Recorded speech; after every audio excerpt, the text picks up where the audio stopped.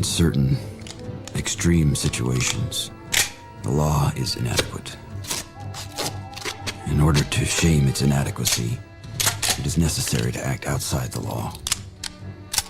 To pursue natural. This is not vengeance. Revenge is not a valid motive, it's an emotional response. No, not vengeance. Punishment. Tonight we have a chance to say, yeah, you're right.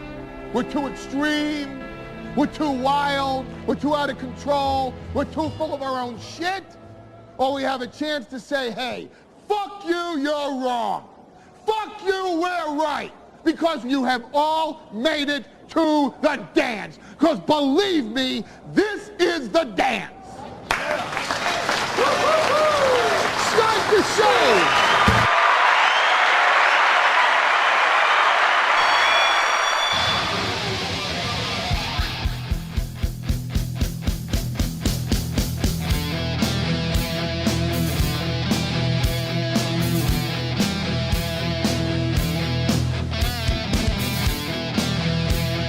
Hello, everybody, and good morning. Welcome to the Steel Toe Morning Show. I'm Aaron. Johnny is right there. Welcome. Great show planned for you today. I have an announcement to make, and that announcement is that I think I owe Jelly Roll an apology. I think I'm becoming a Jelly Roll guy, and not just because he did a song with Post Malone. It takes more than doing a song with Post Malone for me to all of a sudden like you. Right. Although the Post Malone song did get the ball rolling. Mm-hmm. It can be a what? It can be a door opener. It can be a, what do you call that? An icebreaker. You're not my fucking dad. No, I'm not. No. You can like Jelly Roll all of a sudden. I didn't say I like him. I just said I owe him an apology. I don't like him. Losers is a good song. I'm not going to sit here and pretend it's not. He was also very sweet to Winona Judd, and that means something in this life. And somebody too in the Rumble chat just says, "You fucking flip flopper." It's not flip flopping. He did something. No, the thing that has broken me on Jelly Roll is this. Now, by the way, I did change the whiteboard. We will win Thursday, 5-1. I should have put Skull after that. I was thinking of something to put after the 5-0, and I didn't put anything. And I think Skull would have been perfect. Well, anyway, Jelly Roll is quitting Twitter because he says it's toxic and it's terrible and it's awful. And I agree with him. I think that's great. I think that's awesome that Jelly Roll is taking that stand, because the only way you can beat the people that are being a dick to you on Twitter or whatever is to not give them the access. My German is coming out again. That's the access. Jelly Roll is quitting Twitter, and it's a great idea. So I think that that's the best way to go. You can't play the game. Don't play the game. The only way to win that game is to not play. So he doesn't like the way. Imagine like wanting to hold on to Twitter when it makes you feel like shit. You know what I mean? Like, imagine being like, hey, this thing makes me feel like shit. I'm going to stay on it because I don't like this idea people have on the internet, the weak-minded, I think, that they have this idea that, like, well, this thing hurts me and I don't like it and it makes me feel bad and everything else makes me feel good, but I'm going to stay on this thing because I don't want people to think they got me. It's like, no, they got you if you think like that and you stay on Twitter and you keep letting them make you miserable. The reason they tell you, Jelly Roll, that quitting Twitter makes them win is because they don't want you to leave Twitter because they want to keep winning and impacting you. So I would say that if you're like, hey, this thing makes me feel like shit, everything else in my life is awesome, and you leave, you've won. Congratulations. You've embraced. You look at Jelly Roll's wife, and I feel like you've won, sir. What are you complaining Yeah, about? but then you listen to Jelly Roll's wife, and you go, oh, God. Oh, Christ. She's not a bad person. She's not a terrible human being. I'm sure she's a good person. I'm sure she's a fine human being.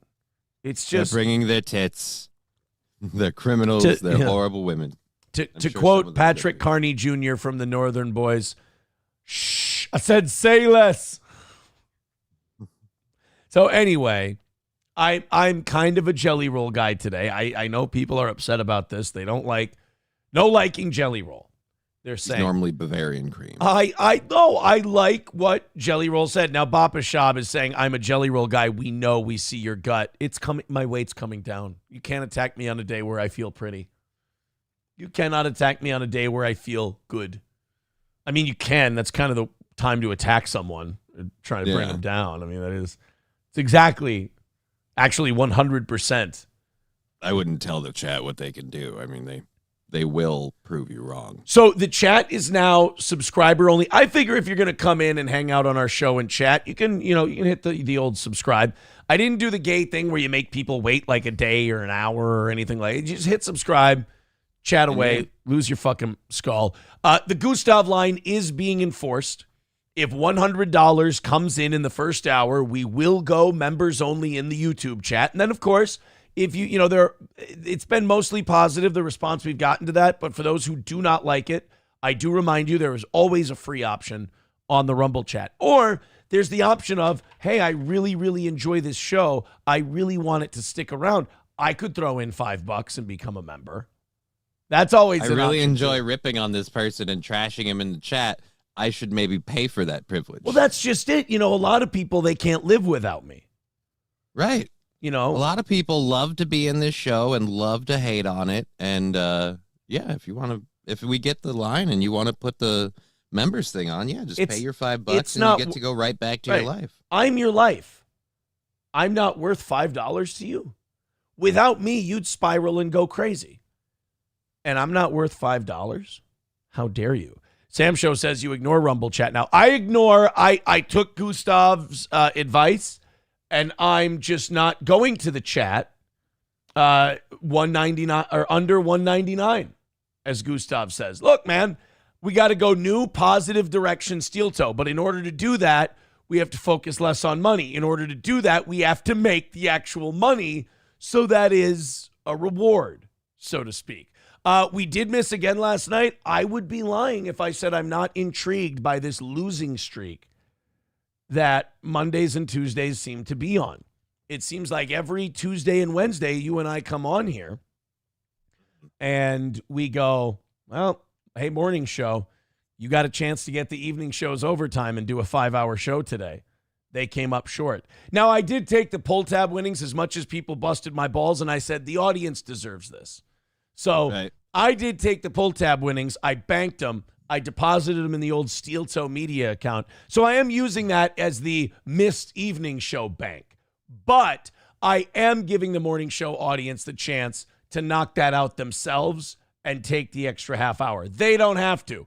It's covered. But when it's covered, the overtime just disappears, into the wind. I get my time back. But I do want to give the morning show crowd, because they usually do it, I do want to give the morning show crowd a chance to get themselves a 5-hour show if they'd like one. Here's what I do need you to do. Knock out the 340 that we're short by today. Knock out today's goal. If we get through tonight, every time we hit the goal, we are profitable again. If we can get through tonight with the wins. So we missed by 90. We're going to cover that. If we keep missing, though, it's just going to put off that time frame, as it were. So go ahead, guys. Let's go nuts this morning. Let's do what you usually do on Tuesdays. Everyone get fucking mental right now and just hit PayPal, Streamlabs, Venmo, money, me, money. Where is it? Give me money, me. Money now. Me a money needing a lot now. Someone asking if the first story is politics or sports today. It is neither. As a matter of fact, in the first hour's worth of stories, let me look through. Let me see here real quick. I have exactly 0. 0 politics stories in the first hour. Holy shit. Oh, I thought we were going to say all day. Damn. Wishful thinking. Well, it's kind of like you said yesterday. You really can't. Good luck doing it. Yeah. You really can't do a show right now and prepare a show and not run into political stories. You just can't. They're all over the place. Let's go into some of the little bits that we're getting here this morning. Buffalo Jockey with $1 says 99 and change to go. I'm helping, right? Of course you're helping. Every little bit helps. We got $340 to go by 10 o'clock. Every little bit helps this thing. Thank you guys for the contributions. You are keeping us on the air. Numero uno Josh Denny fan with $2 says the jelly roll line demarcates something too egregious to stomach you liking. Sorry, brother. I didn't say I like jelly roll. I said I owe jelly roll an apology. I've been fucking mean. Let's just put it that way. I've been very mean to jelly roll. I've said some dastardly things because I just touch unfair. I fucking hated him. I don't see why. I mean, can't even explain it. I think honestly, and this is gross to admit, I think it's just the obesity. It's literally the appearance part. Yeah, I had that problem for a minute too. It's literally the way he looks. And I was being prejudiced towards that. And also, it's my own projection because I'm terrified of becoming that. I'm worried that if I let myself go over, like, let's say 225, then the next step is just jelly roll. So you go over 225 and you become a fat ex-drug dealer. Right. Right. Thank you. Thank you for understanding me. Thank you for getting me when others don't. I appreciate that. Speaking of people who get me, SP just left. We tried to watch some Tulsa King last night. Okay. And the problem is when I turn on a show in bed, I fall asleep. Right. It's the wrong time to try and get into a show. Dude, what the fuck was that? That was my phone's notification thing. Is your phone notification a gunshot? No, it's a portal noise. It goes. Oh, okay. I thought I was like, geez, that says something. Yeah, it probably came through weird on here between where it's sitting and everything. Yeah, else. turned on Tulsa King, and we were in bed. And then I fucking love Tulsa King, and I want to watch, and I want to binge watch Tulsa King. I fall asleep. God damn. Numero uno Josh Denny fan says, please call Jelly Roll a scumbag quick. Jelly Roll, you fucking scumbag.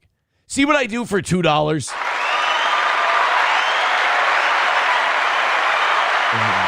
Imagine what I do for 20. Imagine what I do for 20. Horrible things. Unforgivable things. Because a series of 20s in our pocket means a victory. So, Streamlabs, PayPal, Venmo, Super Chats, Rumble Rants. Again, we lost by $90 last night. And I don't think the show was bad. I don't think it was the best we've ever done, but I thought it was a solid show. We lost by $90. We keep losing on Mondays and Tuesdays. I don't think we've had a clean win. We've covered, or the morning show has covered it, but I don't think we've had a clean win in the evening shows on a Monday or Tuesday in 2.5, 3 weeks. It's been a while, man. Ever since we started doing quads and quints and all that shit. Evening show is, and the numbers are where they always been, if not a little up. So that's a bummer. You just kind of think that maybe this Kamala Joe Biden economy is crushing people, or I think the more reasonable reason, that sounds like a cope. The real reason could be Matt and I need to step our game up at night. Let's go to Trucker 18 Wheeler with $4.99 says Aaron doesn't like jelly roll. He likes jelly rolls. See, it's another fat. Yeah, it's like the jokes we've been making, just little little less. It's more on the nose. Thank you, Trucker 18-wheeler. That's kind of you. Buffalo Jockey with $1 says Jelly Roll can get his career back on track now that you apologized. You may be as fat as him, but you'll never be as successful as him, so no need to worry. First of all, neither of those things are true. How fucking dare you? 3:35 away from today. Thanks, guys. He's not as fat as Jelly Roll. Thank you. But we also... There's time. I'll say this. We are $95 away from the Gustav line. If you don't know what the Gustav line is, we turn the Steel Toe chat, the YouTube chat, to members only. If we cross the Gustav line, which is $100 in the first hour, whether it's PayPal, whether it's Venmo, Streamlabs, whatever, whether it's YouTube, Rumble, it doesn't matter. We get there. So let's go nuts, guys. Let's go crazy. Let's go crazy. Let's get nuts. Let's look for the purple banana until they put us in the truck. That would be nice. I just would like to avoid the evening show thing. But again, if you knock out last night, we will give you their overtime, as usual. So thanks, guys. Please consider contributing. It doesn't make a huge difference. It literally keeps the show on the air and keeps me out of a real job. Diddy is let's just get into it today then. Let's roll. Let's go. All right. Diddy, the Diddy thing, this story keeps evolving. It keeps changing more. As people feel safer and safer about it, they come out and they tell their stories about what happened at these parties and everything else. Yeah, but as a weird thing, I'm one of those people who gets a little nervous at when it gathers a lot of hype and then all of a sudden out of the woodwork come, oh, and I have a story too. We need to talk about that. What's the percentage of people that are lying? Because I don't believe there's literally hundreds of allegations against Diddy at this point, and some of them are people piling on and suing and looking for a payday, and they are not aggrieved at all. Either what they're saying happened never happened, or they didn't have a problem with it happening. What percentage of these kinds of stories, I'm not saying the Diddy one specifically, but Cosby, Spacey, Diddy, all whenever these, someone famous comes out, right? Weinstein, like these guys are all monsters, sure. And I believe they did some heinous, horrible shit that's unforgivable and they should be put under the jail. But what percentage of these in general, if you I'm going to let you bullshit a number, what percentage of these are people lying or being opportunistic? I'm going to say 25. Wow, that's a much bigger number than I was willing to go with. 25. No, I'm willing to go with 25. People are pieces of shit. As soon as you see oh, Diddy's up and I can possibly make this claim stick and I can get some money. I mean, crap, I did a story where somebody literally tried to claim a winning lottery ticket after the ticket had been claimed. They're like, no, I have the winning ticket. It's like, no, you don't. They've already done this, and you're not. Your thing is a lie, but they still kept going. They kept pushing. People are dumb when it comes to money. I guarantee you, 25%. I was going to go as high as 15, but I was going to say 10%. And the Cosby thing had always got me because Cosby had at his peak 60 accusers. Yeah, and people were like, some of these bitches are just money grubbing whores. I'm like, all right, let's have an argument for argument's sake. Let's say 50% of them are lying. That still leaves 30 that aren't, and that's insane. Right. That's some monstrous shit. But every time you lie, every time, let's take your number, 25%. Every time 25% lies, it doesn't just affect the 25%. It affects the other 75. Right. People look at them a little skeptical. And it affects the next case that they're not even involved with because, again, right. People like me go, I'm going 25%. Yeah. Well, there's the Duke lacrosse case, or here in Minnesota, one woman made up a story that a bunch of University of Minnesota football players R-worded her. And it turns out there was video of this encounter, and it showed that it was completely consensual. It was disgusting, and it was depraved. I mean, it was a fucking train.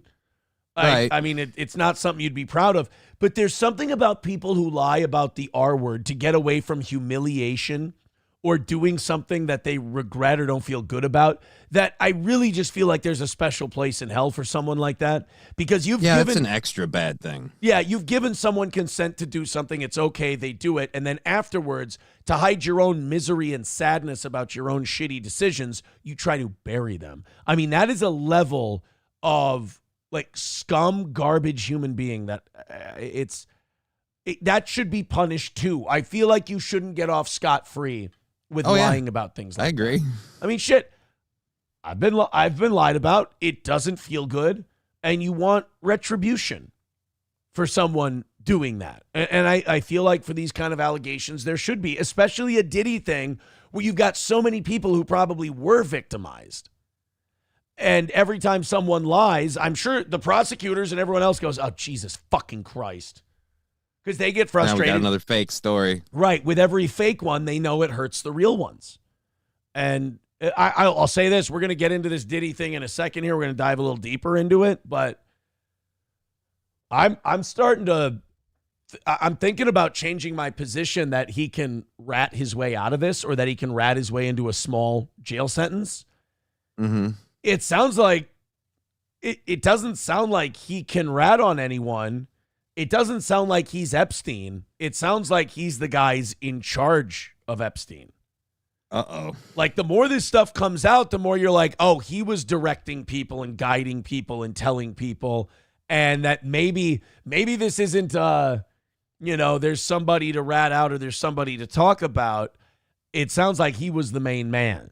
And while, he might be able to, throw out some names to prosecutors and give them, this person or that person, he's not going to be able to give him anyone bigger than him. The idea with Epstein was he could always give up someone bigger than him.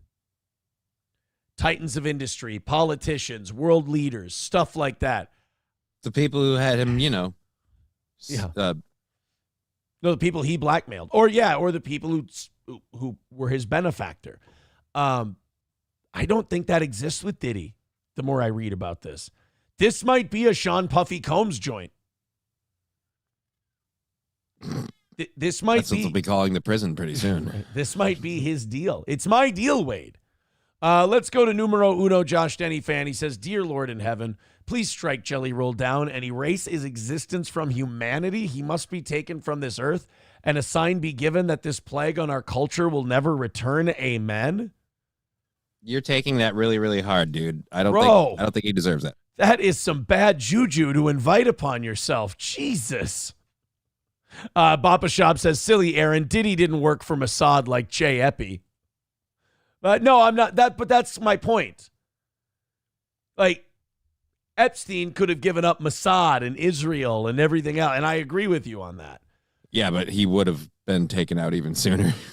But I think Diddy is the Mossad in his world. Like, he's the guy. He's the guy. Like, let's say Jay-Z got in trouble at Diddy parties, he would give up Diddy. Right. But Diddy's at the top of the food chain. He's got nobody to give up. That's kind of what I'm not worried. I was going to say that's what I'm worried about. I'm not worried about that. Fuck Diddy to death. But like, I kind of, my initial take on this whole thing was, oh, he can narc his way out of this. I don't think so. I think he's the one they want. Denise becoming a member for 29 months. Jesus Christ, that's a long time. Thank you so much for your support in keeping this show on the air. We are $330 away from today. Keep it going. We're $90 away from the Gustav line. Let's knock in PayPal today. Let's knock in Venmo. Let's make it rain early and often, and let's get this taste of defeat from last night out of our mouth. Thank you. So, boy, I tell you, people watch the co-host like a hawk on this show. I feel bad for you guys. Text coming in. Is Johnny playing games while you're trying to have a show? What? The noise on your phone. Oh, yeah. I'm totally playing games while you're trying to have a show. Knock it off. I'm loading up World of Warcraft right now. You just can't see it because I'm so good. Quit until I'm moving my arms. Get it all off of there. Close it all out. Just end all your tasks and programs. So Diddy These are like the more it gets getting darker. Like each one is getting darker and darker. These are getting more and more uncomfortable to get around to. Sean Diddy Combs accused of R-wording 13-year-old girl with another celebrity as female star watched.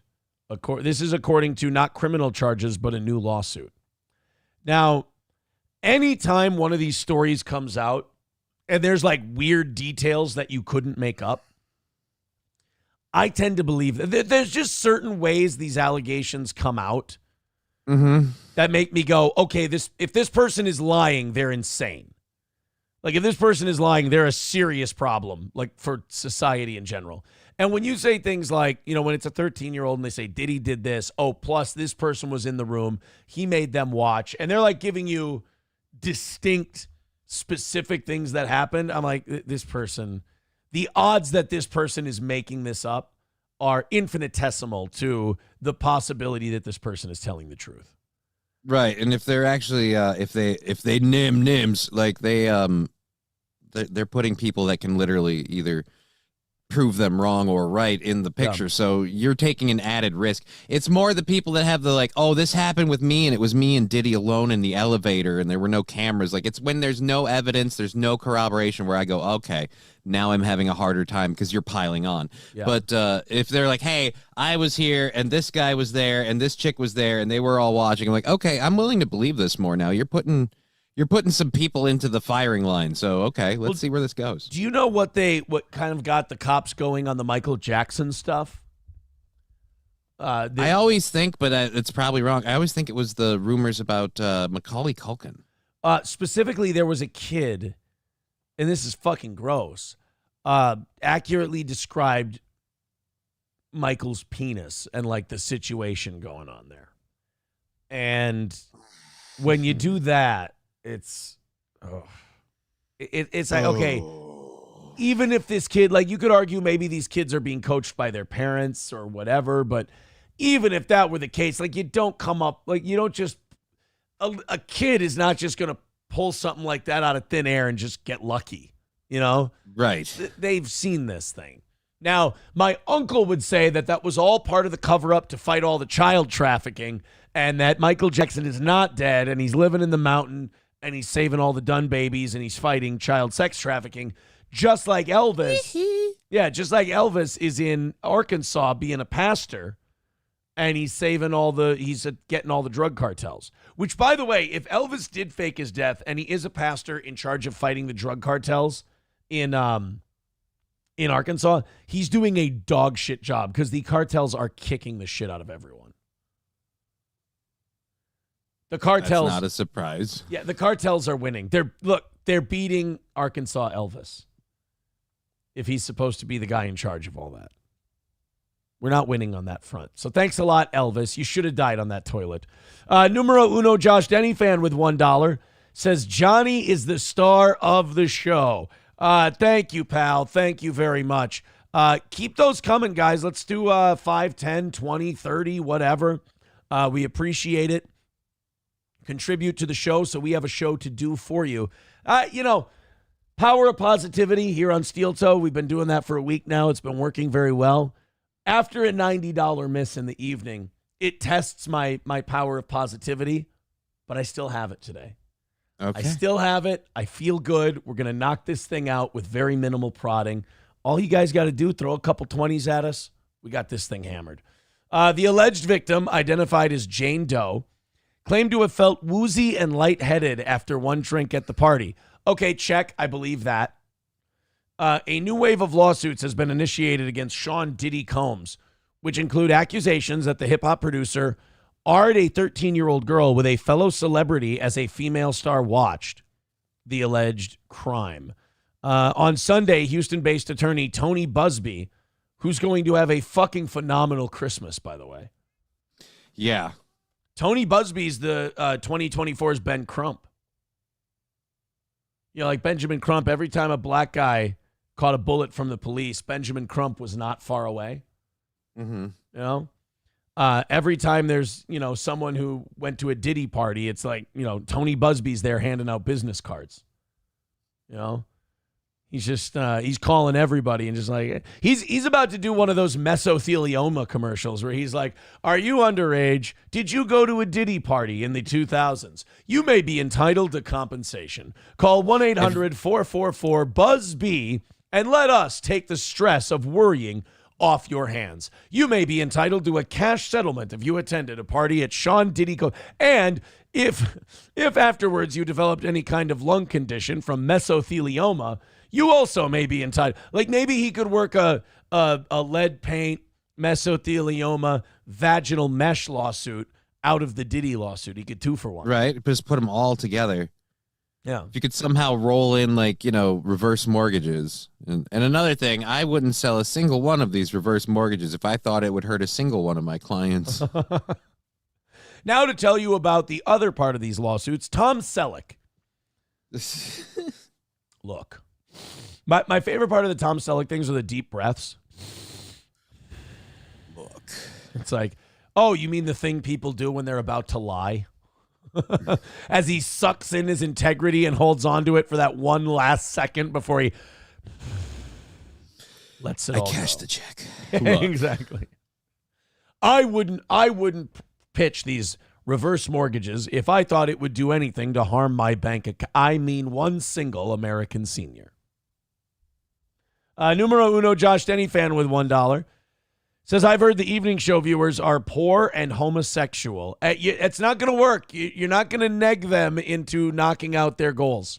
The evening show will be, so far, we're going to run out of real estate for these losses on the evening show, and at some point they will have an impact. So far, we've been able to blunt the impact of the misses in the evening, but it just has to be followed up with, because it hurts my confidence quite a bit. It makes me worried. I wake up and, like I say, it's the first thing I worry about, but the morning show coming up big early and often usually helps assuade that, and it doesn't last more than a half hour, 45 minutes. So thank you guys. Contribute. All the links are in the chat. Thank you so much. Just keep this show going. Like I said, I'm beg, borrowing, and stealing to make the numbers match up for these evening misses. Luckily, it's just we've been very lucky. But goddamn, man, if we can knock out the goals today and tomorrow, every goal we knock out after that is profit. We're back in the black again. So I do appreciate it. Keep pushing for Steel Toe. We'll keep doing shows for you. On Sunday, Houston-based attorney Tony Busby filed 5 new civil lawsuits. God damn, man. And do you think as he turns in the paperwork, he goes, ha, ha, ha, ha, ha, ha, ha, No, I just think he hears like just a cash register every time. Cha-ching, cha-ching, cha-ching. I think actually, I'm not sure, but I think when Tony Busby hands in all of these lawsuits, I think I'm not sure what he hears in his head. It could be this.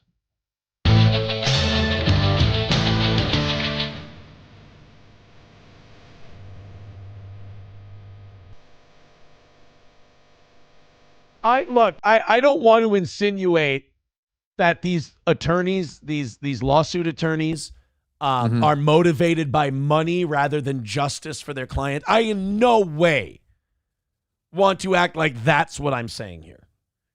Because I'm sure for this Tony Busby, it's all about getting justice for his clients. And the money is just a nice extra.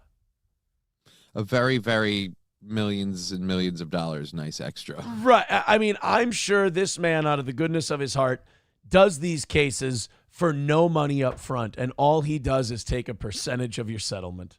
What a guy. Right? What a guy. What a like he's there to help you. And if you don't make any money, then he shouldn't. He didn't do his job. Exactly. We don't take a dime unless we get cash for you. That's Tony Busby. Or do you think when he's filing all these Diddy lawsuits, he hears this? Here comes the money. Here we go. Money talk. Here comes the money. If he does the dance. Do you think he does that? Dollar, dollar. Yeah. You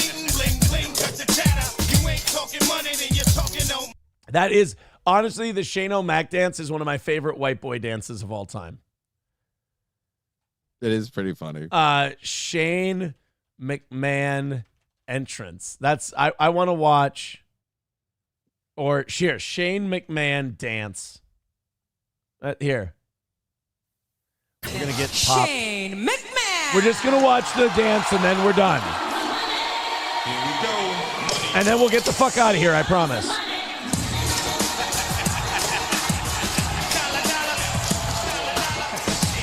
That's just a cool fucking dance. That's a cool white boy dance.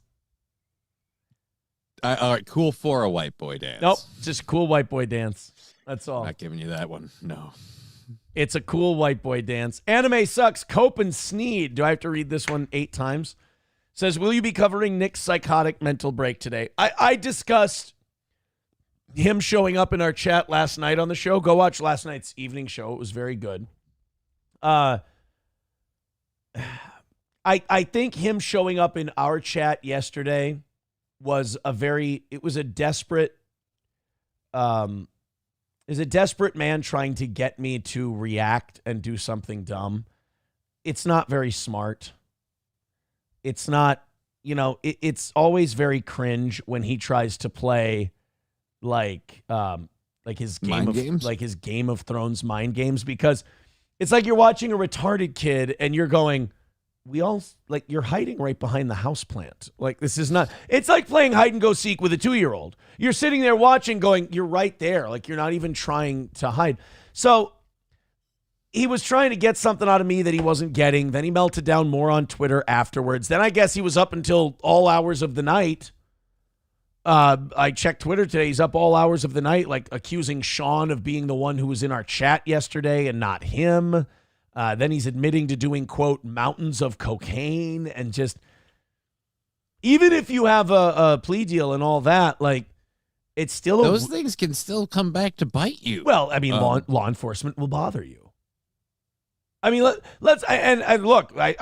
I've met the Candy-Ojai County people. They're all very nice. They're all wonderful. But let's not pretend that law enforcement is not human and that they don't hold grudges and that they don't pick on people. I mean, if you look like an easy bust, they're going to come look at you. So no, anime sucks, Cope and Sneed. We're not going to cover it today.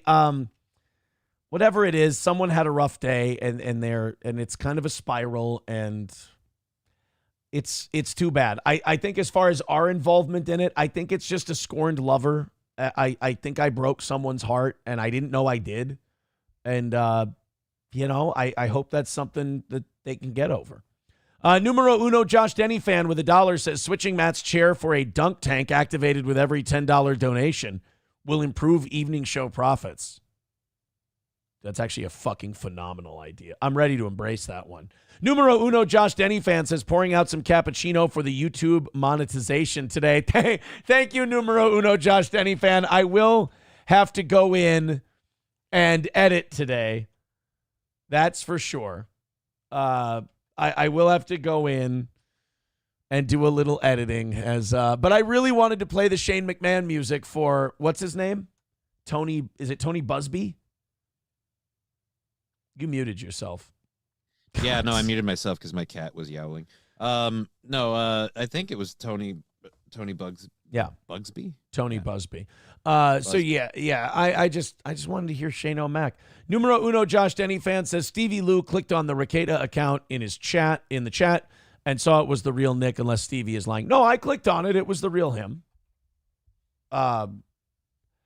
He just he's having a tough day. That's all. He's having a go of it. People have tough days. It happens, unfortunately. Tridio with $5 says, please ensure any comments to or about Nick end with pay Monty. Oh, God, you guys. And that's the thing. Like, I get accused of all this stuff, and I'm like, it's my audience. My audience are the dicks. Do you hear the way I speak about people, whether it's April or Nick or whatever? What's the pay Monty thing about? I'll get to that. But have I not been positive lately in saying, look, here's how you make your way back, get away from these toxic people and toxic situations, take care of yourself, stay offline, like all that kind of stuff.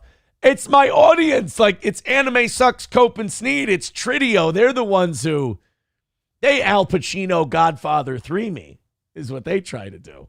But yeah, Pay Monty is Nick got himself in a lot of trouble, and I think it's indicative of the legal advice he now gives to other people now, or talks about himself. It's just a string of wrong decisions and bad ideas. From what I understand, there's a streamer named Montegraph, and he accused him of doing sexual things to children. And not in like the way you can be cutesy about it and whatever. Oh, yeah, and, no, I know who we're talking about with Monty. Yeah, okay. Yeah, and Nick said that, and then he had numerous chances to take it back, and he didn't. People were telling him to pull up, and he didn't. He was using, again, his best judgment. And now maybe the chat can correct me here because, again, I'm not well-versed in this. You guys seem to be. He lost some $300 judgment, but I don't think that's the end of the case. Like, it could, like, that's not the lawsuit. That's just some $300 payment to Montegraph. I think there could be a worse judgment against him coming up, or is the $300 the end of it? I don't know that. I haven't researched this. I haven't looked into it. I don't care. But since it's been brought up, if somebody knows, is that the whole judgment? If that's the whole judgment, what are you waiting for? Pay the $300 and fucking be done with it. Right. Now, is that just a piece of this and there's more to come? Because he does have more court dates on this Montegraph thing coming up. But I don't know if that's the end. So I'm just waiting for someone in the chat to kind of explain the thing. Tridio saying $300 lawyer fee judgment so far. Oh, so that's not a judgment on the P word thing at all. Nope. That's just the lawyer fee. So yeah, that could get bad. That could get really bad. All right. Well, guys, let's move on. That just seems like bad juju to me. 3:15 away from today's goal. Thank you guys very much. Head on in, throw us a couple of bucks. Let's keep this thing on track today. We came up $90 short last night. We'd love to have your contributions today in keeping this show going. Thank you so much. So this Busby has filed 5 more lawsuits against Diddy as more accusations are coming forward. These are just, and it goes from bad to worse each time. Basically, they're giving him the Cosby accusations, drugging him. They get younger and younger, this time 13. That's gross as fuck. We don't have the name of the female celebrity that this person, and by the way, this is what could get Diddy shanked in prison. This is what could get him set up and fucking, Breaking Badded, if you will, is as these lawsuits are out there, you've got celebrities who know who they are in this whole thing. Right. And they don't want that name dropping in this shit. And when you're talking about millions and millions upon tens of millions, potentially hundreds of millions of dollars in the music industry, it's not Hollywood. It's not make believe. It's not writing a movie to believe that they would have this guy killed. I mean, that would rely on them finding someone in prison who's willing to commit a crime in prison and get more time and everything for what? Like some money in their commissary account? Or money for their family?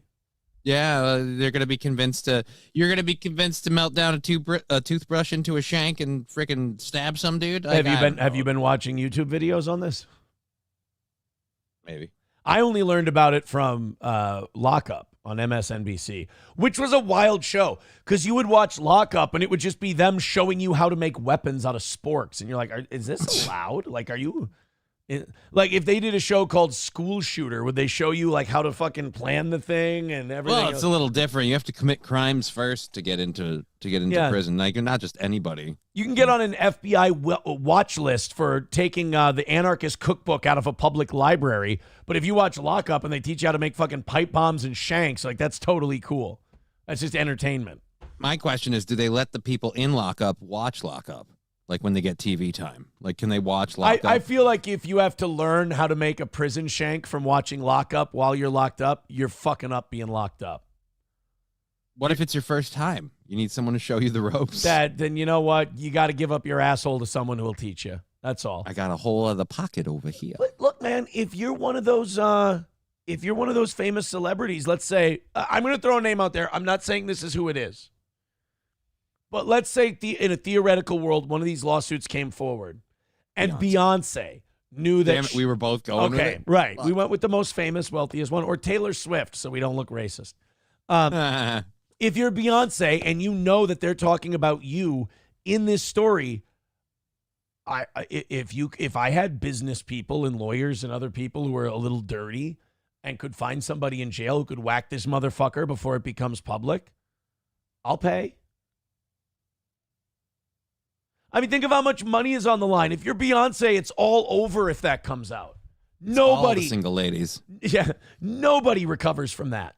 People get mad when they find out you were part of something like that. People get upset, and they don't want to have anything to do with you anymore. So yeah. Yeah, then she'll just have to leave the social zeitgeist and just survive on her millions upon millions of dollars. Yeah, I think. This is what I mean. Like, I don't think Diddy can trade names for a lenient jail sentence. I think with all these lawsuits coming up, other people are going to name names before he has a chance to.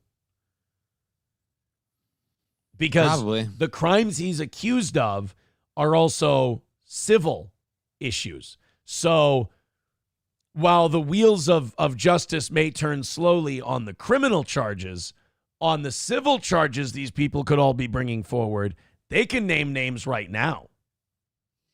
Yeah, but I mean, what? Do they have some sort of money-hungry lawyer who's going to be like, hey, we don't need to wait. We can roll the ball on this now. And Old Tony Busby at your service. Have you been to a Diddy party in the last 20 years? You may be entitled to compensation. Call the law. Have you been diddled by Diddy? Call the law offices of Busby, Pay Me, and Now. We will let the allegations and the filed complaints speak for themselves, and we will work to see that justice is done, Busby said in a statement Sunday. We expect to be filing cases weekly. Oh, Jesus. So he's not done. He's going to expect that justice will be done and my new McLaren will be paid for. Yeah. You guys should see my house. Holy fuck. I call it the casa that Diddy built. We expect to be filing cases weekly, naming Mr. Combs and other defendants as we continue to gather evidence and prepare the filings. Combs' team did not immediately respond to a request for comment. I mean, in fairness, they're busy. Busby filed... They've got a lot going on. Dude, Busby filed 6 other suits against Combs last Monday. So it seems like every Monday we're getting new Diddy lawsuit drops. He's just picking up new victims over the weekend. Oh my God, could Tony Busby be MN Public Records? It's a Kiwi Farms account. Busby's on the farms. He's like in Melton's farms account. Like, you hear about Diddy? Like, get the fuck out of here, tourist. Go back to Reddit, queer. Combs, via his attorneys, denied all of the accusations in a statement last week. I mean, why not? No reason to start admitting wrongdoing now. Mick Buster says, have you been Diddied or Amber Hearded? Call the law offices of Bernstein, Shapiro, and Black. Why do they have to be Bernstein, Shapiro, and Black? This guy's name is Busby. I don't understand. What do you mean by this? It's just a lot of law firms have those. Shapiro's a very popular law firm now. Oh, okay. See, I'm not aware of that. So I didn't know. Why is that a popular law firm name? I have no idea.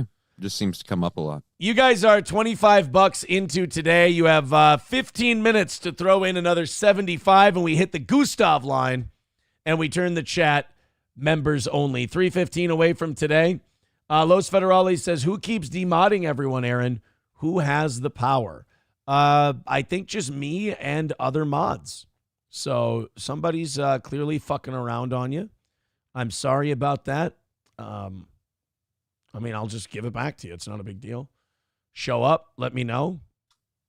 I'll give it back.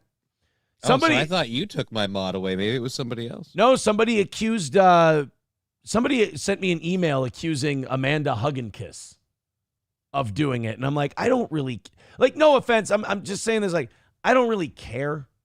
Because like I said, you can just tell me about it, and I'll just give it back to you.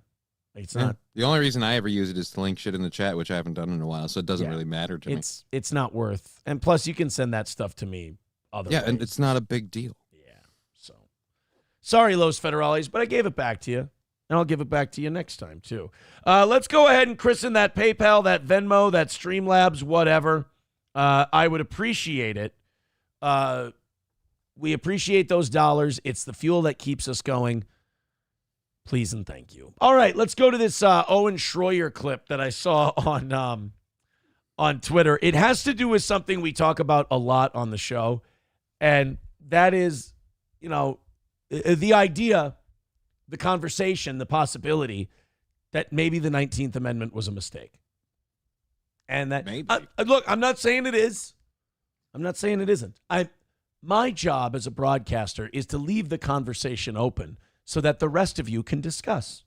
So when it comes to the 19th Amendment, do I have a position one way or the other? I don't know. But one thing I want to do as a presenter is allow you the freedom to feel your feelings. That's all. So Owen Schroyer from InfoWars decided to go and talk to a bunch of college-aged women. Now, Johnny, we've talked about this before on the show. What is the number one issue for women 19 to 30? Abortions. They're really worried about what happens when they take a hot, steaming load without consequence and then have a consequence. Unfortunately, with all the problems this country has and all of the we're in this together and this economy's got to run and our families and everything else, young women are voting based on not the fact that they need to kill a baby now, but they might in the future. Just to have the right to have in their back pocket the ability to play the card of, let's snuff this fucking thing out before it gets too big. I mean, I understand that being an important issue to you. I understand you wanting to have that ability, wanting to have that possibility in case you get pregnant. I get it. But to be willing to fuck the rest of us right in the ass just so you can exercise that one right while everything burns down around you. It's the dog in the flaming kitchen meme, and the dog is female voters, and the it's fine is abortion. As inflation, economics, war, debt, as all of that stuff burns down around us, women 18 to 30 are going, yeah, but it's important that we protect this whole killing my baby thing. Especially since, again, abortion is totally not on the ballot. Like, I love the fact that they pushed the rumor that, like, oh, dude, abortion rights are on the ballot. Like, no, they're really not. It's, as they say on climate change, it's settled science. The Supreme Court has already ruled, hey, are you a state? Do whatever the fuck you want. Go ahead. Make up your mind. Yeah. You know what we don't want to do? Solve this issue for you. You guys decide it yourselves. King Kong Dong with $2 says, give me my wrench back. Gotta club the seals. All right. Well, if you want your wrench back, King Kong Dong, then by God, give me a second here. Boom. Boom. There we go. That's all it takes. So that, guys, that's not a big deal. That's easy to do. What is a big deal is that we're at 3:15 and it's about 7 o'clock. So go ahead and chip in. I'd like to really see that PayPal and Venmo take off this morning. So go ahead and throw us a few bucks, and hopefully we entertain you today and we earn that money. So let's go and Owen Schroyer, the little mini me from he's dead, right? Vern Schroyer died. I think so. Yeah. Owen Schroyer went out to a college campus and decided to interview some of these warlocks, some of these 18 to 30-year-olds who find that abortion is the whole reason they should be going out and voting in a couple of weeks here. Let's check it out. And then, you guys can have the discussion on whether or not the 19th Amendment is totally cool or not. Or, you know what? Maybe we should have different age limits for gender voting. Men vote at 25, women vote at 35. I like this. Takes them longer to mature. Yeah, I like this. This is good. I make that womb rotten, old, and crusty, and the women economically viable so they're less likely to whack their kid in the womb, and then we just won't let them vote on it until then. Does that sound good? I mean, kind of, and it will help us get past the obvious part of the problem. I'm pretty sure these ladies really want that emergency abortion thing because they're all afraid to tell their father that he's black. Right. Well, yeah. And look, my whole thing is, Johnny, I don't want to be sexist. I don't want to take anything away from someone. I don't want to be unfair. I just want to do what's best for America. And I think denying women the right to vote until they're halfway through their lives is the only logical thing to do to make this country great again. I just think while your solution might be plausible, it could lead to some unwanted side effects. Like, I'm looking at these ladies, and under your system, I'm seeing at least one, possibly two new single mothers. And I don't know if that helps us. We're trying to save the country, all right? There's going to be some collateral damage. Let's go to Buffalo Jockey. He says, who gives a shit what issues people vote on? Vote on what matters to you and move on. I give a shit what issues people vote on. I give a shit if people are voting on an issue that doesn't matter. Like, again, the whole, like, abortion rights are on the ballot. No, they're not. If we're trying Nobody has a plan or anything that they can do to change the abortion rights issue. If we're trying to move this country forward in a particular direction, unfortunately, it takes more than one of us. And every time someone goes, this bullshit issue, that's what I'm voting on, that kind of sets back the game for the rest of us. But there is nothing better than going into something that you think is a great segment than a listener going, fuck it, move on. It's like, I'm already not making shit, and I'm stressing, and I'm a little worried about that, but power of positivity, we will prevail. And then people, when you go into a segment that you thought was really good for today, someone going, fucking do your thing and move on. You're like, oh, good. Today's going to be a non-stressful day. Yeah. Honestly, everything about her. You just love her. I don't love. I don't need to love any president necessarily. But that's how she feels about sex partners too. I don't need to love any of them. I just cum feels warm in my vagina, and it makes me so giggly and bubbly afterwards. Dude, I just thought of another really gay fucking thought. I can't stop. I know. I don't know if you were watching the show last night, but we were talking about men are getting more throat cancer now, and doctors think it's from us eating pussy. And last night I went, men will never know what the sensation or the feeling of getting their pussy eaten. That was a weird thought that popped into my head. I just thought now, as I said, this chick, really she's like, oh, cum feels, warm in my pussy. And I was like, guys will never know the feeling of a warm load of cum in their pussy. So I don't know what that feels like, and I have no idea. I'm just assuming what it feels like. I imagine you could probably just say it probably feels the same as when it's coming out of your ass, but I wouldn't know. I've never had a load of. I hate to break people's hearts and lose probably some people a lot of money. I've never had a load of cum in my asshole. Oh, they always finished outside? I've never touched anyone's seminal fluids but my own. Swallowed them normally? They've never made contact with my body in any way. Oh. Just little old me. Let's go ahead and check this out. It gets, it'd be different if we were killing it financially today, but I'm just saying this shit and my show's failing and dying. I support her. You're with Kamala, though? I am. All right. Do you plan on voting in the presidential election? Yeah, I already voted. You already voted? Who did you vote for? Kamala. Why do you like Kamala? I just think she has a good plan for our country. What do you like best about her plan for America?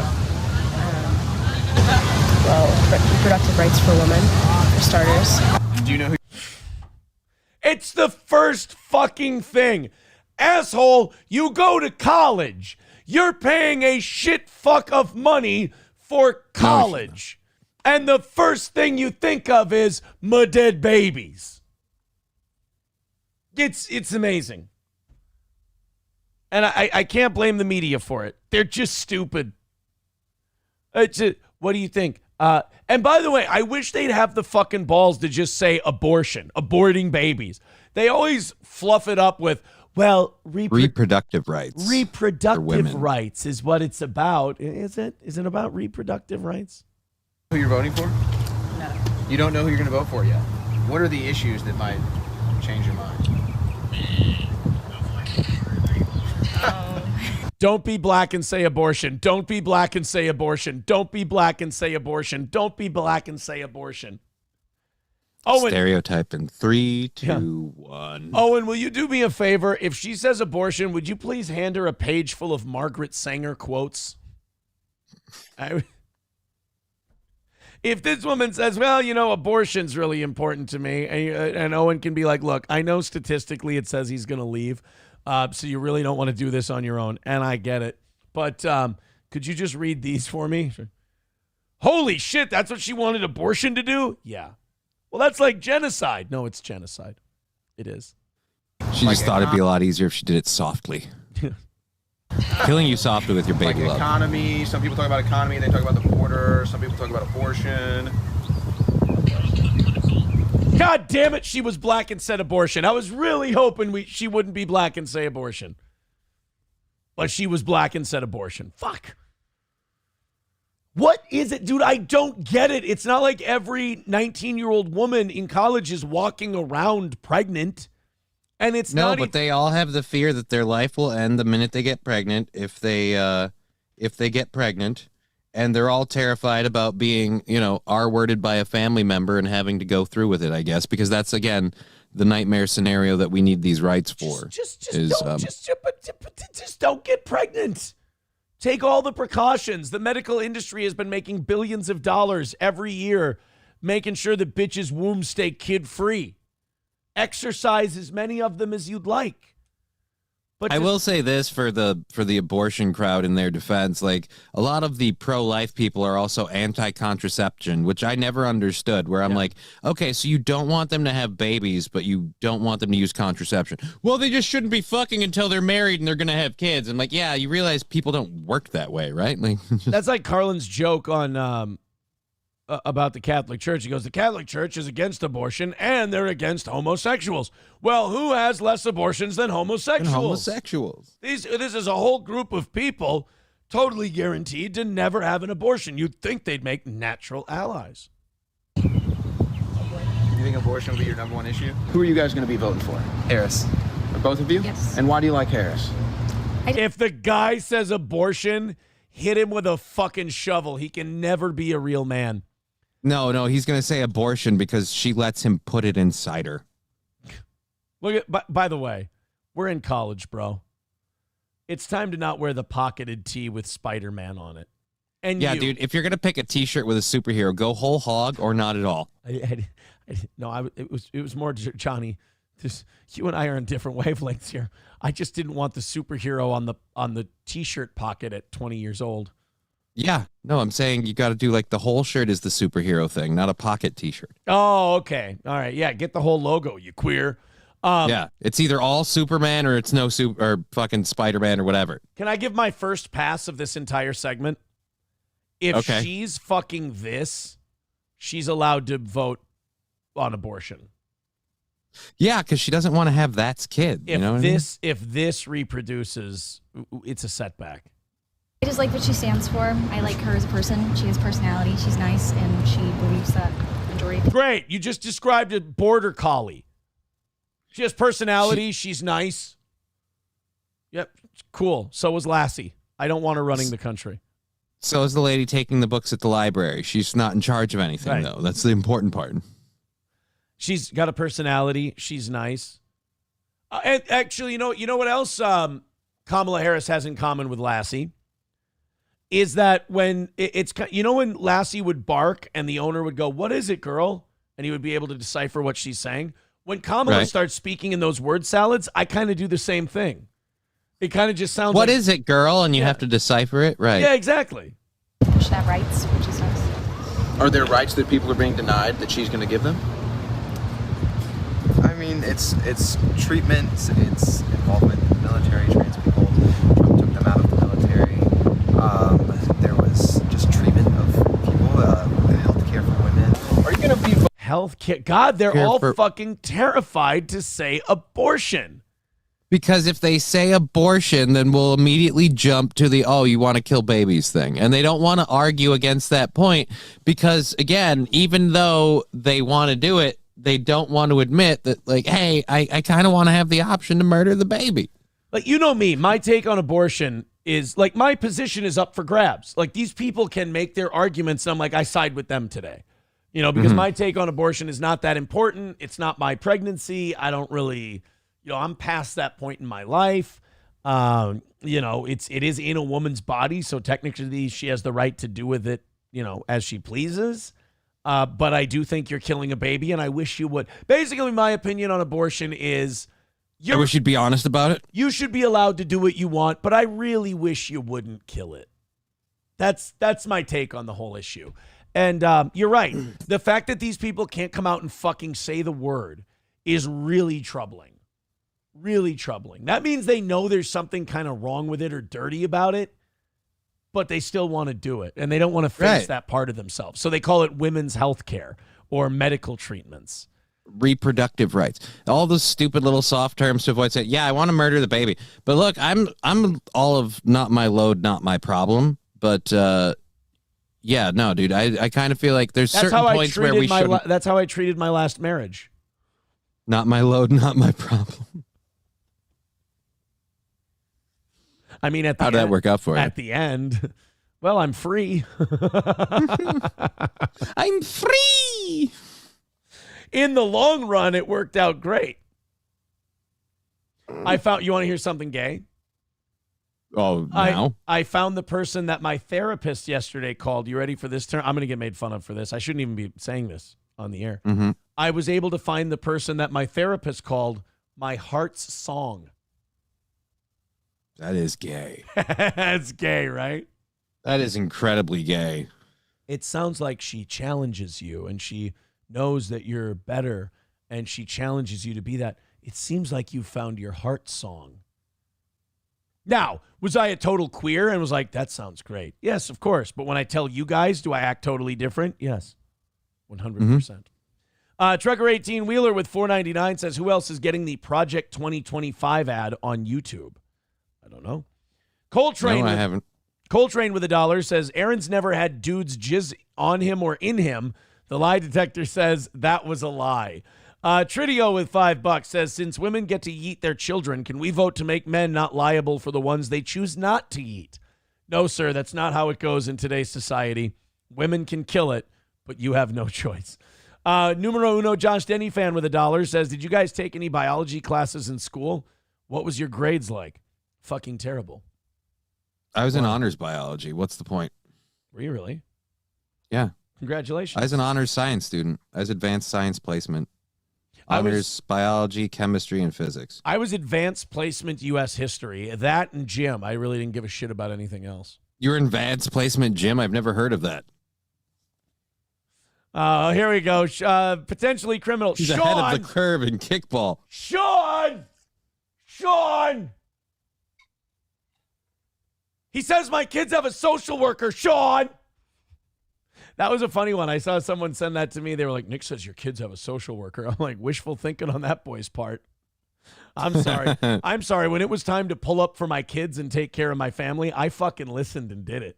I'm ashamed of myself, for the other parts. But potentially criminal Sean, $5 says, sorry, Aaron. Nick found out the secret plan. No more super chats pretending to be a moronic, drunk, dumb fuck. But Sean, moronic, drunk, dumb fuck was going to be the name of our band. We were going to form a doo-wop band, like Rockapella from Where in the World is Carmen Sandiego? Sean and I were going to form something like that. I was going to see if Meme wanted in.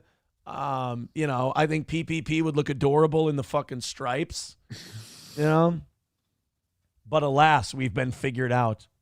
Yeah, there was the accusation that was since deleted that Sean was in our chat yesterday pretending to be Nick. Which is not the case. Hey, where'd that one go? What one? The Sean one. Now it's not in my thing. That's odd. Yeah, it was there, and now It was there, and now it's gone. Zen Man Builds with $5. Thank you very much. He says, Aaron at a therapy session. Oh, boy. Here we go. We're going to get back to the Troyer thing in just a second. Even 300 away, and we're at the top of the hour. Thank you guys very much. We did miss the Gustav line today, but subscribe, and you can get in that YouTube chat. Buffalo Jockey says, you cared about Jim? I have doubts, New Boot Goofin. The gym. Let's go to this therapy session thing here. I want to see what that is. Zen Man builds. David, how did that make you feel? I know my truth. Excuse me? I know my truth. Did you say I know my truth? I know my truth. That's me at therapy? Oh. Then there's but there, I've always hated that because I don't believe there is my truth. Right. I don't believe there is your truth. Well, then what is there if there's no my truth or your truth? There's only one thing. Someone said somebody deleted the Sean super chat in YouTube. That's not nice. Don't fucking do that. Cut that shit out, you little tardos. Unless it was you, Sean, in which case, you fucking chicken shit. No. There is no my truth. There is no your truth. There's only one truth.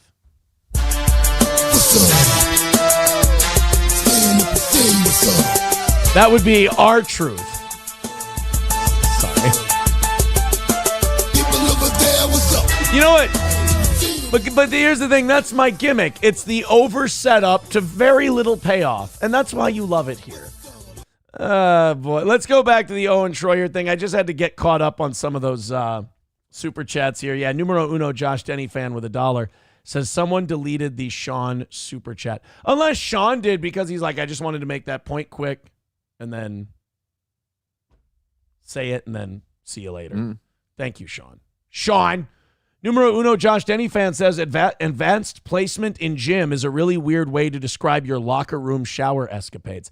I'm sorry. I meant to say advanced placement in history. What do you call it? Advanced placement in history. There is no advanced placement, Jim. Breaking Baldo News says Aaron Imholt got some answering to do, buddy. Uh-oh, what did I do?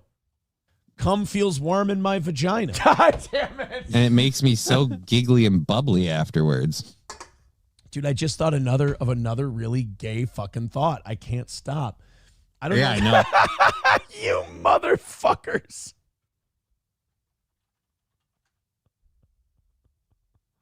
And you know what the thing is? I'm sitting here. I'm putting on a show. I'm excited.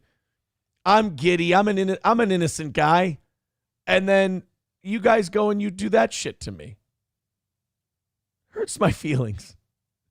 If I could be really, really honest, if I could be vulnerable for a moment, it hurts my feelings that you guys would take my performance and my vulnerabilities and you would just completely shove them to the side like that. It makes me think, who can I trust now? It makes me think, who really is my friend when a clip like that gets put out there? All right, let's get back to this Owen Schroyer thing. Here we go. Let's go back to our favorite couple. The guy who won't say abortion around his girlfriend who would definitely get an abortion if he knocked her up. It's involvement in military trans people. Trump took them out of the military. There was just treatment of people. Can I ask a question, and not to insult Owen or Alex or anything else, because they do a great job. Have they inventoried all of InfoWars shit because of the bankruptcy and they couldn't afford to bring another mic out to this thing? Apparently not. No. Are you going to be voting in the presidential election? Yes, I am. So, oh, God. If you're voting on abortion and you're wearing that shirt, you are all the proof we need that women don't deserve to vote. Johnny, for the people who don't watch the video, they just listen to the show like it's the old radio days. Could you please tell people what shirt this woman is wearing? Describe it and read it. All right, so the lady is wearing a somewhat revealing shirt, kind of a midriff revealing shirt, not quite cut right under the boobs, but hugging the belly button really close. A cutoff tee. a cutoff tee, sleeves slightly rolled up, and it says Saturdays are for the cocks. Which one? I love that she's wearing that shirt because I know I can immediately make a move because obviously she's advertising. But she's also about this 20. lady Why don't you cool your jets there, Chief? Ridiculously young. Leave her alone. What's your show going to be called? Nobody Likes Peppers? Take it easy. Fuck. But no, Saturdays are for the cocks. Now, there's only one way that this could be okay. Or no, I mean, it's still fine. It's still totally okay. I mean, I would argue in my life, Monday evenings can be for the cocks. No, I meant like for me to. No, I meant like that was supposed to be me saying that. You were worried about my comment. No, I think you should worry about what you've said. No, what I'm trying to say, full screen, thank you. What I was trying to, I was trying to insinuate that SP and I engaged in Congress last evening during Tulsa King. I was not trying to insinuate that for me, Mondays are for cocks. I meant my cock. I didn't. You're giving it to other guys on Mondays? No, I'm having a hard time vocalizing. Oh, yeah. I mean, that's how it starts. You got to get it hard first. I'm having a difficult time vocalizing my feelings right now. And all the cum in your throat. No, it's not cocks for me. It's my cock. No, I heard it's our cock. It's not your cock. It's not my cock. It's our What's cock. up, my dick? What's up, my dick? What's up? No, I wouldn't wear a Saturdays are for cocks shirt. I'm saying every day can. Every day can be for cocks. I Shut it down. I have a girlfriend. Mm-hmm. She's a lovely. Called a beard. She's an amazing woman. She's a magician. She's fantastic. I love her. She lures the men in, and then I get them. But she's my honeypot. The Saturday, I mean, like any day can be for the cocks, for her. But like my cock. I don't think there's a win in this for you. I should have taken a sewing class, and then I would have known not all needles are meant to be threaded. Not all needles are meant to be threaded. Thank you very much to Brittany for $10 on Venmo. She says, love you, Toe. Thank you very much. 290 away from today, guys. Hey, we can hit 200 by 8 o'clock. Let's go fucking ape shit. Thank you guys for the contributions to this program. It keeps us on the air. If you like what we're doing, even if you hate us, here's a misnomer. Even if you hate me or hate Johnny personally, if you're entertained by the show in any way, become a member, throw a few bucks, PayPal, Venmo, Super Chats, Rumble Rants. Thank you, guys. Trucker 18-wheeler, with $4.99 says, I'm 24, so she's saying I could slide, but how many has been in there? I'm going to say it doesn't really matter. Controversial take, especially in college. If you're just fucking someone, it doesn't matter how many there have been before. Except for like health reasons. Mm-hmm. Like as long as she's got a clean bill of health, who really cares, you know? Like, is she going to care about how much fucking stank puss you've been drilling? No. By the way, Stank Puss Drillin' was the other name of Sean and I's band. Because I just figured if Sean and I were in a band together, we're going to be beating pussy off with a stick. If you're going to name the band Stank Puss, doesn't there need to be another member? Meme Copium looks like he could play a mean bass. You're not picking up what I'm selling. Oh, like a female member? Or am I... Yeah. Like a female member. No, that's the Maybe irony. It's going to be a bunch of dudes reputed. and we're going to be called Stank Puss. Well, then, clearly with a douchey, shitty, ironic name, we have to be a punk band, right? Yeah. Yeah, pretty much. All right, let's continue on with women loving abortion. Saturdays are for the cocks. Now, we've let this woman hang on this shirt for long enough. I will say this. He's probably at the University of South Carolina. Mm-hmm. And South Carolina, they are the Gamecocks. So they have a lot of cocks merchandise, and it's ha-ha, hee-hee, ho-ho. So yeah, she's a ho-ho for wearing that no, shirt. She's not a ho. She might just be for the Gamecocks. You know what? But you know what you're doing. You're a hoe. You set me up for this. That's not fair. And don't clip this. All cocks are Gamecocks if you suck them hard enough. It's not okay. Yes, I am. Who are you going to be voting for? Where's this going to be posted? On my channel. I host a political talk show. I'll probably be voting for Kamala. Kamala? And what do you like about Kamala? I just feel like she's overall a lot more respectful of different groups within America. And I'm on a Zoom for my class right now, so I'm a little distracted. Okay. Who do you plan on voting for? I'm on Zoom for my class right now. Oh, they are at South Carolina. Okay, so Saturdays are for the Cox. Oh, look at this. Look, she's eating a cookie. See, like, this is why I can't look at college girls anymore and go, oh, they're fucking hot. I'm too old. Because I just see... Yeah, she looks like a kid with the cookie. I just see a girl eating a cookie, and I'm like, oh, I hope she was raised right. I see a girl like that eating a cookie, and I think, aw, you're missing your parents, aren't you? She probably misses mom's cookie. Those are probably one of mom's cookies. That's why they're in a... Yeah, it's in a Ziploc bag. Dude, I've never seen a sociopath eat a fucking chocolate chip cookie out of a Ziploc bag. That's psychotic. I love it. It's like, oh, I just see an innocent little girl. Fucking sociopath with a Ziploc bag cookie. If you're eating a chocolate chip cookie out of a Ziploc bag, you got a red flag. You've got dead pets buried in your backyard. You know, I'm a pro Second Amendment guy, but as far as this shit goes, I'm not letting her buy a gun. That right there is a red flag. Well, she doesn't need a gun. She gets her murderous intent out through abortion. Why does she have a cookie in a bag? What's with cookies in a bag? I bet you they sell them at the fucking commissary and they're ziplocked like that so people can't touch them. It's not a prison. They don't have a commissary. What, are they going to their class where they make license plates next? I don't know. What do you call them? Commissary? Cafeteria? The cafeteria works. The commissary? What are they going to play? Dude. Are they playing cards for The Snack cigarettes? Shack was the one we had in high school, but I don't know if everyone calls it the Snack Shack. Kamala Harris. What about you? Sure. Dude, blondes definitely want to vote for a bitch to kill a baby. Blondes definitely like a good abortion. If you're blonde, you're into abortions. She's nervously resealing that cookie over and over again. Because she knows why she's voting for Kamala. She's like, dude, I'm on my way to get an abortion, like, now. Yeah. Still undecided? Still undecided. And why do you like Kamala? My family's just Democratic, and I'm from the North, so. Okay. So you're just doing... It's not the Civil War. Sense. Yeah, my family's from the North. My family's from the North, and we really want to free all the slaves, you know? Yeah, Oh, Democratic. My family's from the North.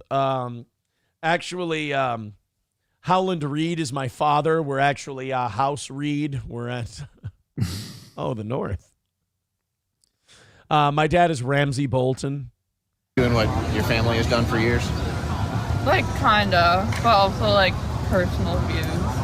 What views of Kamala's do you like? I bet you this You know what he's asking. Yeah. You know what you want to say. Either swallow or spit it out. Well, then we wouldn't have to worry about this fucking abortion issue. Probably like abortion policy views. Abortion? Any other issues that are key for you? Nope, we're blonde with little tits. We just love getting knocked up and killing babies. That's all we fucking do. The boys like us so much, too, because they know that they can just get after it. Right? We don't have boobs, so taking loads is our only appeal. Really is. Not really. Just abortion is the main issue? Yeah. I like her. I like her honesty. I stand by that. She's at least honest enough to go, yeah, I don't fucking care about anything else. Yeah. I just want to nuke what's ever in my womb. I just want to get that mixed baby out of my uterus as soon as humanly possible. That's all I want to do. I also want to compliment you on your pause screen. You managed to get like one lady looking at Owen and the other lady looking at the camera like, holy shit, this is where we get abducted. Like fucking By the way, if you're a college-aged woman and Owen Schroyer walks up to interview you, this is the look you should have. You should Right. That is the look you should have. You should not trust a man with that facial hair and just overall appearance. Yeah. Just be like, hey, I have some questions. Be like, no. Yeah. This is how you end up in a hole in a basement. Someone saying, put the lotion in the basket. I just walked by Owen Schroyer and he goes, hey, I want to ask you a question. Abortion. And then just keep walking. Don't even break your gate. Who are you going to be voting for? I walk by Owen Schroyer and he says, I can smell your cunt. He throws cum at you. And then he multiple migs me. Alex Jones goes, hey, Agent Crutches, Agent Crutches. Owen Schroyer in the next sale, he said something to you. What did he say? I'm sorry for his rudeness. He said, I can smell your cunt. Well, I, for one, cannot. Why do you like Kamala? Kamala, I'm sorry. Whoa! Oh, there we go. The sexist wrong pronunciation of her name. Let me guess. White devil, white devil? Get it right. We like her stances and views. Like, which ones do you like the most? Say abortion. Abortion. Yes! You filthy whores! Just right You telling me off the Bad Flower likes abortion? Aw. You're going to have a bad flower. You keep sucking shit out of your womb like that. I mean, you keep flushing, it's like, gas in a car in neutral. You beat up the engine while you're idling. When it's time to actually perform, you might have a tough time. That might be an old wives' tale. Is it? Is that a real thing, that it's harder to get pregnant if you have abortions? Mm-hmm. Is it really? It can be. Oh, shit. I thought that's a very weird system that fucks itself up on a regular basis. You start screwing with it, it's going to go wrong even more. But like, even if you do like the pill abortions, like that's like really. Oh, pill abortions and things like that can have horrible side effects with like tumors and cysts and stuff. So it is. You are just again, it's a possibility. It's not like it's guaranteed. So you're putting too much mileage on the old engine then. Yeah, you could end up, you decide you want to have a baby and you find out the womb's flooded. You really got to just let it sit and drain out for a while. Well, and then try it again. Jesus. Pull the choke a little bit. That's what I tell SP when she's on top. I'm like, you just got to sit up there and let it drain out for a while.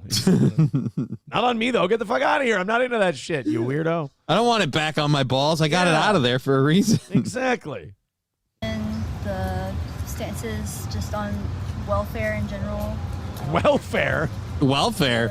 Hold on. That's a fucking Can you afford college, honey? I was going to say, that's a wild card for a 20-year-old college kid to just throw out there. Like, oh, yeah, welfare. And so your game plan involves EBT. Yeah. I also have another question, only because I can see the bra strap. Why? No offense, Bad Flower, but I feel like that's completely unnecessary. Dude. You're advertising something you don't need. When I was that age, I liked that look. Dude, it's not even the look. It's just, again, it's like you have a scaffolding for what? It's a one-story building. You're not going any higher. Like, no offense. In her country, she's a D. Not in yeah, her for country. dick. She was probably born in America. That was racist, what I just did. This guy's not going to... Are they sisters? I can't tell. This guy's not ever going to have to worry about fucking either of these two. So your big issues are like welfare, abortion. Yes, more social issues. Although I do think her approach to like the economic state and stuff is better. Well, thuffer and thuckatash. We need to get this done for Kamala Harris. Also, you like her economic state is better. What? Hey, you better tuck that in. Gonna get that caught on a tripwire. Sorry. I was born with big gums, sir. Economy policy is better? yeah. Do you think the economy has been better with the Biden-Harris administration or the first Trump administration? Biden-Harris. I think Biden even Harris. if They weren't even alive for the first Trump administration. What would they know about the economy? people said it wasn't better under the Biden-Harris administration, it was because of the policies Trump had set before. So it was Trump's fault? Yes. Okay. Oh. Why do you like... Oh, shit, she loves abortion. Dude, do you know how much this chick loves abortion? Dude, she loves abortions when they're on her face. She loves abortions and cock. What makes you say that? Like, what policies at first do you like? I don't agree with... Wait, am I getting filmed? Yes. Can we not? Oh, my God. Jesus. Oh, man, I was really excited to hear her take. Wait, am I getting filmed? Nothing gets by you, honey. Nothing gets... Oh, that was numero uno Josh Denny fan who clipped this. And it makes me so giggly. Cum feels warm in my vagina. And it makes me so giggly and bubbly afterwards. Dude, I just thought of another really gay fucking thought. I can't stop. I don't know. I know. Numero uno Josh Denny fan, that son of a bitch. Thank you very much, guys. Look, single issue voters drive me insane. And single issue voters, when it's abortion, like, I'm not trying to single out the abortion crowd, but that's the one this year that tends to be the most single issue. Mhm. And it's just infuriating when like the whole country's burning down and we need some fucking help. And you go, yeah, but what if I can't kill my kid? And again, the part that I love of this is what exactly has this person said that they can do that will somehow affect that? Because there isn't anything they can legally do unless they, ignore the Supreme Court and the whole checks and balances thing. Yeah. But then again, that would be like trampling on democracy. I thought that was the other guy's job. McBuster says, finally a smart college student. Yeah, she's the only one who just went, am I being filmed? Yeah. Even Owen Schroyer's cameraman went, oh, fuck. Then shut it down. Yeah, and I'm sure he was using his phone the whole time. No. He probably had like some sort of camera on him. It was probably kind of obvious. Although she probably has had this happen before where she's going, hey, am I being filmed? And usually by that point, she's naked on the bed and she's 2 dudes in and she has to go, wait, I regret this. I don't consent anymore after the fact. Well, I'm going to go ahead and schedule the Planned Parenthood meeting for 3 weeks. And good. 290 away from today. If you wouldn't mind throwing a couple bucks the old Steel Toes way, I sure would appreciate it. Thank you guys very much for your support. If we could get some more, that would be cool. 290 is today's goal. Streamlabs, PayPal, Venmo. If you like the show and you want us to keep going, pretty please. Go ahead. Appreciate it. I may just do a reset of the mods if what I'm seeing here is true.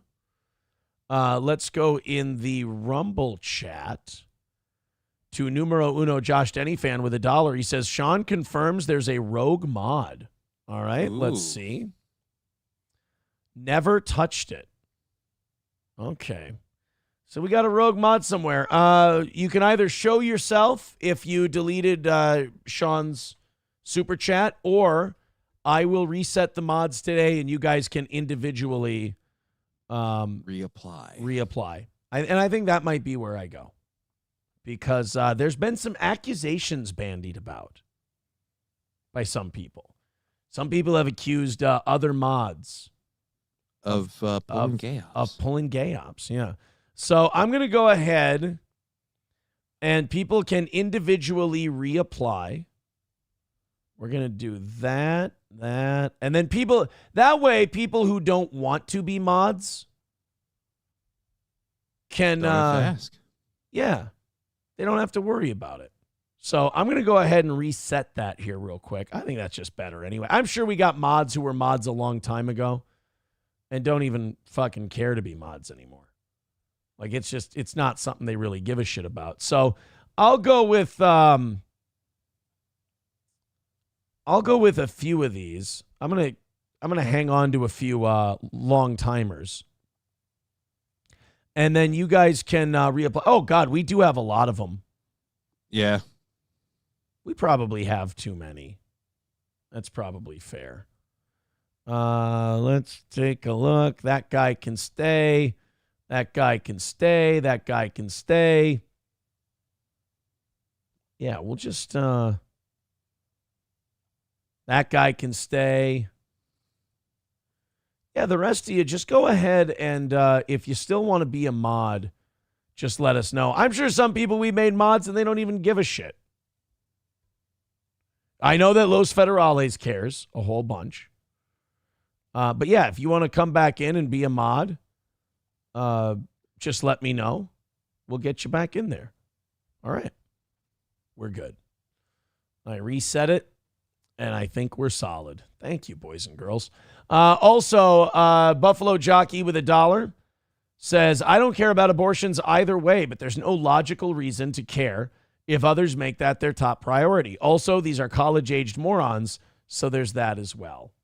They have been kind of talked into it by their professors that abortion's their number one thing. And like, right. I can't see that these kids came to this all on their own, you know? Like that you would care that much about abortion that it would be the only thing you vote on. I feel like you've been gassed up by like a political party and maybe some of the news agencies that work for them kind of pushing the whole, like, this is women's rights are on the ballot. You guys, you got to do this. It's now or never. Yeah. They've never said that before, by the way, ever. No, it's never been that way. Gray Duckling with $5 says, not me. We hung on to you, Gray Duckling. Don't you worry, buddy. Don't you worry, pal. You're still in there. Then we've got $1.99 from Root says, I'll take my wrench. No, I didn't mean we're adding new ones. I meant if we took your wrench away, just let me know at some point that you'd like it back and we can. Silver Wolf with $10 says, reapplying. I'm a hard worker, team leader, and have been with the company for years. Silver Wolf, I kept you in there. Thank you for the $10. I appreciate that. 275 away from today's goal. Thank you guys very much. We're starting to go on a little bit of a run here. Let's keep that going. 275 is the number. Streamlabs, PayPal, Venmo. Nothing in the Streamlabs or PayPal this morning, so won't you be the first to go ahead and do that? And we can get this thing down to 200 by 8 o'clock this morning. Thanks, guys. I appreciate it. Johnny appreciates it. Everybody who keeps us on the air, we appreciate them. Becoming a member, hitting like, hitting subscribe. There's things you can do if you don't have any money, of course. You can subscribe to the channel. You can hit like, can promote the show. We thank you guys for being here. And you can just watch hours upon hours of content and watch the ads and support us that way. Let's get to this Jelly Roll thing, man. I like them. I think this is great internet commentary. I think as you get older, if you don't kind of amend, like as you get older, you become responsible for more things and you add more things to your real life. And I think if you're getting into your 30s and 40s and you're still placing a lot of value on social media and it means something and you've got to get out there and do your, I think that's a bad look. Yeah. Because I think it shows that whatever growth or maturing you needed to do, you didn't do it because you're fighting with strangers who aren't even giving you their real selves. They're giving you trolley internet selves, and you're letting that affect your life. So I think this thing that Jelly Roll did was actually pretty, what's the word I'll use? Mature. Before we get to it, let's stay caught up. Buffalo Jockey with $1 says if people were honest and look back at their opinions from ages 18, 25, and 30, it would be interesting to see how they changed. Oh, yeah. 18, I was a flaming liberal.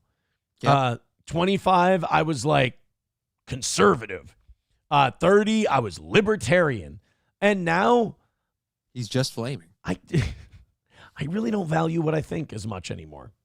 And I don't believe in the system. And I would say jaded is probably my political stance now. Black-pilled. A lot of people use the term black-pilled. I would say that. I think our best days are behind us as a country. That doesn't mean it still can't be good again. I think it can be good. But I think, us having a new Renaissance period, we'd have to kill too many people. Look, there's too many weeds in this country's garden for beautiful flowers to grow again, And those weeds don't just voluntarily leave your garden. You'd have to pull them out. You gotta rip them out, root and stem. Root and stem is what you need to do. And by the way, I am against that. I don't want that done. Razor board retirement plans, though. However, what I'm saying is that's, I think, the only way that it could ever actually get done. So we'll meet at the beer hall, and we'll go from there. I'm not willing to pay the cost to be the boss. I'm not like Stan It all Ross. starts with a speech. No. And you have to start calling the country the Deutschland. And the motherland. Or the fatherland. Was it father? Oh, Russia was motherland. Yeah, Germany Russia's motherland. Fatherland. Okay. Trucker 18-wheeler with $1.99 says, can I get one since I wasn't one? We're not adding new ones at the moment. I really opened up Pandora's box. Krautcat with $1.99. Thank you very much. Don Vito's making me dance like a monkey. He says, can we please hear Macho Man and Trump talking about how stupid Kamala is? Oh, yeah, talking in mumbles. Yeah, sometimes she talks a little weird. Yeah, rambles on and on. Yeah, definitely can't cut a promo. Yeah, are we promoting SummerSlam or are we at Survivor Series? Yeah, what part of the calendar are we on? Yeah, Gregorian or Chinese? Yeah, I don't really know what she's speaking. Yeah, is it English? Maybe, I don't know, maybe a little big Latin in there. Yeah, but Macho Madness knows that come November, America's going to make the right choice. Yeah. and then they're going to come by and they're going to find a few ballots. Yeah, and they're going to turn that wrong choice into the right choice. Yeah, choices flipping. Yeah, choice of a new generation. Yeah. Macho madness running wild on the election. Check your ballots and only drop one at a time. Dig it. She's a stupid bitch, folks. She's the dumbest cunt I've ever seen. Macho's right. Randy Savage. Randy Savage, one of my favorite listeners. You know, I love Hulk Hogan. Hulk's great. Hulk, actually, he endorses me. He said this Donald Trump is going to be the best president. But this macho man, Randy Savage, I get him. I get the Ultimate Warrior. We're going to be fine. And then Scott Steiner. That's right, the Steiner recliner, folks. That's what we've got coming in here. Scott Steiner on election night will be on our website breaking down the Electoral College, folks. We're going to have him breaking down how many votes it's going to take. Tell him, Scott. Well, you know, everybody knows that Pennsylvania has 19 electoral votes, and you need 270 to win the election. So if Donald Trump wins Pennsylvania, that means he only needs 251 more electoral votes to secure the presidential nomination. And if you win Pennsylvania, Kamala Harris' chances of winning the election drastically go down. If Kamala Harris doesn't win Pennsylvania, she's got a 22.25% chance of winning the election. And Donald Trump knows that if he gets Pennsylvania and then he wins Michigan, he's got about an 85.5% chance repeating of winning the election. So Donald Trump wins Pennsylvania and he wins Michigan with his 85.5%, and you add Kamala Harris's 22.25% because she knows that she can't beat Trump, then you got Donald Trump has a 107.75% chance repeating of winning president. Big Papa Pump is your electoral hookup. Holler if you hear me. You know what? Overtime today, or just at some point in the show when there's a lull, we pull up the 270 to win map.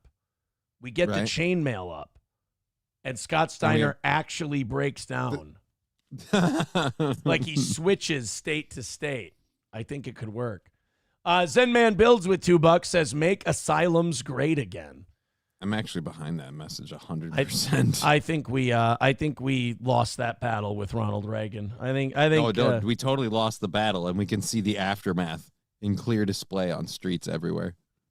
Thank you, 50 and the 320, becoming a member for 29 months. Meat Drapes becoming a member for 25 months. Thank you very much.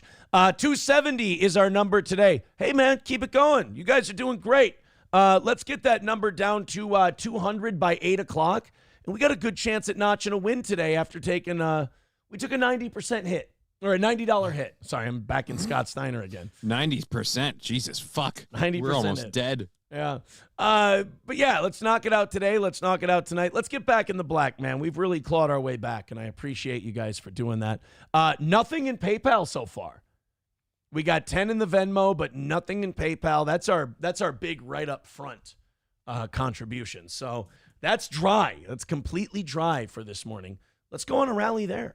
Let's do about 70, 80 bucks in there and get back on track. Thank you guys so much. All the links are in the chat. So country star Jelly Roll celebrated the 2024 Rock and Roll Hall of Fame ceremony by quitting Twitter. On Saturday, 8 minutes after posting a group shot with other musicians, including Jack Black. Well, I mean, Tenacious D, I guess, but. I love Tenacious D, but after the very obvious political bullshit, I'm kind of like, yeah, that the sun has set on Tenacious D. Like, well, I think Jack Black's been done for a while, right? Yeah, I'd say that's probably accurate. I don't think, he even has like I gave up beard. Like he has it's over facial hair and he's fine. And he's fine with it. It seems like he's okay with it being over, but he does have it's over beard. Red Hot Chili Peppers drummer Chad Smith and Wolfgang Von Halen. Jelly Roll posted what would be his last tweet on, and because it's Mediaite, check this out. Would post his last tweet on the Elon Musk-owned social media platform. We have to point that part out for what reason? We got to get the Elon Musk dig in there. This is Jelly Roll from this weekend. He said, this is for sure the most toxic negative app to exist ever, period. LOL. This place is different, man. I always heard it was the Wild West on here, but man, it's insane. It's a safe place for everyone to say mean shit to each other with no consequences. I'm out. I don't think the fucking internet. Screw you. Nah, I'll say this. He's right, but I think he's handling it the right way. Like, if you don't, isn't that what we always say? If you don't like it, fucking leave. I mean, I agree with that part of it, but the whole, like, this is the most toxic negative app to exist ever, period. Like, dude, I don't know if you know this or not, but people can make comments in a lot of ways. Like, I feel like if you're expecting anything but toxicity from the internet, you have the wrong problem. Fair, but I think, he's not going to stay on Twitter and bitch about it, which is nice. He's going to make his statement, make his position known, and then quit. And also, he is right about Twitter. Like, it is a fucking gross, disgusting place. And if you're going there for any sort of validation, you're a fucking moron.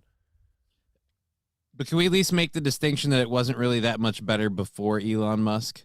Like, I agree with make that. Like it acts like it's Elon Musk. Yeah, I agree with that. Like, I actually like some of the stuff Musk did, like the whole, like, people adding context to posts. I love that part. Yeah. No, I think you're absolutely right. I agree with you 100%. But I like that he's just leaving. He's like, fuck it, I'm out. Because I get tired of these celebrities sitting there talking about their mental health and how fucked up they are from the internet, but they keep going on it. Yeah, but then a lot of them have done this, done the jelly roll thing where, like, I've had it with the negative comments and I'm done, but then they come back. They do the celebrity moving to Canada if Trump wins thing? Yeah, a lot of them have been like, I'm done with Twitter and I'm off or whatever, and they come back. The only one I don't know that has been Lizzo. Like, has she come back? Like, she left. She hasn't come back. Yeah, you're right. I don't think she has come back. I would know because I believe her name is Lizzo B. Eaton. So we would know. Let's go into, someone's saying, Ooh doesn't like me. Ooh does not like me very much at all, but he says, better steel toe enjoyment here where Aaron profits nothing off your viewership. Ooh, I have terrible news. We make hundreds of dollars in ad revenue from you watching our live streams on Rumble every month. You are contributing.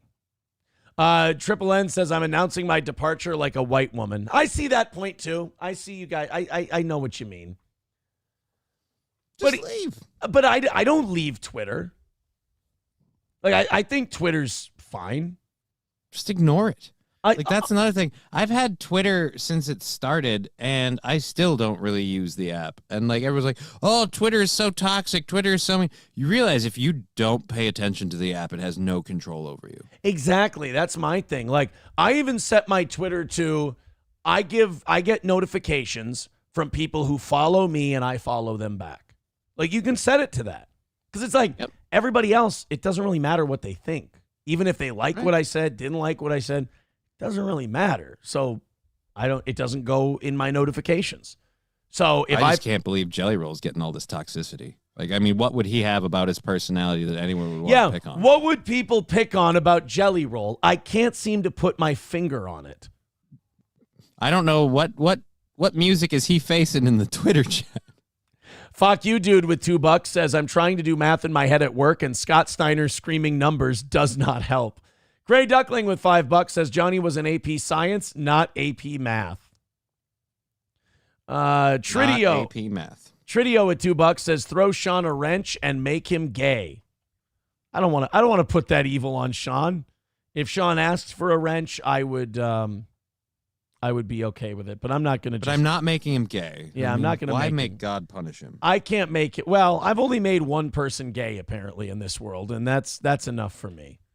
I don't need to make anyone else gay. Isn't that? But I gotta ask: is that like an ego boost where you're like, holy shit, I didn't even try to, and I made this dude gay? No, and I hate to look like I'm evolving or like I'm getting better psychologically as a human or growing in any way, shape, or form. I'm sorry if that's gay. I watch meltdowns like that, and I go, that's sad. Like, I really do. I have a lot of pity now, and I have a lot, not pity necessarily, but I have a lot of, like, I think it comes with realizing that things like that don't make you any better. Like, you being better comes from inside of you. Like watching someone else struggle or watching someone else melt down or lose it on the like surface level, it may be like a oh ha ha ha ha whatever, but it doesn't make you any better. Like your life isn't going to get any better because someone else is struggling. And if you think it does, that shit's going to come back to bite you in the ass later on. So no, I don't. I wish. I mean, in many ways, I wish I did, because there's a base level animalistic enjoyment in that, but I don't enjoy it. I don't have it. I just see an injured person, and that's always kind of weird to watch. It's like, okay, when Aiden Hutchinson broke his leg, like he's a Detroit Lion, and that helps the Minnesota Vikings' chances. But I don't want to see a guy shatter his fucking leg bones. You know, it's terrible, and it's going to affect his life negatively. And I don't value my football team winning next week enough to be happy that guy broke his leg. Yeah, but did you not kind of do the math on, well, now we get a win when it happened? Like, I mean, I'm not saying you. And then what happened? We didn't even get the win. So fat lot of good. Got close though. How far away would you have been if he had been there? Like, then you never had a chance. That's a good point. Christopher with 5 gifted memberships over on YouTube. Brian M with 5 gifted memberships over on YouTube. Wow, thank you guys very much. Hey, we're only 245 away for today. 245 is the number. Keep going. Let's do 200 by 8 o'clock. There you go. Shit Show with 199 says, you don't have a lot of anything except body fat. We were talking about Jelly Roll, you dick. How did I get dragged into this? You piece of monkey shit. Oh, jelly rolls. Man. About 900 of you checking out the show at the moment. Go ahead and hit like, hit subscribe, hit follow. We appreciate you being here. Keep it up. Let's go on a little PayPal rally here. I think we can do $40 in 10 minutes, and we can keep this train on the tracks. Thank you so much. Look, I'm not trying to make anybody mad with this next one. I'm not trying to upset anyone, per se. But, well, why don't I put it up on the screen for you? Johnny, you want to go ahead and read that?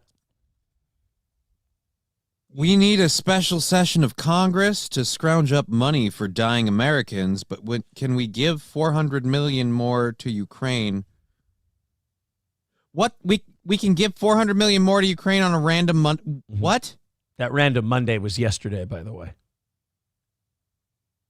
So we have to have a special session to put together money for people in America who are dying, but we don't need a special session to give another $400 million to Ukraine. Yeah, we just give it to them. Isn't that nice? Like, we can give that money to our friends? I mean, it's only my opinion, but it seems like this whole thing is one hand washing the other while it's taking the money out of the bank accounts of all the American people. Like, what the hell? What? Why would you say something like that? We're trying to fight. It just really seems like it seems like there's a group of people, all right? Like, and again, this is entirely me pulling this out of my ass, my opinion. But it seems like there's a group of people who are treating the American economy would you like call an it? ATM. Would you call it a cabal? A cabal? A cabal? Sure. Yeah, a cabal of people. We'll call it a cabal of people. Okay, so you think there's a group of people, and that group of people is, continue on? That group of people is using America as like an ATM, and they see that they're not going to have the ability to withdraw that cash possibly in the next after the next election cycle. So sure. Trying to get a couple of last minute, like, $5,000 withdrawals before the cards cancel kind of deal. So where do you think it's going?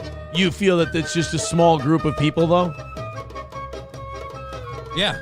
It's the small-hatted group of people. You don't think it's like the country at large. You think it's just simply there's like a consolidated group holding an would you call it an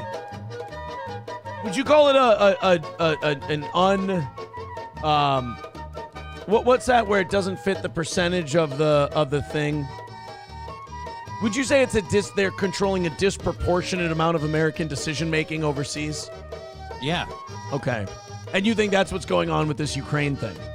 Mm-hmm. Is you feel like somebody's repaying a favor using our tax dollars and you find it offensive that it's really easy to just hand over this $400 million to Ukraine, but yet people in North Carolina who are struggling from a hurricane that wiped out their livelihood can't even get $100. Can't get that money. Yeah.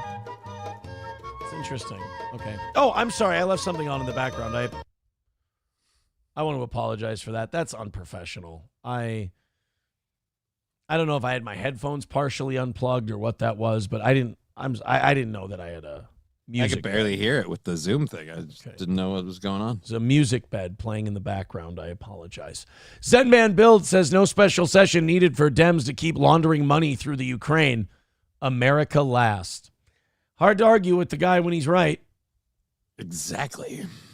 I mean, Jesus, to me, it just kind of seems like we're tunneling our way into a worse and worse situation. Yeah, we do seem to keep digging. Seems to be problematic.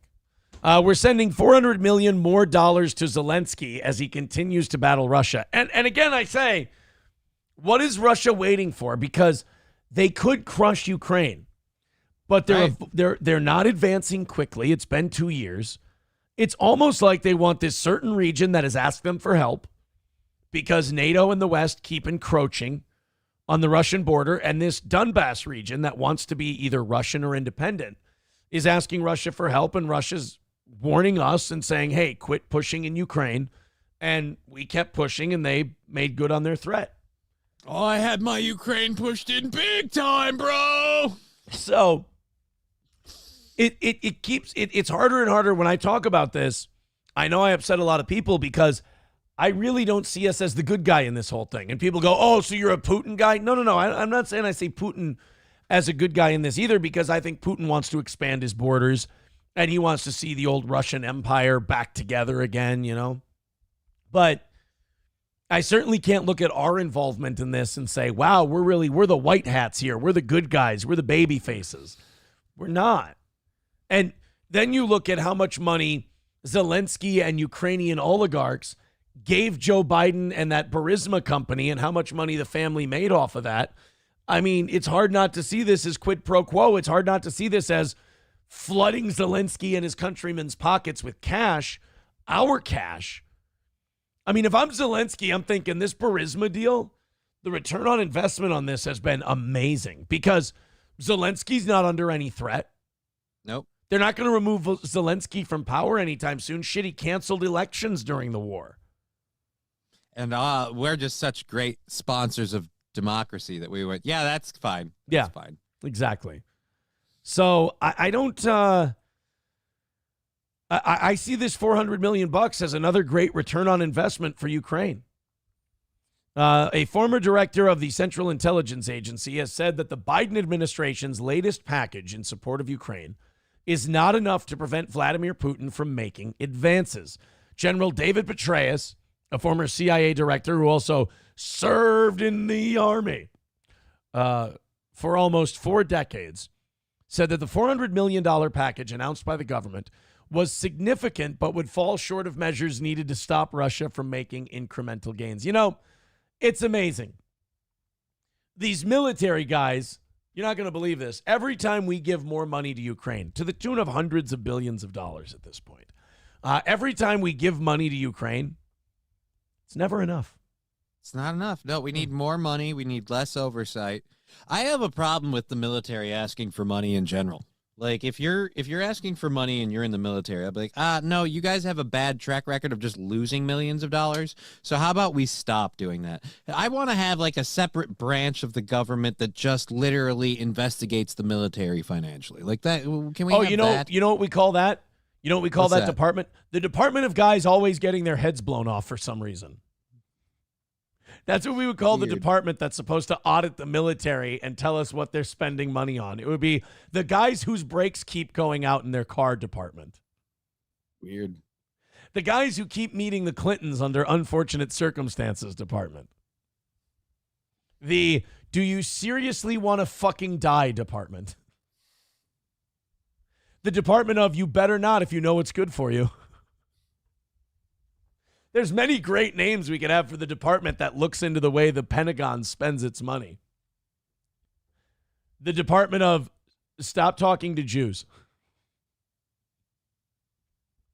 The department was the Department of Wonderful Life you got there. Be ashamed if something were to happen to it. Thank you very much to Jeff with $20, breaking in the PayPal with $20. Holy shit. Thank you, Jeff. I appreciate that. 225 away from today. It's almost 8 o'clock and we're almost at $200. So we're almost right where we need to be. Thank you guys very much. Again, 225 is the number. Throw us a couple of bucks.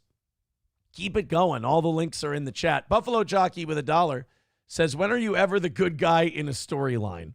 I don't know. Maybe if I go into pro wrestling again, I can get myself written in as one. Then I could be the good guy. Perhaps. It's possible. 225 is the number. All the links are pinned to the top of the page, whether it's PayPal, Venmo, YouTube, etc. Thank you guys very much for your contributions. So let's do a little compare and contrast here. So Ukraine is getting $400 million, correct? Yep. Meanwhile, in North Carolina, Trump is letting us know that he hasn't forgotten about the people suffering here. So yesterday, the Biden administration was giving Ukraine $400 million. Let's see what Donald Trump was doing yesterday, and let's see if we can make any campaign comparisons. President, clearly a lot of people here are looking to you to save them and bring them relief. In what better way than to win the White House in 2 weeks? Right. I know that you're happy with early results. Are you satisfied with everything this state is doing the election boards to help these people get to the ballot box? That's an interesting question. If you didn't hear her, she said with this election coming up, are you satisfied with all the work they're doing to make sure these people get to the ballot box? Because the conspiracy theory here is that the recovery is going very slowly on purpose because they don't want a lot of these, because a lot of them are Trump voters. They don't want them going to the ballot box, and it could sway North Carolina in Kamala's favor. What I'd really hate to see is a whole bunch of absentee or, like we should really get a lot of these people voting early then. We should get them mail-in ballots, right? Yeah. Do you think Trump learned his lesson? Ballot boxes unmonitored on a blind street corner in the middle of one of these ruined towns? I'm sure we can just let people plug them in. Do you think Donald Trump learned his lesson? Remember in 2020, he told his voters not to mail in ballots, to not do that. And it's like, dude, don't. Just encourage them to vote in any way possible. Like, if you've got one side who's going, vote early, vote often, drop 4 ballots in a ballot box at once, then the other guy goes, don't vote by mail, don't be a queer. It's not a surprise that the votes that they counted showed that the guy who discouraged people from mailing in votes lost to the people saying, I don't give a fuck how many times you vote. I mean, again, you can't play the game straight up and win. What do you mean a conspiracy? What are you, high? I'm sorry. A judge told me he's not even going to look into it. Well, I'm not hearing the good things about the governor here like I'm hearing about the governor in Georgia, as an example. I'm hearing the governor in Georgia has done a very good job, and I don't really know the governor here, but I'm not hearing that he's done a very good job. So that's the only thing I can say. And certainly you have all heard the same stories that we all hear, that FEMA has done a very poor job. Our FEMA, when we had a problem, we did record rescues, and what the job that FEMA did under the Trump administration was really incredible. But they had spent, in all fairness to FEMA, they had spent hundreds of millions of dollars doing other things that I don't think bear any relationship to this money. They were not supposed to be spending the money on taking in illegal migrants, maybe so they could vote in the election, because that's a lot of people are saying. Oh shit! He's already on it. I think Trump senses that he's pulling ahead, and he's calling out bullshit in advance this time. He's like, I'm not going to get caught with my pants down again and get butt fucked and then complain about this shit after the election's over. I'm going to talk about it now so that I'm on record. Right. I didn't know that. I'd have to fact check that, see if that's true, that they're saying, like, here's rescue money. By the way, some of it has to go towards bringing migrants in. I don't know anything about that. Some of the rescue and resettlement money has to go towards bringing in migrants. That's strange. Messed up. Yeah, that's really odd. Doing it, I don't know. I hope that's not why they're doing it.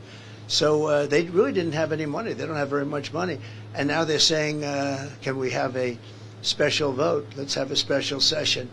I'm in favor of that, but somebody has to get back to why did they spend hundreds of millions of dollars on something that they were not supposed to be spending it on. Okay? Well, how about I mean, there's something wrong with the system if they really can just wave a magic wand and put $400 million in Zelensky's pocket. When that's $400 million, wave the wand and then appropriate it to North Carolina. Call that a fucking war zone if you want to.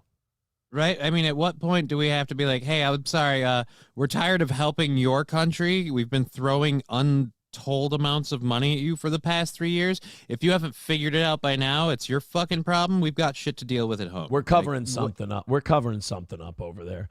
It's either the or kickbacks, you're making some money. Yeah, it's either the kickbacks for Burisma and Biden's getting a little something kicked back to him, or it's something more sinister. Like people talk about medical labs and shit like that. Who knows? I don't even think it's just Biden. I think it's several people in the government. I wouldn't be surprised if Obama has something to do with this because, again, it all started under – people forget that while all this – the Burisma stuff started under the Obama administration. Like, he might not have overseen it, but he was definitely there when it happened. So he's paying back with interest. Yep. Sure. Trucker 18-wheeler calling your department that audits the military the Department of Kennedy.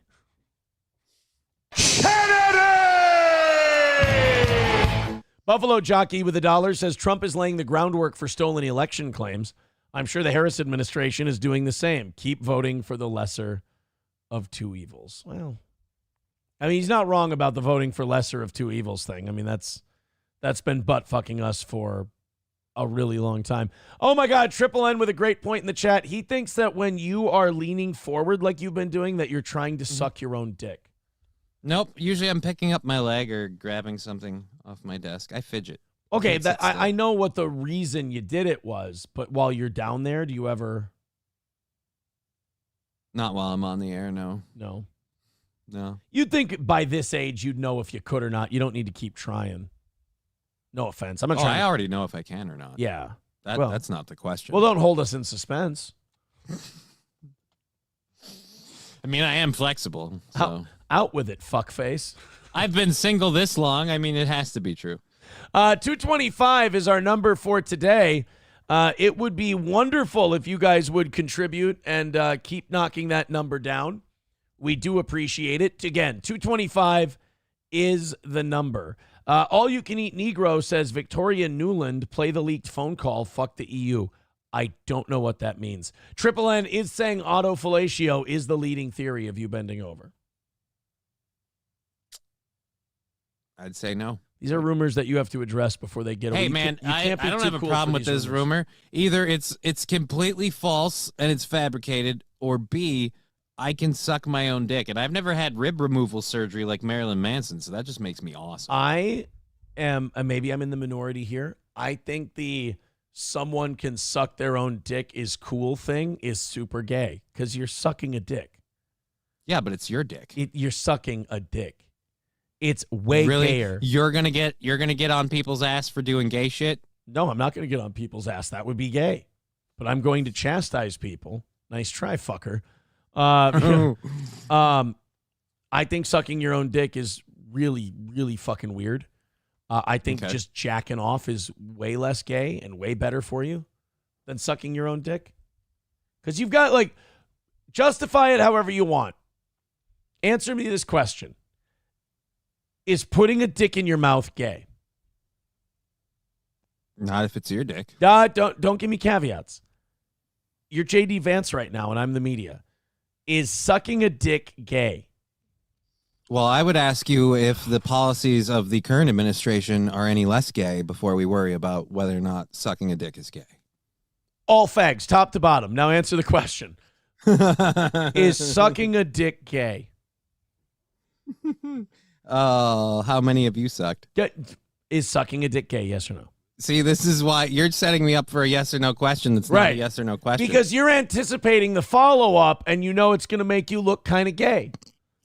No, I think you're going to dog walk me into a situation where you go, see, you're totally gay. And I'm like, no, I'm that's not what it dog walking you into it if it is just a straight line. If it's just an A to B kind of scenario. I think what we've discovered here is this conversation is anything but straight. Sucking a dick is gay. Therefore, sucking your own dick is gay.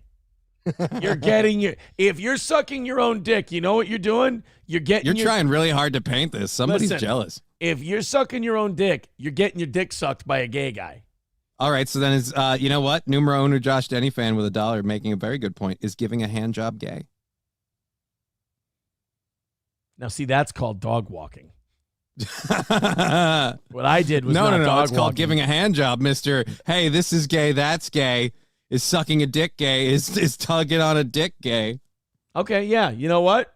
To make my point, when you're whacking off, you are getting jerked off by a man. So it's super gay. It's gay. So you engage in gay activities. Masturbating is gay. Not all the time. I have a lovely vagina that I don't. Somebody please clip that and send it to me. Numero later. uno, Josh Denny fan. You fucking clip that. I swear to God. I don't usually make death threats on my show. I'm not going to start now. Oh. Yeah, if you're whacking off, you're getting a hand job from a gay guy. That's all I'm going to say. That's all I'm going to say. I really need that sound drop. I'm just going to say it's going to go with it's going to go great with this one. $1 I've had a cunt my whole life. Like, I've had a vagina my entire existence. I'm not a dude. So I'm just saying that one could use a friend. I'm just trying to perform every day. That's yeah, all. You're just a giver. Buffalo Jockey with $1 says Johnny is only allowed to suck my dick, not his own. Yeah, and then is giving a hand job gay. It's gay adjacent. Buffalo Jockey with $1 says putting a dick in your mouth is as gay as playing Makes Twister with another guy. I purposely read that the way you wrote it, even though I knew what you meant. Fuck you. That's what I say.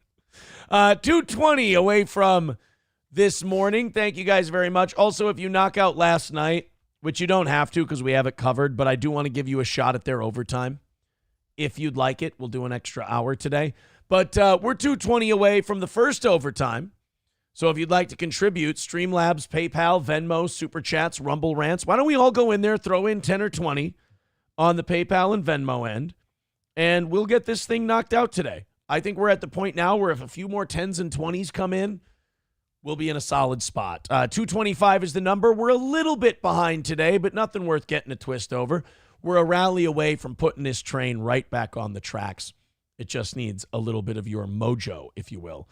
All right, so a little more Trump here. I thought this was kind of weird yesterday, but, you know, these people in North Carolina need help, and they're not getting help from the government, so they're desperate for anyone that'll come down and just pay some fucking attention to them.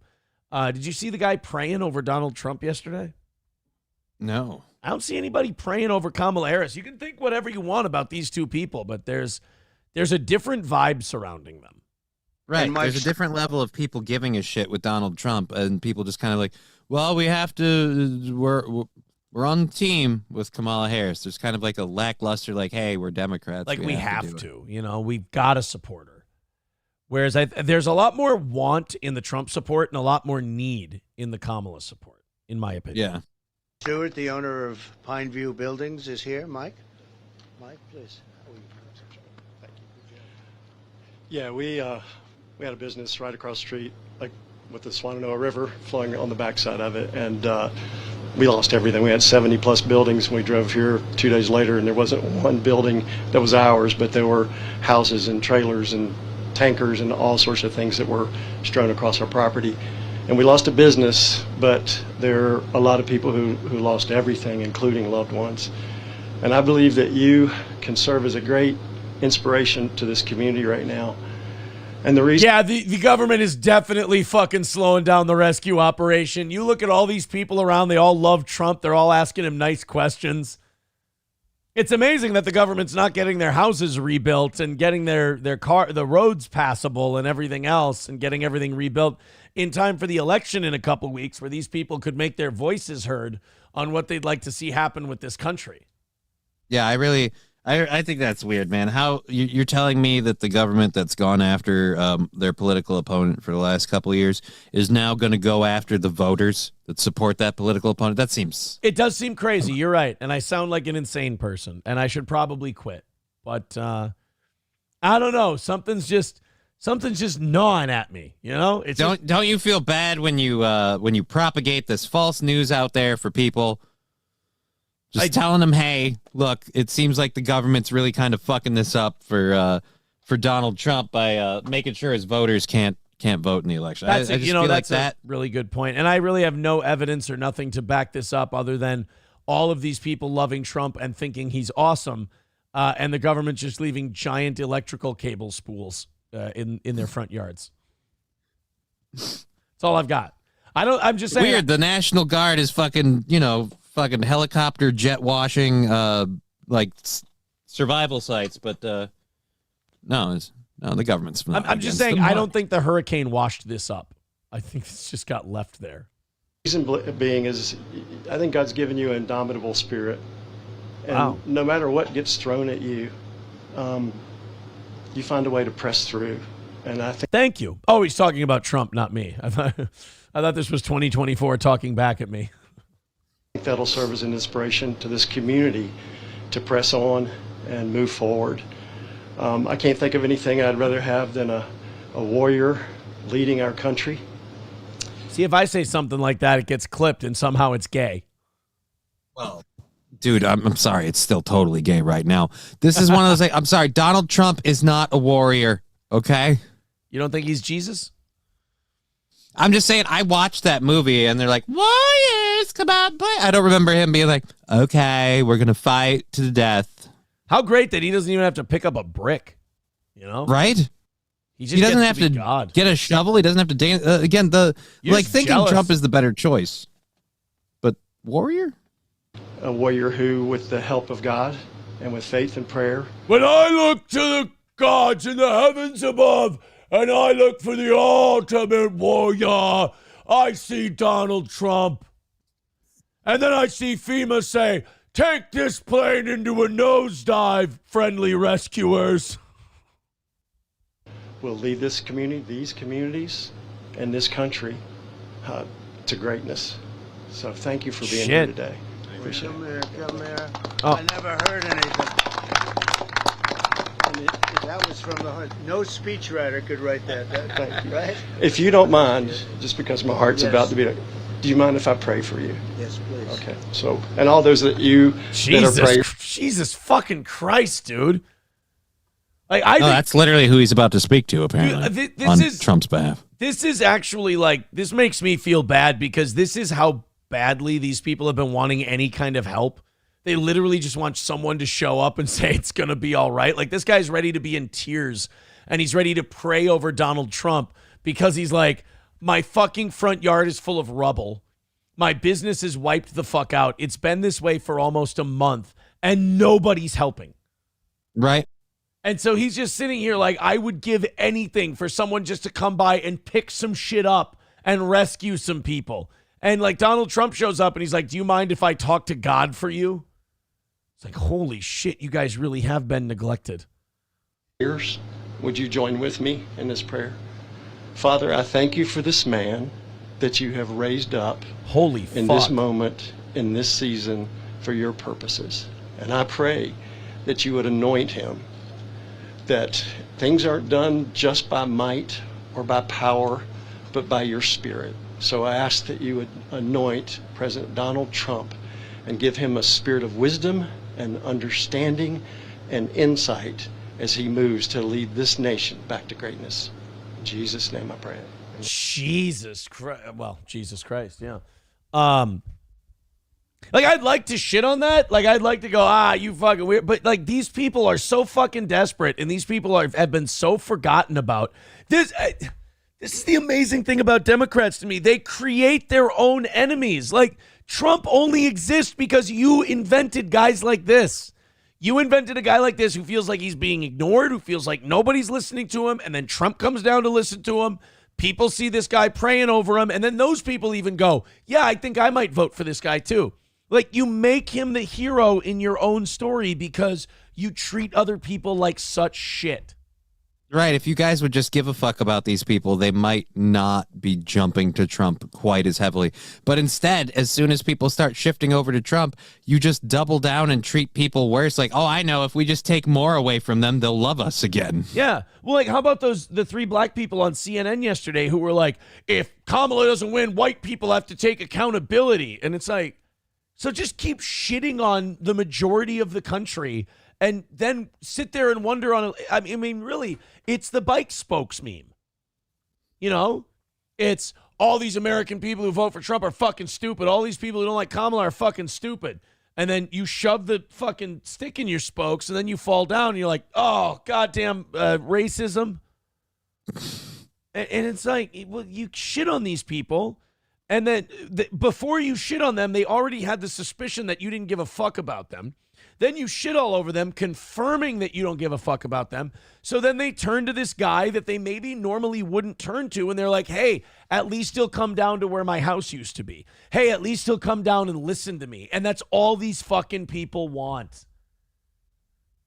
And Kamala Harris and Joe Biden instead go, well, they're red voters in a swing state, so why don't we just bury them and leave them be, and then maybe they won't make it to the polls on Election Day. People remember that shit. And they get, vindictive. They have a long-term memory when it comes to things like that. So, just to try and stop Trump for one election cycle, you've probably lost this entire region for a generation. Congratulations. And judging by the polls, you might not have even stopped the guy. Yeah, not only that, you do realize that these people can still find a way to vote. And I feel like in this situation, the harder you push them on this, the more determined they'll be to find a way to vote. Numero uno Josh Denny fan with $1 says, is it gay when you suck a president's dick? Asking for that guy in the white hat. Yeah, I think that guy would definitely have to be called gay if he sucked Donald Trump's dick. It wouldn't be like we all would have, saw it developing. I mean, we would have known it was coming because, Jesus, he's not exactly being subtle. But, yeah, still gay. Still gay. Guys, we are 2:20 away from today. Do us a favor. Let's get a little bit of a rally going here. I appreciate you guys. You're fantastic. You've kept this show on the air for 4 years. We want to be positive with you. We missed by 90 yesterday, and yeah, that sucks, and yeah, that's too bad. But we follow you guys. If the message is $90 short, and the message is 220 short, and the message is this is what we're willing to do, then we will accept that, and we will move on with the consequences. But you guys have been amazing for 4 years, so I have a hard time believing that you're not going to be amazing for another 4 years. So I appreciate anything you can contribute to this program and continuing to knock that number down. 383 Novocaine says one of the biggest construction and trucking companies in Tennessee was stopped from bringing in equipment to build temporary roads by the government. Well, yeah, because you know where those roads might lead? To the election booth. To a polling place. So they don't want you coming in. They really do. They are willing to hold this entire region up and fuck all of these people over just in order to get themselves 4 more years of power. It's, God, man, it's and by the way, the last 4 years were so great. If they fight that hard to keep it for the next 4 years, we'll be doing so splendiferous. Oh. Coltrane says they ignore, belittle, and condemn them and wonder why they don't trust you or vote for you. Trump, even if he doesn't care that much, listens to them. I do, however, think he wants the U.S. to succeed. I think he wants the U.S. to succeed under him. I think he's a competitive guy in that way, and he wants whatever he does to be the best. He likes the way it looks on him if his record is good. So he wants America to succeed because then he succeeds, and it looks good on him in the, after that because we'll all be like, oh, Trump did such a great job. So that's it. Yeah. It's a selfish motivation, but it still works in our favor. Yeah, I don't think Trump's necessarily like a genuine guy whose only motivation is he wants to help. But I think once he gets something, he likes to be the best at it. I think he's driven by ego and not decency, but I'm also someone who doesn't give a fuck what your motivation is as long as the result is good. You know? I'd rather have you not mean well and everybody benefits than you mean really well and you fuck everything up for everybody. Which, by the way, I don't think that's Kamala. I don't think Kamala wants what's best for everyone. Not at all. No, she just wants you to abort your baby, according to what we've heard. Exactly. Hey, man, you want to try and pick up after hurricanes. You want to try and get the economy back on track. Trump's your guy. You want to kill your fucking baby in the womb? Fuck that Trump guy. Go with Kamala. $215 is now our number today. Thank you, 383 Novocaine. Get in that PayPal. Get in that Venmo, man.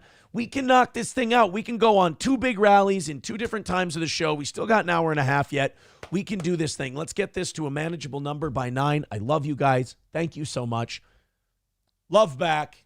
Love bomb us with we haven't had anything over $20 today. So if you want to really make a splash, you would stand out. That's for sure. All right, Mr. Approachable made a clip. Oh boy, what happened? I don't want to. I don't Gay want to. activity. Masturbating is not all the time. I have a lovely vagina that I. Gay.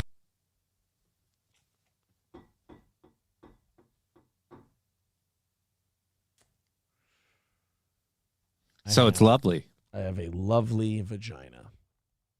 It's what I said. Did you hear what I said? A lovely vagina. I mean, what the hell? It's my best Sheriff Grady Judd. That's the best I can do. Would you like to watch Theo Vaughn cry like a bitch?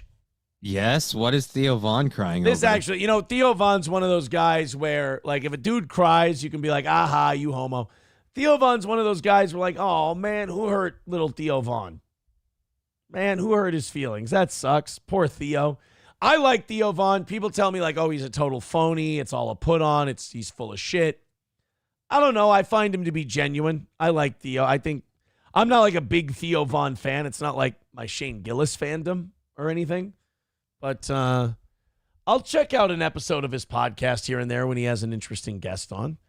But he had a guest on that was talking about Gaza, which when I think Theo Vaughn, Israel and Gaza, like we're gonna solve the Middle East. Theo Vaughn. You can go to a lot of places to get information on Israel and Gaza, but I don't know what kind of spin those people are putting on it.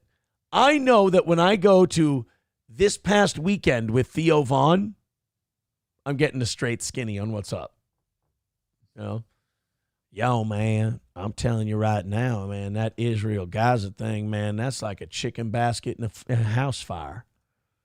I mean, that's wild. Man, I see Israel and Gaza, man. I see a porcupine wrestling with a chipmunk, and I see a lot of butter on the side of the road, and they're dishing it up. Man, look, I've been seeing all this, this Israel and Gaza stuff, Johnny. Mm-hmm. I've been watching all Israel and Gaza, and I see Israel, and then Israel's doing their thing, and then Gaza's doing their thing. I'm like, man, if you guys could all get a peace pipe in a coffee shop and everybody just goes around running around like a hummingbird in a wash machine, we might be able to get this thing done. Husker du.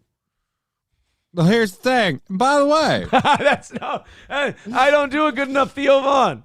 Guess what? And by the way, Theo Vaughn does a great podcast.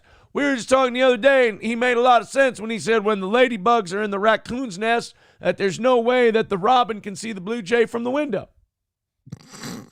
And I think he's right.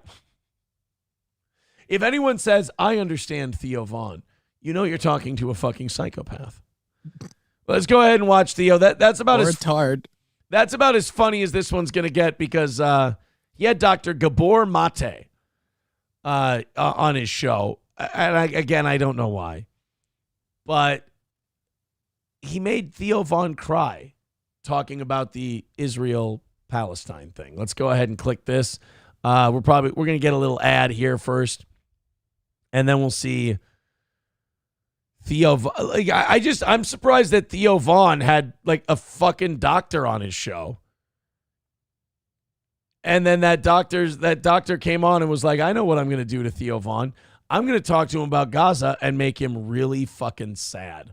I'm having trouble getting this Mediaite clip to play. Go figure. Here we go. All right, 5 seconds and then we'll be good. Let's watch Theo cry. Guys, throw in a couple of bucks. We're running behind here, but I think we can do this. I think you guys will rally for us. I think you believe in what we're doing here. But shame, nobody's born with shame. Really? No infant is born ashamed of themselves. They're totally there.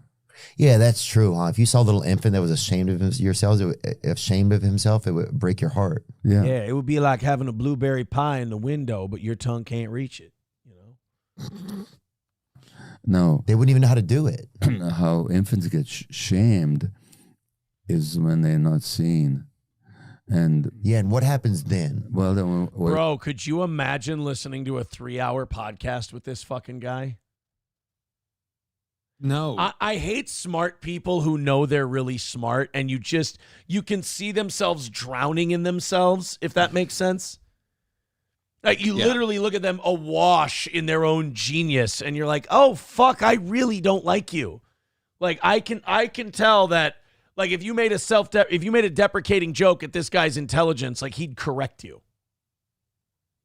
He'd be like, well, actually, the medulla oblongata is located at this part of the brain, so your joke doesn't actually make sense. Oh, fuck you! I was trying to make fun of how smart you are, because clearly your intelligence threatens us because we're so stupid. I wanted to put us on even ground for a little bit, but go ahead, fact check my shit.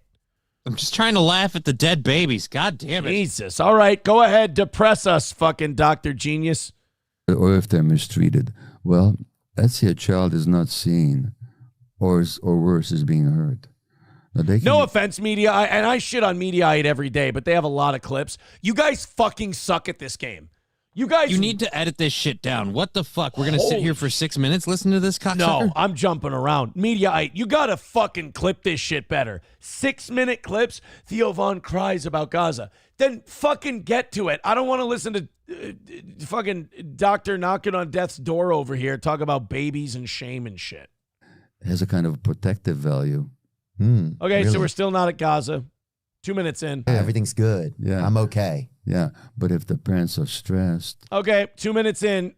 See, Mediaite, you could have cut all the first 2 minutes of this. Let's go to 3 minutes. High percentage wet their beds, like you and I did. Mm-hmm. They expressed aggression towards their parents. All right, 3 minutes in, Mediaite. We're still not talking about Gaza. 4 minutes in. But 19,000 kids have been orphaned. Here we go. Okay, now let's go back. We'll go to 3:30 as he started talking about it. It especially breaks my heart. Yeah. Okay, so we're here. Now we're getting to it. Today when I think about it. And for any kids I know a lot of my fellow Jews don't agree with me. Oh boy. But as a Jewish person, I'm not the only one who feels that way. It especially breaks my heart. Yeah. When you put it in that sense, that a kid, imagine. Oh no, Theo's already crying about the kids. Oh and no, the he's trauma. already losing it, man. Why did this Jew make Theo Von cry? Why? I know they're talking about childhood trauma and shit, and they're talking about Gaza. So this is a Jewish guy who's like, he's like, man, I feel bad for these kids in Gaza. But did you hear what he said? This is fucked up. He goes, I know a lot of Jews don't agree with me on this. Does that mean that these fucking Israelis are so goddamn cold and heartless and genocidal that they don't even look at these Gaza children as children, and that if you look at them with any kind of empathy, that all of a sudden you're a fucking piece of shit or you're not a real Jew? This guy just said, I know a lot of my fellow Jews don't agree with me, but it makes me sad to see what's going on with these kids in Gaza. Dude, you're not a fucking human being if it doesn't break your heart to see what kids are going through in Gaza. Okay, keep pulling at this thread. I like where you're getting. I like where you're getting. But kids didn't show up on the fucking paragliders or whatever they were and shoot a bunch of concert goers and take people hostage.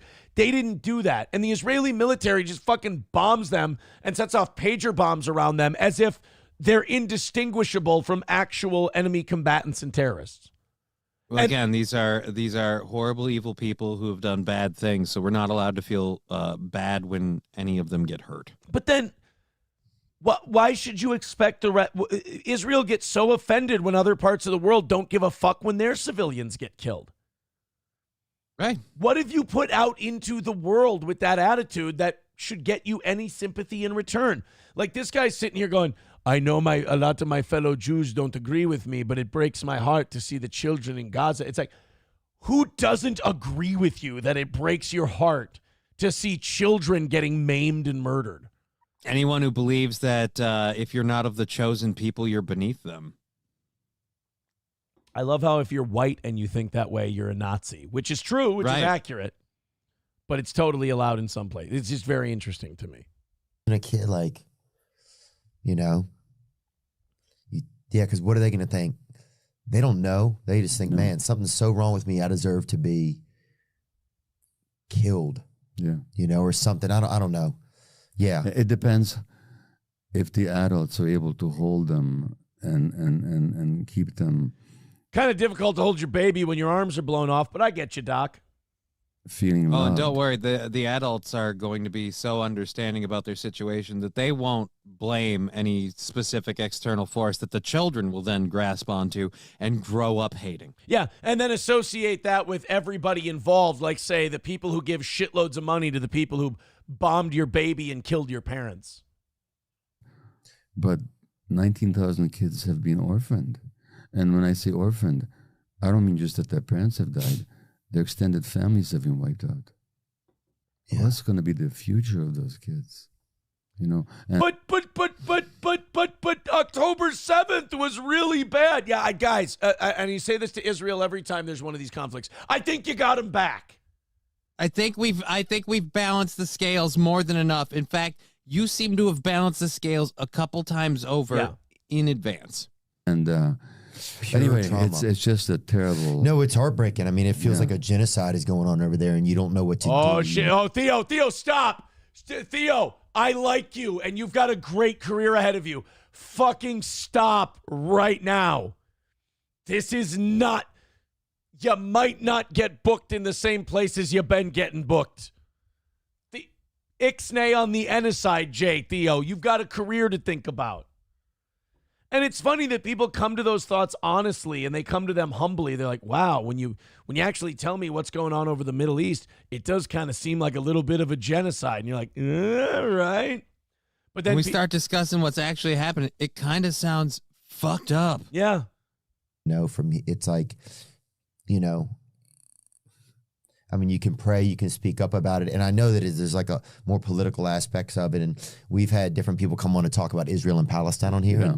And it was very knowledgeable for a lot of our listeners because you hear about it a lot, but you don't know the history and everything. But here's the thing. Here's why it's important to see shit like this through Theo Von's eyes. Because Theo Von doesn't have an inherent bias. Theo Von doesn't know the political spin of everything. He just has a pure reaction to what's going on over there. People say, oh, well, maybe Theo's misinformed. No, you mean Theo hasn't been spun yet. Because when you listen to people tell you or inform you about Israel-Palestine, they've all got a point of view, and they're bending you to that point of view. Sometimes just having virgin eyes about the whole thing and looking at what's going on, you can cut through all the bullshit and go, wow, this really feels like genocide. Wow, this really feels like you're indiscriminately wiping out women and children. And how am I supposed to tell the difference between you and the people that you're telling me are the real bad guys when I watch you guys both do the same things and have the same level of care for human life? Right. Again, I'm not saying the other guys are good. I'm saying you're not either. Right. And then someone else, like this, I hate this argument. So Israel should just wait around for the next October 7th, or they could have prevented the one that they had the opportunity to prevent but allowed because it gave them a reason to attack Gaza. Or you know, kill the people responsible, arrest the people responsible, bomb the people responsible, but it's just, they don't even try to not kill more civilians. Well, I've been there. I went there 2.5 years ago to work with Palestinian women tortured in Israeli jails. Wow. And they had post-traumatic stress disorder. Dude, they're going to take away this guy's Jew card. Yeah, dude. I've seen it with my own eyes. And who's the black American writer? Ta-Nehisi Coates? Ta-Nehisi Coates? Yeah. He just written a new book. And he talks about visiting Palestine. And he says, yeah, Ta-Nehisi. Whoa. Is anyone noticing anything just now? What? I want to see if anybody in the chat noticed it. I'm going to go back a little bit, Johnny. Maybe I'm paranoid, but you guys tell me if you notice something here. Ta-Nehisi Coates. Ta-Nehisi Coates? Yeah, he just written a new book, and he talks about visiting Palestine. And he says, yeah, Ta-Nehisi Coates, yeah. Ta-Nehisi Coates. That's not So the part I someone want. corrected the name. That's not the part I want people to focus on. They're talking to someone off camera? In my opinion, someone off camera is being like, what the fuck are you? Hey, fucking, we got this Jewish guy on here and he's shitting all over fucking Israel. Hey, fuck it. Like, I get where you're saying that, but I haven't seen the part where they back out of it yet. I have to see that part where they back out of what they're talking about. Well, here, let's just keep playing this. It's just, I want to see if this goes maybe it's nothing. Maybe people were just correcting the name, but I don't know. In his new book, he says, once you go there and see it, you can't unsee it. You know, and our and media I- doesn't I'm the cover it same super way. fairly. Yeah. Oh I shit. feel like our media doesn't cover it super fairly. That'd be interesting to speak with him. Then, thank you for bringing his name up. Dude, you know what I love about this is that Theo Vaughn is not, like I said, he's not a spun guy. He's not a guy who's been manipulated politically. And to watch him watch this, it makes me feel less crazy. Because sometimes I feel like maybe I'm biased. But like it makes me feel less crazy to see a guy who hasn't like dove in headfirst into the spin go, we don't cover this fairly. And this looks like genocide. And this is really fucked up. And I'm like, okay, that makes me more comfortable in my opinion. Oh, yeah. Yeah. I mean, it's heartbreaking anytime something's happening to a child, you know? That should be the one thing that we can all figure out this shouldn't happen. No, it's also the truth that it's also happening to kids in Israel. There's bombs and rockets and so on. I don't know if this is the time to go into the politics of it.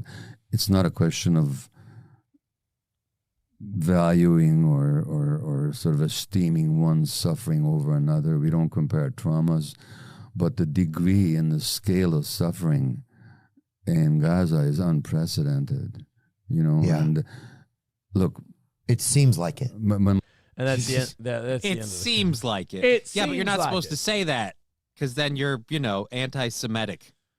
It's fucking wild, man. That is, I mean, that's really, it's just interesting to watch people talk like that on like a podcast or whatever, because our media never talks that way.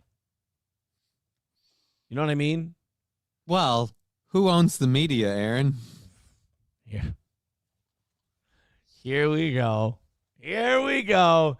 No, it's, you don't hear those conversations a lot. Mm-hmm. No. Guys, if you would, still 2:15 away. Steel toe positivity. We got this. 2:15 away. Let's rally up. Let's fire up that PayPal and that Venmo. We've had very little going on there. We appreciate it. But if you want to do super chats and Rumble rants, that's great. But hey, man, we can knock this out. We're 2:15 away. It's a long way to go. But man, we can get down to 100 by 9 o'clock. You guys want to throw in 20? You want to throw in 50? You want to drop one of those hundos on us at this point? We can get there. Or if you just want to keep doing 2 to 5 at a time, we can do that too, man. I believe in you guys. You've kept us on the air for 4 years. I believe you want to keep it going even more. So thank you very much. Let's keep pushing. 2:15 away, 30 minutes of overtime. If you guys knock out last night's shortfall, we'll give you an hour, but you don't have to knock out last night's shortfall. We've got it covered. Grand Poobah with $2 says, man, Jamie Farr looks rough. I don't believe that was Jamie Farr. I don't believe so. Again, 2:15 is the number. Yeah, I would really like a rally, a big rally before 9 o'clock.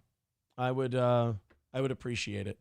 Sam Show says, LOL really did fuck the perception of the show yesterday. I don't think so. I don't know what that means. I think we're doing the same show we've always done. But thank you, buddy. Let's go to Approachable. He has a clip for us. Here we are. What did I do now? I'm just trying to laugh at the dead babies. God damn it. Jesus. All right, go ahead. Depress us. You're just trying to laugh at dead babies. That's a horrible way to be. You know what it is? That clip doesn't seem so good because I just like it's been so gay. Right. Like all the gayness, and then that doesn't measure up to all the gayness that we've done today. All You Can Eat Negro says, I just make $300 at work, and I'm at work right now. We just passed Key West. All right. Thank you, buddy. Oh, man. Let's go. YouTuber attempting a month in solitary confinement displays disturbing mental health signs. I don't think we really needed a YouTuber to remake this stunt. Hasn't it already been well established that solitary confinement is like one of the most evil things you can do? Yeah. So this person just locked himself in a room and filmed it? Yeah. A content creator has gone viral for his shocking stunts, such as staying up without sleep for 12 days. Oh, I've seen this guy before. And to make the challenge even more difficult, he plans to spend the entire time in total darkness in solitary confinement. Oh, you'll fucking gouge your eyes out in a day. A camera mounted on the ceiling provides viewers with 24/7 live footage of the stunt. He is also earning revenue by asking viewers to pay him to perform different challenges. For $5, he'll do a handstand. It's not solitary confinement if you get to interact with people.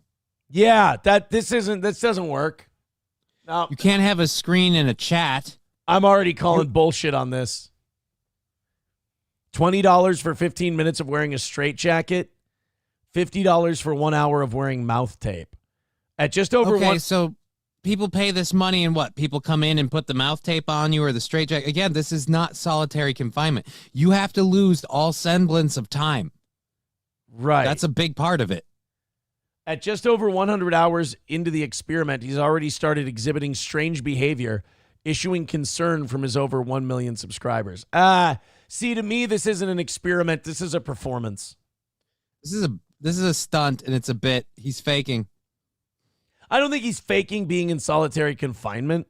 No, but he's faking losing his shit because, again, you're letting people pay you to do stunts and things like that. So, I'm sorry, you're interacting with people. Right. If you have a chat, you're talking to people. And one of the things that fucks you up about solitary confinement is you have no one to interact with. You're just fucking alone, quiet. Yeah, and then when you start realizing that, you're like, oh, man, I must have been in here for so long. It's probably been like a whole day. And like, it's been an hour.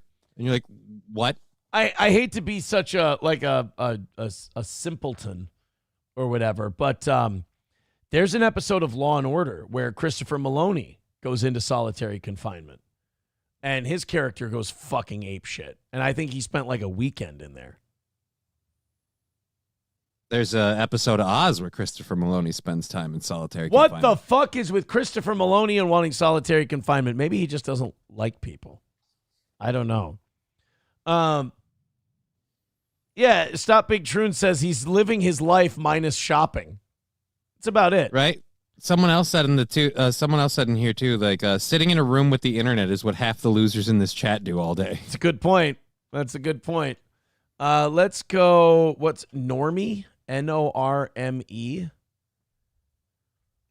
He's only got 19 people watching him right now.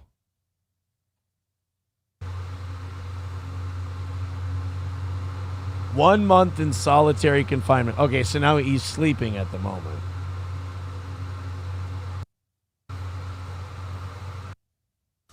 Unemployed. I consider myself homeless. I'm not unemployed. I'm jobless. I'm homeless.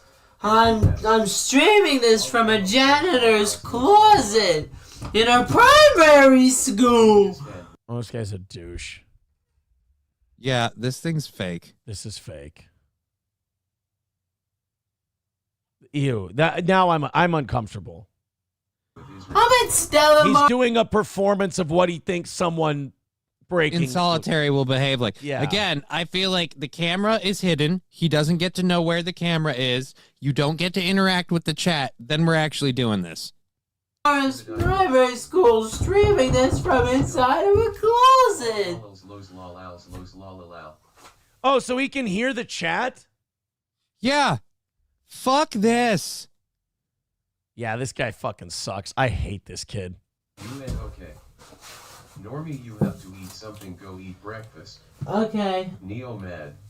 Ugh. Steve donated his meat to Normie Mouth. You okay? Yeah. Hot. Are you pissed off? Stop it.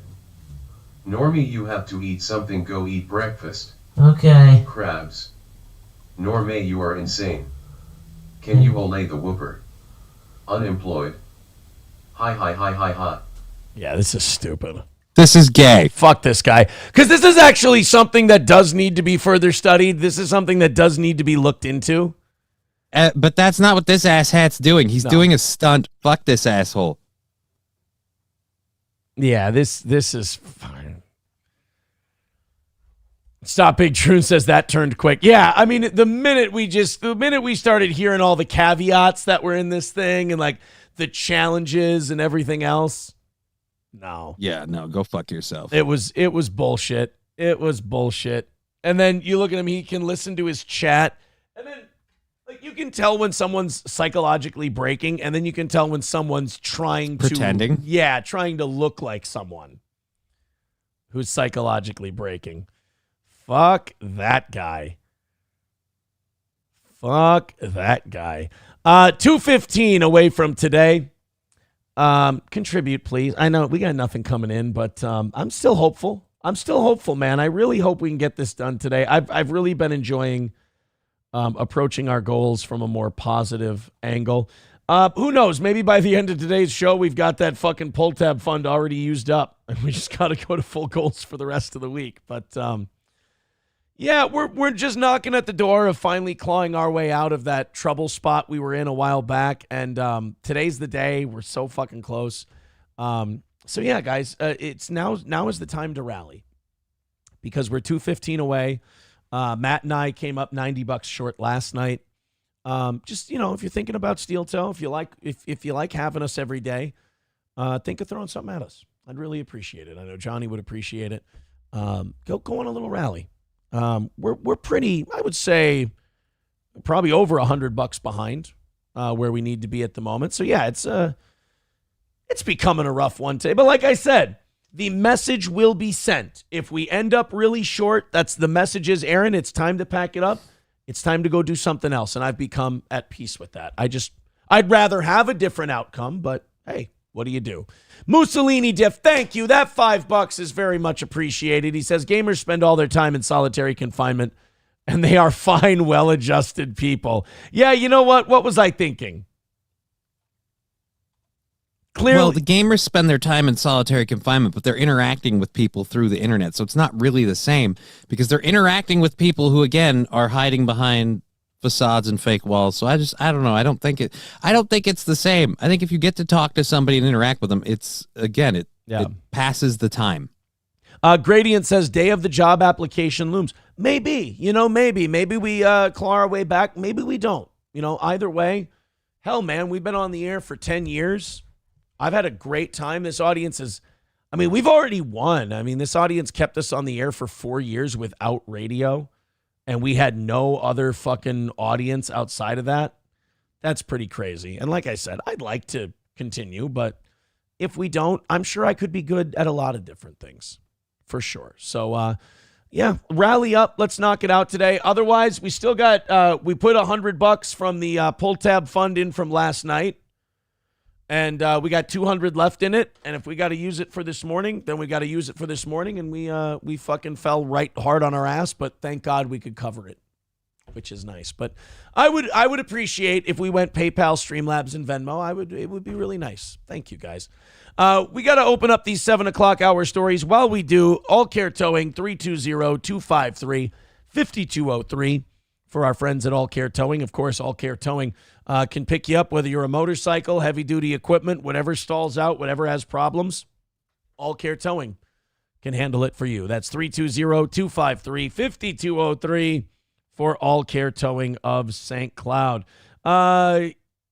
Kimberly with 575 says, I love the energy of you and Johnny. I would send out more, but Bills, ugh, love y'all. Don't you worry about it, man. Thank you. One way or the other, we will be totally fine here.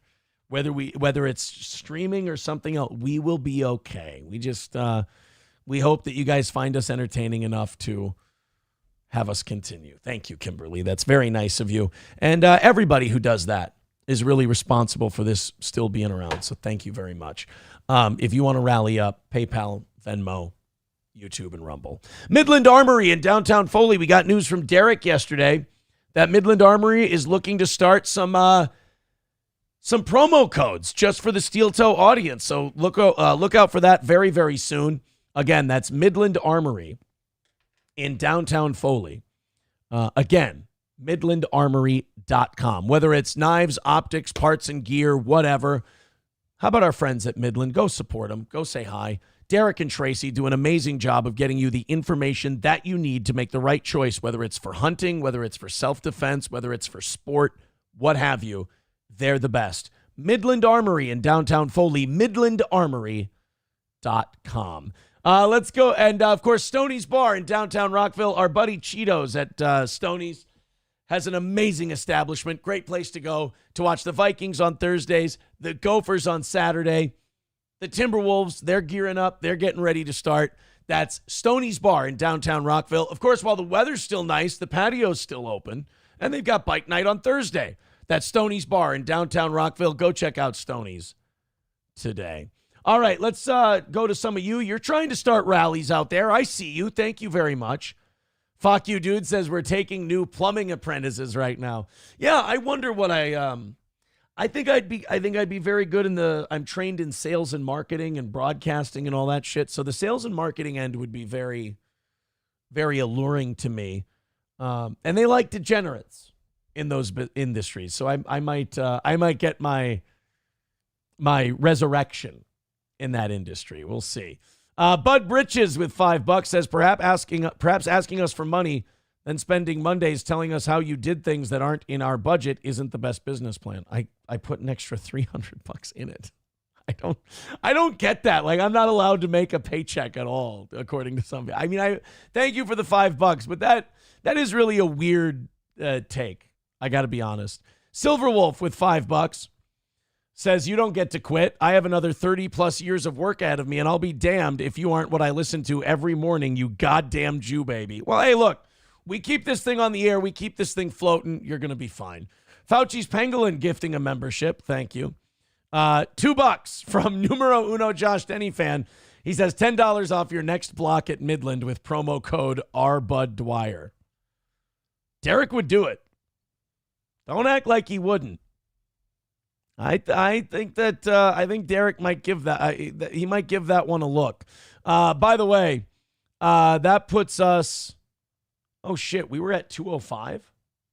Well, fuck a duck. Another 15. That puts us at 190. Thank you guys. Let's keep her going. Holy shit! Thanks a ton.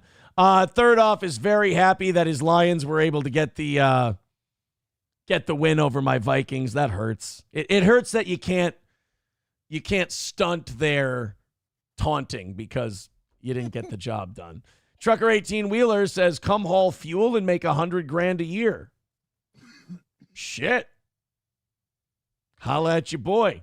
We'll see how many goals we have to miss until I give Trucker 18 Wheeler a call. 199 from Trucker 18 Wheeler. Thank you. And we are now 190 away from today. We can get this thing done, you guys. Now it's very doable. Zen Man Builds with $5 says you should give a go at the National Twister competition. Sadly, I think it's a co-ed competition. Well, shit. You got my hopes up there for a little bit. 185. But the serious question is, do you have to wear pants? Yeah, and would that be a deal breaker? 185 away from today. Oh, my God. Here comes the rally. Look at you guys going and going. Charger with $10 says, keep on keeping on. Thank you so much. Down to 180 this morning.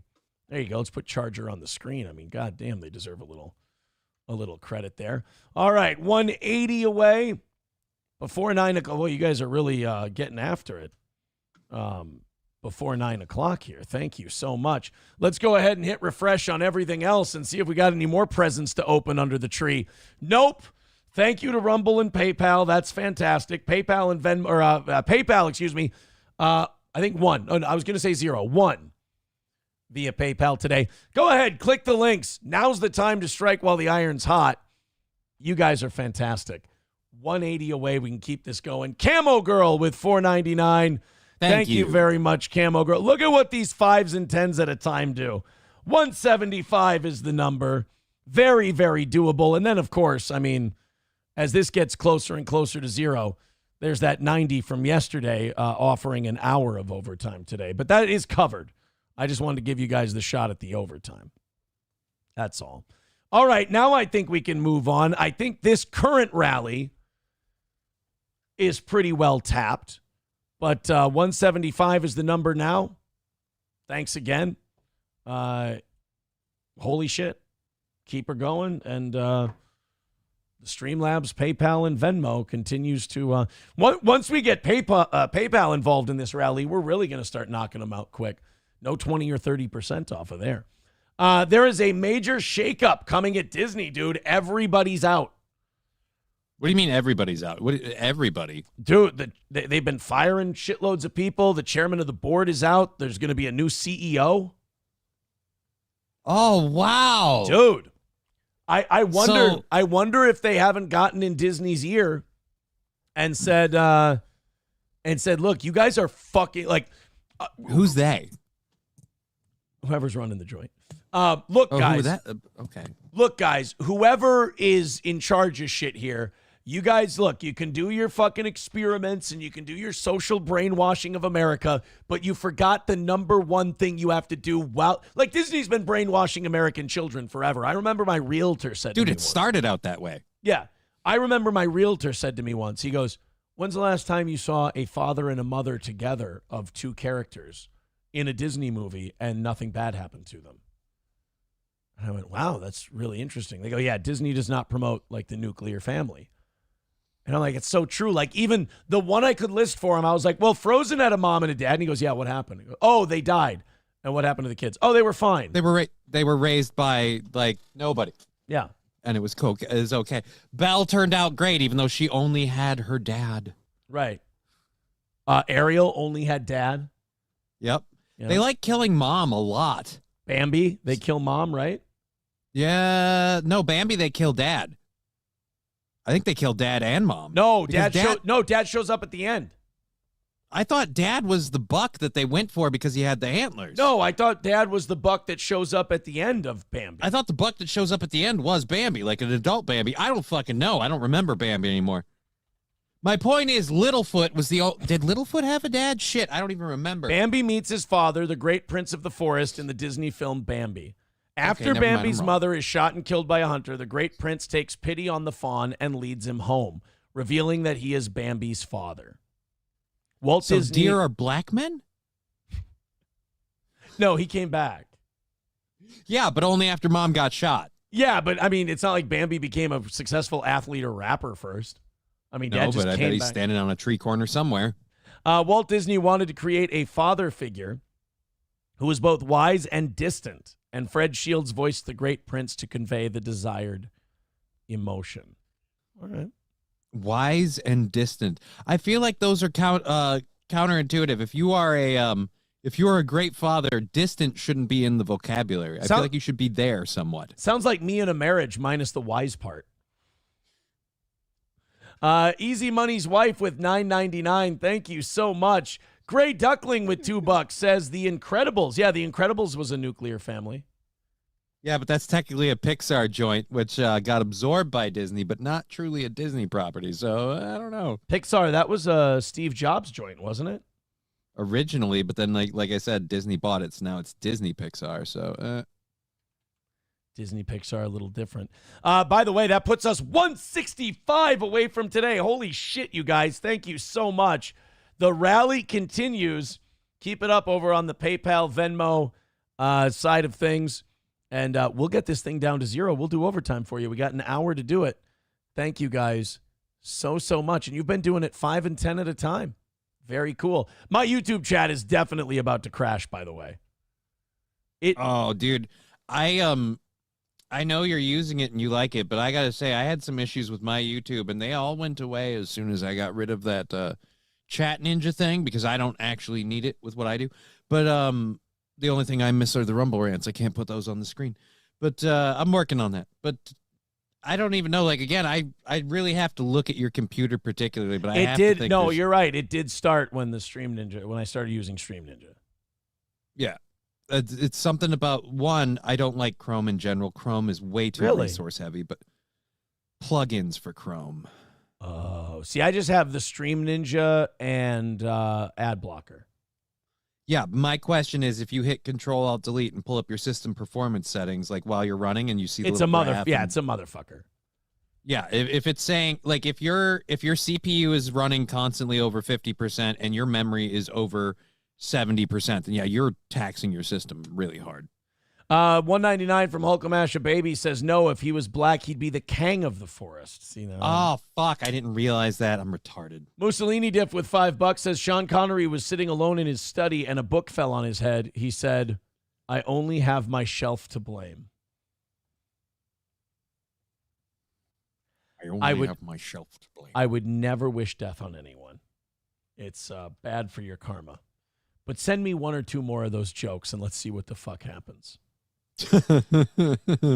Approachable says, Aaron, give me my YouTube mod back. There's some garbage that needs to be cleaned. Well, fucking write something in the chat and I'll go get it.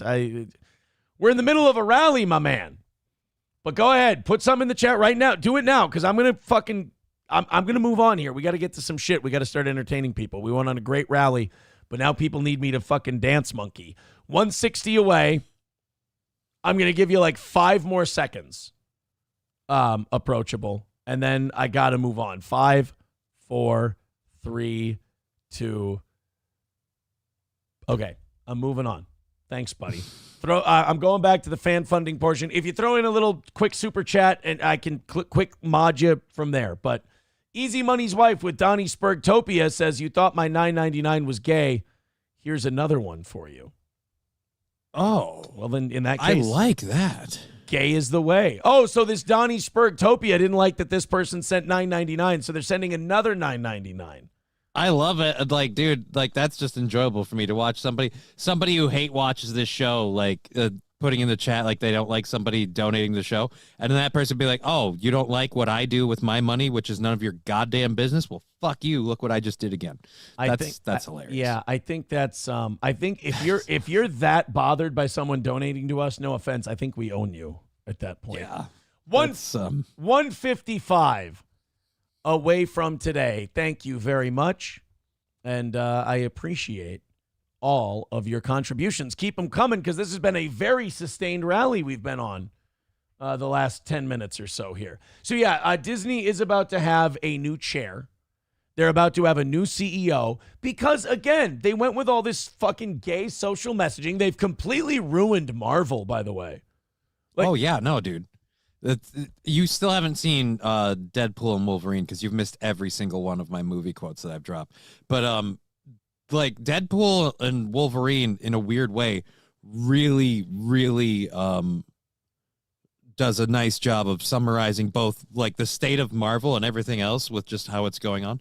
So it's just, he even looks at Hugh Jackman. He's like, "Welcome to the Marvel universe. You're joining at a bit of a low point." Like it's just fun. So I mean, yeah. By the way, thank you to Approachable $2. He says, forgot pay to play here. No, it's just I can't. I've got a certain YouTube thing up, and I'm not going to go into the live chat and hut and peck. So this is the easiest way for me to do it for you. Thank you. But yeah, I mean, imagine fucking up Marvel. Like after Endgame, the whole goddamn thing was a license to print money. Yeah, but a lot of us didn't have any sense. Like Endgame did a very nice, like, put a bow on it, put a pin in it, we're done with the story we told, but they didn't do anything to set up another story being told at any point, so we're like, we have nothing to go here. And then they had the shitty Captain America. The shitty Captain America, then they wanted to put everything on the new Kang and as the villain, and that didn't work out. The Ant-Man, like, fucking multiverse thing really kind of fucked it up. If I may, and this may just be coming from me, this may be a very boomery take, I think a lot of the mainstream fans that Marvel had got confused by the multiverse shit and tapped out. Yep. I think multiverse, they went, whoa, wait, this is a fucking superhero movie. I'm coming here for bing, bang, boom. Bad guy gets the upper hand, then good guy wins in the end. I'm not here to go, wait a minute, is this Earth 1? Is this verse here? And then wait, but this guy's back, but I thought he died. Oh, but he's a different guy who had different things. I think you start to lose people. You do, but the thing is, the other thing they did too is while they were doing that, they pushed, like you said earlier, their like woke social agenda messaging crap in it at the same time. Yeah. And a bunch of people went, hey, whoa, these are my fucking comic book heroes. Keep your stupid gay shit out of this. I don't I don't care what skin color they are under the mask. Like, that's not why I'm doing this. I'm not here for social justice and righting the wrongs against the entire female gender. I'm here to watch that guy punch with the bang, pows, and the zips and the whams. Yeah. Like, but I mean, you didn't have to give it up the way they did. I mean, not only did they fuck it up, but they like fucked it up and then like went, hey, let's see if we can knock it down even more. And they did She-Hulk and they did the Captain America where he's lecturing everybody on, progressivism. I'm a black man in America. I understand what it's like. Like, oh, fuck you. Yeah. Sorry. Like he was 5 seconds away from empathizing with the terrorists on that show. So, yeah, I mean, and then how fucked over do you feel if you're Bucky? You're a super soldier. You fucking went through hell and back to rewire your brain so you could be a good guy. And then here Captain America goes, nah, fuck you. I'm giving it to the black guy who just has a suit. Right? And the worst part is, again, while you piss off a bunch of people for that because they're like, oh, I'm sick of the woke stuff. You piss off the comic book nerds who go, no. First it's Bucky. Falcon doesn't get the shield until way after. So they just so you piss off the comic book fans. You lose the normies because it's too complicated for them. Right. So all you have left are the LGBT people like, yay, it's so totally gay. And then you're like, why are our numbers so low? None of these movies are making any money. And then all the gamer people who've been watching go, yeah, it's so fucking gay. And then they bail. So you made gay people happy. They're a small percentage of the population. They barely watch your shit. And now you're losing a bunch of money. I don't know how Disney's animated stuff is doing. I know they've had a few bombs like the Buzz Lightyear thing. I know they've been trying to like push gay shit and trans shit. Oh God, yeah, movies. dude. Fucking they screwed Buzz Lightyear so bad for two reasons. One, you already had a well-established voice actor for Buzz Lightyear. I'm sorry. Yeah. You need to have Tim Allen do it. But I don't think Tim Allen would have signed on for like, yeah, we want him to be gay and he's gonna kiss a dude. And it's like, and Tim Allen would probably be like, no. Yeah. I'm out. I did the Santa Claus, and I thought that was a low point. First of all, those movies made a metric shit fuck of money. Yeah. I just hate them, so I did a dig. Man. What do you want from me? The guy can't do a family picture? If you look at his history before that family picture, I feel like somebody Ice Cube did. Somebody was doing community service, and it worked out for him, okay? Is there a bigger juxtaposition than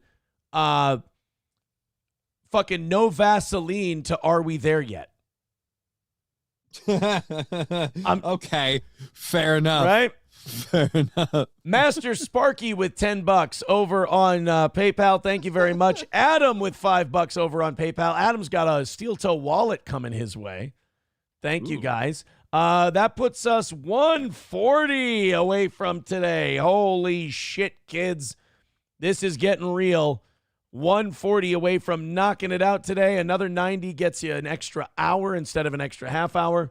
Numero uno, Josh Denny fan says, am I watching Nerdrotic? When does Chrissy pop in with some lame impression?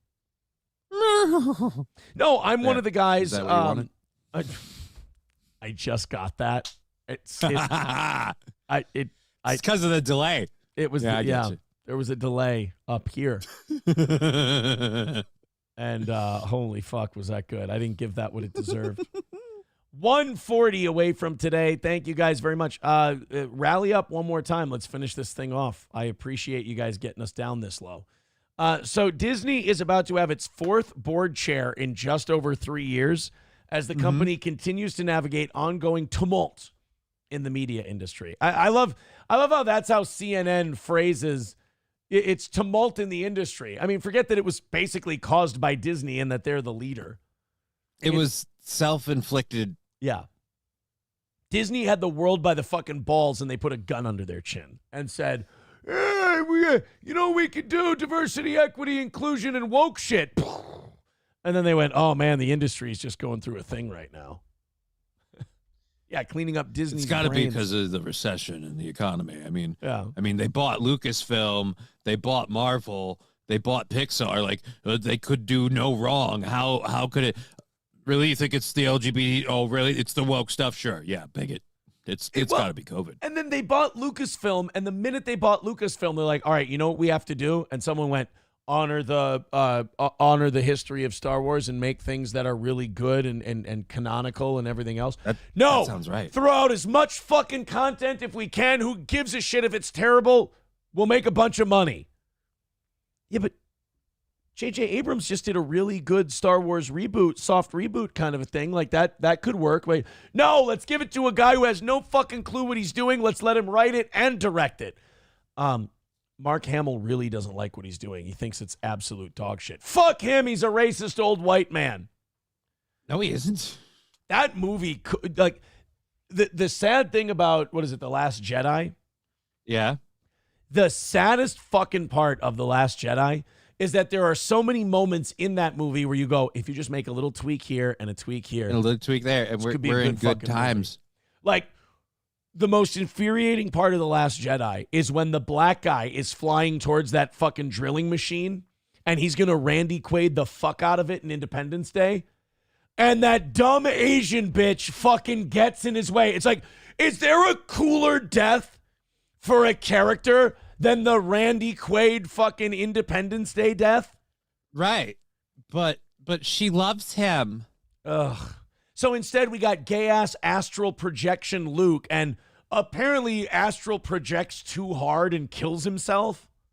Right. No, he has to use all of his force energy to astral project himself across the universe as a real person, or at least seeming like a real person, long enough to distract everybody. And that took everything he had. Right.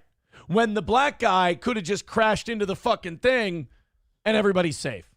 Right. And then we still have a really cool character that could have like a showdown with some of the, but we want it to be that they're secretly a brother and sister kind of, or not brother and okay. So she's a clone of, why the fuck is some sort of weird potato head man the ultimate villain? What? You know what I hated about it was that oh wait, Snoke is not that. No, Snoke's not the villain. Palpatine ends up being the villain. Palpatine is the villain. That's right. We literally like say harder at the end of this that like we painted ourselves into a corner. We've run out of ideas. We're drawing from the original well. Quick, Bring get back me the City. Get me Darth Sidious. I mean, really, that's what they did. They went, hey, JJ, can you come in and fucking flush this turd? And he's like, am I supposed to make a good third movie? They're like, no, you just have to try and salvage something out of this. And that's what I heard from people who watched the third one. I couldn't do it. They were like, look, they couldn't make a good movie. They painted themselves into a corner. But basically, they had to salvage it. The review I got from the third one was people saying they did the best they could and they salvaged the damn thing. Because I thought that black guy fucking crashing right into the machine and killing it, I was like, this is going to rescue this movie from how fucking shitty it's been. From Laura Dern being a retard and Leia being a fucking retard. And, you know what? The pilot guy. You want to talk about social justice warrior shit in Star Wars movies. The fucking pilot guy, what's his name? The only interesting character in the thing? I don't even remember. I just remember it's a black British guy. No. The pilot guy. Which pilot guy? Then? The Han Solo. The guy who's clearly Han Solo. The new Han Solo or whatever? Pip or whatever the fuck his name is. Let's call him Pip. Fucking Pip at the beginning, they're like, you have a problem with authority. And he's like doing all this shit. He's like, we're fucking up. I can do this. I can do that. And they're like, we're demoting you, you man. Poe. Thank you. Poe Dameron. They take Poe Dameron's character. They completely castrate him because girl power. And fucking then they tell him the plan at the end. And it's like, well, then why didn't you just tell him the fucking plan? The only reason he was lashing out and doing all this shit was because he thought you guys were all retarded and he had to fucking do something. And then you guys go, no, Poe, you don't understand. We were just playing retarded to test you. Here, proving once again that female leadership is a bad thing. And then, dude, the fucking it's a trap. The Mary Poppins Force shit. Yeah, dude, that one bothered the fuck out of me. I don't give a fuck who you are. The minute Leia's like, no, I'm using the Force to bring myself back in the... No. And no. Fucking God. That whole movie. Now I'm just mad again. I was expecting... I was half expecting Michael Rooker to show up and give her one of those fucking breathe in space things from Guardians of the Galaxy. Jesus. Revelations in Black says, have a crisp British 5-pound note. Thank you. Those help this program so much. Hey, guys, I don't mean to tantalize you a little here, but we're 135 away from today. We got 45 minutes left, and I think that's a few big drops in PayPal or Venmo away from calling this thing a win today. So everybody chip in, because we did 135 not too long ago. Let's fucking go, baby. Thank you guys so much for your contributions. We've got a fighting chance today, and I appreciate that. Finish her up. So, yeah, Disney, we're like 2 paragraphs in, because every time I get a paragraph deep into this Disney story, I just get mad. Right. Chairman Mark Parker will step down at the end of the year. The company announced Monday Morgan Stanley CEO James Gorman will replace Parker starting in 2025. Let me just... James. Do you need to? Fuck you, bro. Gorman? Really? Australian-American businessman. Oh, shit. We're going... Are we going to get Lilo Van Loo? We're going quasi Mel Gibson on this bitch. I want to get the guy from Along Came Polly. I want to get that guy. The base jumper. All of that stuff. Hey, sport. This looks like a good place for a base jump. I want that. Oh, hey, I want to pitch to you my new idea for Captain America. It could be a trans person. I'm sorry, and I know I'm not a filmmaker, but isn't that going to make people think we're a little faggy? We don't talk like that here. Who's that guy? His pronouns are they, them. Well, suck my dick. I've never seen one of you in the wild before. How are you, sport? Oh, no, I like this guy. Well, suck me dick, bob me uncle, and kill me a kangaroo and skin it for Christmas. What the fuck are you doing here, Nancy? My name's... I don't even think this is an Australian accent anymore. I have no idea. He's just a guy. He's running Disney now. They're gonna go ahead, pitch the new CEO of Disney a Marvel movie. All right. Well, good to see you there, Johnny Legs. That's what he's gonna call you. All right. Good to see you, Johnny Legs. I'd like to ask you, what's your idea for the new Marvel movie? We got a real shit pit we got to dig ourselves out of because all these queers in the boardroom thought it was good to put purple-haired lesbians in there. So let's fix the damn thing, buddy. What do you got for us? All right, so we've got a really great story. We're going to start with we just got the X-Men. We're going to start with Logan's daughter. So we're going to start with Logan's daughter. Sorry about that. Didn't mean to interrupt you, but I got my bullshit buzzer here. That sounds like a lot of people are going to think you're making a Les-Out film, and I'm not interested. Do you have a big, burly man who can be the superhero? Because, let's be honest, mate, nobody's going to believe a girl could beat anybody up. Come on, we're Disney. We've got a reputation to maintain. Get on in here. I'm going to have the mouse fuck in the ass. What do you got for me? All right, so we'll go with the male character. Okay, so we're gonna go with Spider-Man. We're gonna do. I love Spider-Man. He's gonna shoot the webs all over the place. I like this. I'm excited to hear your pitch. We're gonna have an interaction with him with Venom. So we're gonna bring Venom in. Oh, I love Venom. Are you gonna get that Tom Hardy fella to play Venom? He does a great job. Right. I don't know if we can necessarily get the licensing to that. So what we've kicked around just as an idea is the symbiote comes over because we can get that. And the symbiote comes over and then we got a really good get here. We got Lady Gaga. Let me hit the bullshit button on you there, pal. I don't mean to cut your idea off at the knees because I think you've got a real whiz bang of an idea cooking here. But let me simplify it for you, because a lot of the audience is going to think you're just being kind of a queeb. So why don't we get rid of the singer lady, right? I don't know anything about a Spectro or whoever the fuck you said. Just get me the spider guy who shoots the webs. Find me a bad guy, right? And then have him cover the guy in the webs like he's creaming a lady on a first date. You think you could do that for me, sport? Yeah, actually, we could. We have a bad guy we can pitch to. It's been a big thing in the kids show lately. Let me just hit a thing for you real quick. If there's a social message in any of this movie anywhere, I'm going to hit you right in the face with the didgeridoo. Do you understand me? If there's a social message, let that be a lesson to all of you. If there's a social message in any of these films other than punch the bully in the goddamn face in the Pixar film, then I'm going to, not only am I going to nix the idea, but I'm going to strip you naked and give you bare-bottom spankings with canes. Do you understand? It's a new Disney. I think this guy could work. I just think that's going to be the new guy. I want him to be that way. Fingers crossed. You know, he was what, the CEO of Morgan Stanley before? All right, let's be honest. He's probably going to be a total fucking tool, but I'm hoping. Among the decisions Gorman will be tasked with. Oh, are you ready? Okay. Replacing Bob Iger as CEO. You know, Bob Iger really disappointed me because I didn't think he would go for any of this shit.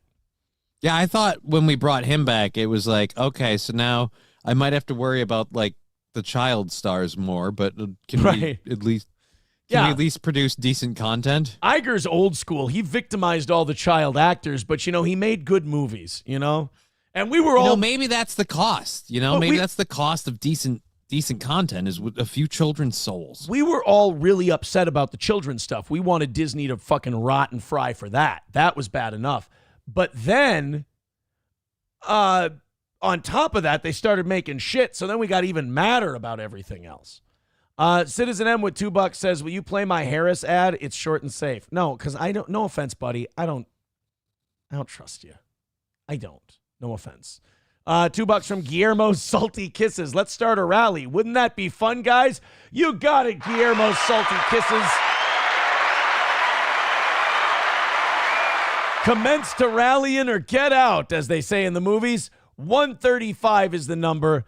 Guillermo's Salty Kisses wants you guys to start a rally. So you got to replace Bob Iger in early 2026. Iger returned as CEO last year after a brief hiatus, and he couldn't turn it around either. He couldn't turn shit around. Like Disney is bound and determined to do that thing where they like went to the top of the world. Mm-hmm. I would say peak MCU was like top of the world Disney. Mm-hmm. And then they went, I have an idea. Let's see if we can bottom this fucker out and build it up again. Like it's almost like this was a personal challenge to themselves to show that they could do it. In a way, it's just that there's a really vocal and aggressive group within it that's like a metastasized tumor that you have to literally carve out of there. And they get very upset when you call them out in any way, shape, or form. And so it becomes this whole big, oh my God, the bullies are out to get us because we're affecting the bottom line. So people are like, why don't you quit doing your shit around here? Like, but we want to. Like, no.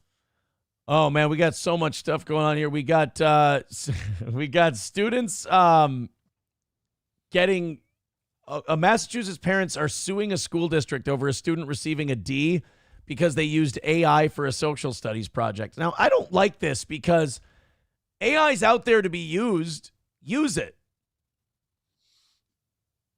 I mean, I kind of felt the same way about Google. Like, kids shouldn't be failing classes anymore. Everything's at your fingertips. You can just get the fucking answer. Right. But I guess my question is, if you want credit for the work, how much work did you do? Like I'm saying, no, he shouldn't get a grade for the paper. The AI should get the grade. How did the AI do? So I'm saying they should grade the paper just fine, just normal, like a regular paper. But they should be like, who's the name of the AI? The AI is the one who gets the grade.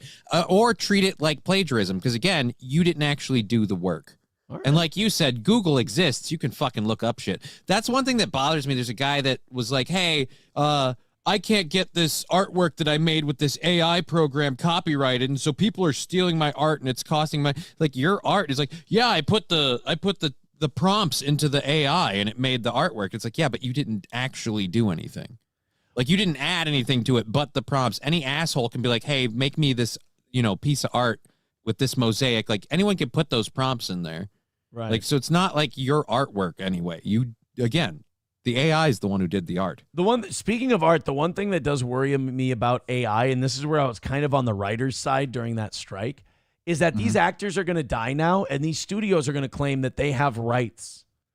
To keep making characters based off the actors? Right. Like Matt Damon will still show up in movies after he's dead. And like they won't pay Matt Damon's family a fucking dime. Till you're 90. I know. Like, really?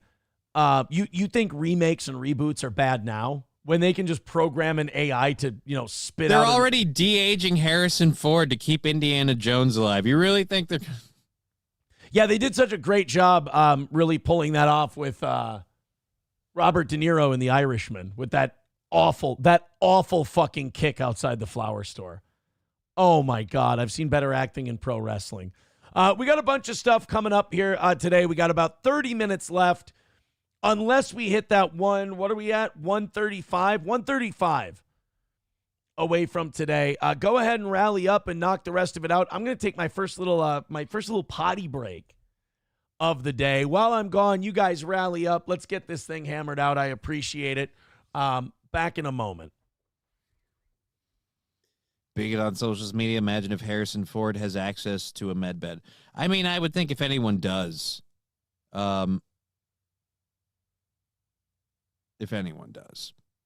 it's probably Harrison Ford. Plus, I mean, fuck, it'd be better than doing the de-aging thing. Although I'm really afraid of AI taking over for actors when they're gone, just because then again you can see actors playing roles that do things that you would never want them to do or see them do, and just no, I don't want to move. You, a voice of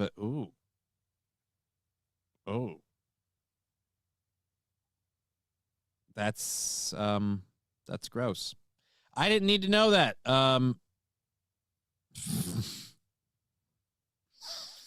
All right, so let's get a couple of rallies in here while he's gone, so then I can pretend like I actually do something. Because otherwise, never mind. We already got going. Thank you, Numero Uno, Josh Denny fan. Just watched Citizen M's ad, and it makes me want to be an American. All right. Is that an endorsement or a condemnation? I can't tell. I have a reflection I just did while I was urinating. That means your body chemistry is way off. If you've got like oil in there to the point where you're turning water into a mirror, like I would talk to somebody. I was reflecting, and I want to talk. Yeah, that's what I'm saying. I want to talk to the audience a little bit here about the Australian CEO bit that I just did. I realized that it went on way too long because all I really wanted to do was say fag in an Australian accent. And I will be honest that once I did that, I really had nothing left for that bit. So I apologize. What happened was Johnny laughed really hard at the gay F word part of that. And then I went, I can keep this ball in the air. I've done it a million times. But once in a while you shoot and miss. And you got to know when that happens. So I apologize. Yes, Numero Uno, Josh Denny fan with the $2 says, just watch Citizen M's Kamala ad. I don't want to be racist. And it makes me want to be an American. No, then it's a pro-Kamala ad. I'm not playing it. Absolutely not. 135 away from today. I think you guys can do it. I believe in you. And I believe in us. I believe in this fucking steel toe thing here. So in the next half hour, 135 is the number. We'll do the 30 minutes of overtime, and we'll get ourselves another win for the toe. I guess the Lynx, I'm such a bad sports fan. I didn't know the Lynx were in the WNBA finals. Neither did I. I had no clue that the is that the Minnesota team? Yeah. Okay. I didn't do it. I never read anything about it. I never saw anything about it. Everybody, like here in Minnesota, everybody's talking about the Vikings. Right. But the Vikings are 5-0. They're like a third of the way through their season, whereas the Lynx are like in the finals, in the fucking finals, the championship of the finals. And this weekend on Sunday, the Lynx were playing in game 5 of the finals, like the be-all, end-all game of the finals. Because women aren't men and they can't play best of 7 series for some reason. So I guess there was a call that didn't go the Lynx way. And our coach legit went on in the press conference and just straight up blamed the refs and accused them of stealing the game, the championship from them. We'll play the clip here. You guys can tell me if she seems a little bitter by the whole experience. Cheryl, Niara came in and was great for them tonight. What did she do things differently, or was it just more that she was tremendous in the playoffs? Niara Sabali was tremendous in the playoffs. Really gave them a lift every single time she got minutes, and not surprised that, I mean, they went big. You know, it's crazy how the series ended, right? For 4 games, it was about the 3-ball, certainly offensive rebounds throughout the whole thing. But then tonight came down to points in the paint. We don't even score in the paint. We had I don't know, 40. Really, I think basketball coaches, I don't know her, but I like her. I think all female basketball coaches should be dudes or lesbians. Should really only be the two choices. 44 was it, right? So it was really interesting how the series ended, with them playing bigger. They won the game with their defense, no doubt about it, with their defense. And can I shit on Mediaite again? Way too long of a clip? This is a fucking 3-minute clip. I just want to hear you give me the headline. Blames the referees. They stole it from us, which in sports is like, holy shit, that's a big deal. You don't criticize the refs in sports, especially if you're a coach. And they give me this 3-minute clip like I give a fuck about what your lesbians played and did against their lesbians. New York went big. Holy shit, did they put a woman who's 6 feet tall out there? Oh my God, this is going to be fucking bananas. Nobody cares about women's sports. Just give me the controversial, juicy part and I will fuck off. I'm not playing this now. I'm laughing only at like the time the clip's going on. I'm just laughing at the fact the whole time I'm looking at that background. It says the WNBA presented by YouTube TV. Ooh. She's like, you got YouTube. Yeah. Okay. So I'm on YouTube TV. And I shouldn't be at that. Yeah, I'm point not if on you're a legitimate I'll tell you sportsman. this. I'm not on TNT like the dudes are. Let's go ahead and do this.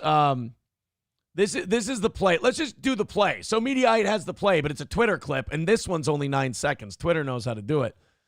This is the play that was controversial that the Lynx coach felt stole the championship from them. A shaky inbound. Ooh, I think she hits the left wrist of Stewart. Okay. I think we might see it. So they called a foul. Well, now I saw a travel right off the bat. Right. What the fuck? It's Inbound. women's basketball. But she literally took 3 steps. Again, A shaky women's What basketball. the fuck, dude? That's egregious for Pro Bowl, dude. inbound. Ooh, I think she hits the left wrist. I don't give a shit about the foul. A shaky What the cunt? inbound. Ooh, I Oh, think yeah, she hit her on the arm. That was is Reeves bitching? Is our coach bitching that it was a foul? Our Watch coach here. is bitching that they called a a foul on shaky that? inbound. Yeah, Ooh, right I think there. she- Yeah, she hit her right on the arm.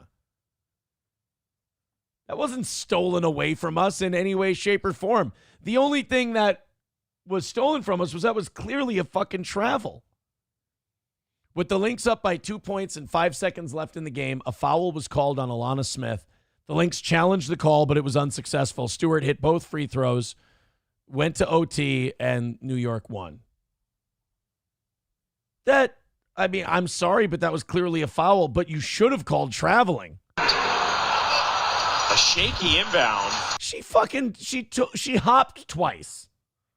A shaky inbound. Boom, Ooh, right there. I think she hits the left wrist of Stewart. Okay. I think we might see it. That was 100% a foul. I'm sorry. Oh, I'm sorry. I'm not showing it to you guys. A shaky inbound. Yeah, we saw it. Ooh, earlier, I think she hits the left. Yeah, she fucking clocked her. Are you kidding? Now, what you got to do is you got to do the LeBron James thing, and you got to fall like your arm's been broken. That's the best way to do it. Numero uno, Josh Denny fan with $1 says, Aaron's just said he realized sometimes you miss while he was pissing. Text Matt to bring the mop tonight. That's not what I meant. Dive Bar with $2 says, the links, like sausage links or internet links or the missing links, either way, super gay. Thank you, Dive Bar. Citizen M with $5 says, no worries, just commenting so you know I'd never do that to anyone. I don't mess with YouTube channels. After all, I have one. Love you, brother. Hashtag STMS. Oh, wow. Elza Belza with an interesting note. Okay. By the way, 1:30 away from today. Thank you. Elza Belza says, Meme Copium just did a show about Melton, Anatomy of a Crybully. Yeah, the internet, that's really starting to make the rounds now. I think that the guy who made the 3-minute monster documentary thing, right? That kind of kicked it off. Kiwi Farms kind of got the word out, and now, he kept doing this thing where he's like, I'm going to do this. I'm going to take this action. I'm take big, this. bad, mean Melton. Yeah, but then he was like, I'm going to take this action and that action. And then I just reminded him, I'm like, dude, all anyone's been doing is playing your words and commenting on your words. And you might want to keep it shut on that end, because I know people who definitely are ruminating and kicking around some fucking ideas. So you might want to take it easy. And since then, fucking radio silent, which is a smart move. But, oof. So now meme copium's all over it. That's only going to spread. I saw that Mr. Sen guy got all over it. That's, be careful what you wish for. I'm feeling better and better about never even looking into super tips. Right? Like, people are like, you could make money, but like, I like my soul being clean. Yeah. Good. Dodged a bullet on that one, right? Pants Maestro says, it seems like Toe is in love with the Kiwi verse. They'll turn on you when they're done with you, Toe. Just be careful. They don't like me. I like them. I think they're very funny. They just see me as a guy to fucking make fun of. You guys are misunderstanding the Kiwis if you think that they're pro Toe. Not at all. I just, I get what they do and I find them very entertaining. And I'm also really impressed by them. They fucking dig shit up and they rarely ever miss. Like they are very perceptive, the Kiwi Farms people. 1:30 away from today, 20 minutes away from expiration, and we're 1:30 away from today's goal. It can be done. I'm waiting to hit refresh on PayPal one of these times and see a nice big drop in there. Just a nice big punch for the old Toe. Thank you guys very much. All the links are in the chat. Let's rally up one last time and get that 1:30 taken care of. Why did Donald Trump feel like he had to embarrass his youngest son? How did he embarrass his youngest son? He basically told the world that he ain't getting no pussy. I don't know why we needed to know that. Donald Trump's son can't get his dick wet? I mean, dude, I hate to say this, but he can even pay for it. I don't, but like he could order one from another country to just like live in his closet. But isn't Barron like, maybe he's Barron. But isn't Barron Trump like 16? Barron Trump 8. Oh no, he's 8. Okay, he's 18. All right. Plus I hate to be the bearer of bad news, but Trump's never had a problem kind of talking weird about his kids in that manner, in my opinion. That's true. The daughter, he said some weird shit about over the years. Mm-hmm. This article says, this is probably a lefty site, I'm guessing. We always knew that Donald Trump was a hands-off parent. No, we don't know that. Who says this? We never said that. Whoa, this is definitely a lefty site because they're going into a long editorial spiel before they get into their thing. He was asked whether Barron Trump had been dating anyone since he went away to college. Do we have a clip of this, or are they just pontificating about it? Is he good with the ladies in school? Well, and I don't think, I'm not sure. Is he there yet? Or? I'm not sure he's there yet. Donald Trump is making rare remarks about his family life. The former president appeared on the PBD podcast with host Patrick Bet-David, and he shared insight into his youngest child, Barron, praising the college student for his intellect and personality. Barron's kind of got that dead-eyed Soviet assassin look. You know, like you put a Fila sweatsuit on him, and he'll fucking whack somebody. He's very smart. He's a good student and all that. He goes to a great school and does really well. And he's a very nice guy. You see that. When pressed about Barron's personal life, Trump said his son... What? I don't see him as a really nice guy. Like, I'm looking at these three. Your dad is relatively even complexion with a spray tan on his face. Your mom is very, very well tanned. You look like you are anemic, sir. What the... I'm sorry. Well, is anyone else getting, like, serious Dexter vibes from this kid? He's got his mom's appetite. Not dad's. But his mom wasn't anemic that I know of. Yeah, she's not. Yeah, she's pretty skinny. She's model skinny. Social what the fuck's going on with him? Independent, and maybe taking his time to start dating. he doesn't mind being alone, but he's somebody that gets along with people. Is he good with the ladies in school? Well, He's I in don't think, NYU. I'm not Is sure. he there yet? Or I'm not sure he's there yet. No, I'm not Okay. sure. He's really just into the men I don't right think now. he's had a girlfriend yet. What do you want me to do, Patrick? You want me to go smell his dick or something? Jesus Christ, can we get off of it? I mean, I don't know. Maybe he's fucking, maybe he isn't. No idea. Politician went on to agree that Barron is a, quote, good-looking guy and playfully acknowledged the teen's towering height. Melania, I think, called him Little Donald. I think, if I'm not mistaken, she gave that nickname to him. He's not so little because he's a pretty tall guy. 6'7" Barron enrolled at Jesus Christ. Yeah, dude, he is not tiny. 6'7". Yeah, I'm sorry. If that guy's not getting laid, there's a reason. Bro, 6'7" and a billionaire? Fuck yeah, that. dude. If someone's not trying to F him, like, what? Are you kidding me? Yeah, what school does he go to? The one where you got the dumbest bitches alive? Fucking lock that up. NYU this fall after graduating from Florida's Oxbridge Academy. He is reportedly studying business. Barron has maintained a reasonably low profile throughout his family's time in the global spotlight, and mom Melania Trump previously shared in a September interview with Fox and Friends how proud she is of the person he's grown up to be. His strength, his intelligence, his knowledge, his kindness, it's admirable.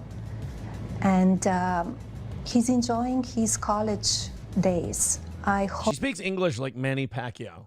Dude, I would believe a lot quicker if you were to tell me she was an absentee parent than Donald Trump. He's smart. Whatever Who? she said. Barron. What did she say? Yeah, Barron's He smart. is smart. He's He is- intelligent. He is intelligence. Yes. Numero uno, Josh Denny fan with $1 says, is it weird that Barron is what I imagine Citizen M looks like? Tridio with $2 says, I mean, he's not as hunchbacked, but okay. Citizen M, pay Aaron $50 and he'll play it. Yeah, we could probably use that today. We're 130 away. It's not a crazy number. It's not a big number. It's not a small number. But we are 130 away with about 15 minutes to go. So yes, we would appreciate any contributions, and we are willing to go the extra mile for our donors when they show support for our show. Again, that support, that money is the only thing that gets this program on the air every day. So knock out that goal. I would appreciate it. If we miss, we've got a backup today, but just because we have a backup and we have a little extra to, hammer it out and everything, it doesn't mean that it's not disconcerting that we backed up a $90 miss with a $130 miss. I will say this, that would on normal day, like if next week we have that happening and I don't have this weird extra cushion here, that would definitely cause me to pick up the old classified section. That's for sure. But I think this audience is going to rally it up, man. I think you guys are going to knock out that 130. It's not hard. Let's just drop a bunch of money on Steel Toe right now. Let's feel really generous, and let's get that knocked out. Otherwise, it's 2 shows in a row where I get a half hour off. I don't want to. I'd like to see my show succeed. I'd like to see my show stay on the air. But hey, we'll roll with whatever comes. It's the new positive era of Steel Toe. Boss laid off a member of his staff. Now, this is controversial because she came back from maternity leave pregnant again. I mean, I understand. I get it. You're out a shitload of money every time this person has to leave because you have to keep paying their salary. You can't replace them full time. So, right. What's the guy supposed to do? She leaves. She has the kid. He thinks he's getting someone who's coming back, ready to hit the ground running and start contributing to the business again. And she goes, oh, by the way, in about 7 or 8 months, I'm going to be gone again for another 3 months. Nah, fuck them. Cut 'em Businesses loose. had their chance to stand up and go against the whole idea that women can have their cake and eat it too with this whole, you could be a big, bad professional woman and a mom. No. Pick a fucking lane. You want to fucking pop kids out your twat constantly? Well, guess what you're doing? You ain't working here. Real quick, Nick with $50 says Venmo dollar. Thank you very much for the 50 on Venmo. That is great. Oh shit, I'm sorry. I'm in the YouTube chat there. And then $5 from the Grand Poobah. He says, or maybe he's just not telling his parents about all the strange he's pulling, like a normal college-age person. Yeah. Right. Are most parents, like, are updated regularly on all the puss they're hitting? Like, I don't know. I didn't really apprise my parents. Yeah, I love how they're asking Donald, like, oh, is he getting pussy? And Donald's like, no, I don't think so. It's like, how the fuck would either of you know, right? By the way, thank you very much for the, again, the $50, man. 50 is huge. Thank you. Appreciate that very much. $80 away from knocking it out today. That's a rally. That's a rally here in 15 minutes, and we'll have that hammered out in no time. If you get behind it, put your shoulder to the boulder and push, my man. $80 away from knocking it out today.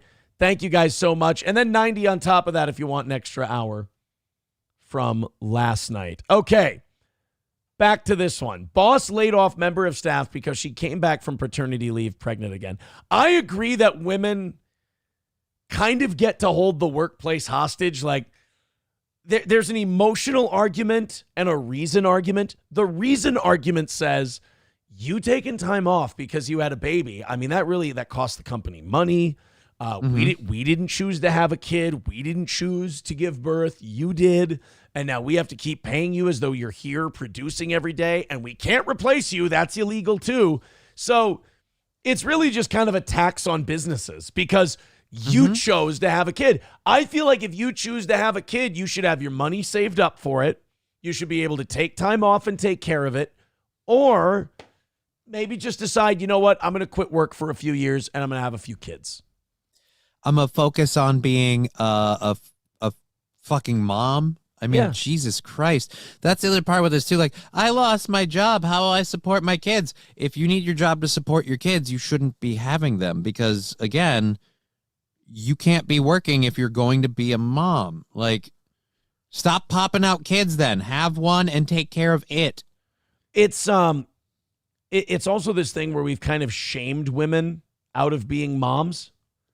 Like, we've acted like that's not enough. Like, oh, I'm a stay-at-home mom. Like it's a horrible thing to say, hey, how about you do, the mom thing? Like, oh, so what? That's all I'm good for? It's like, no, it's just what you're really good at. Yeah, there's nothing wrong with it. But we're like, oh, really? You don't work? No, I figured I would have kids that weren't school shooters and, knew how to socialize and everything else and weren't dependent on a daycare. Yeah, I know I'm a piece of shit. Which, by the way, there's nothing wrong with going to work and sending your kids to daycare. But, like, the looking down we do on people who just decide to be parents, I think is kind of bullshit.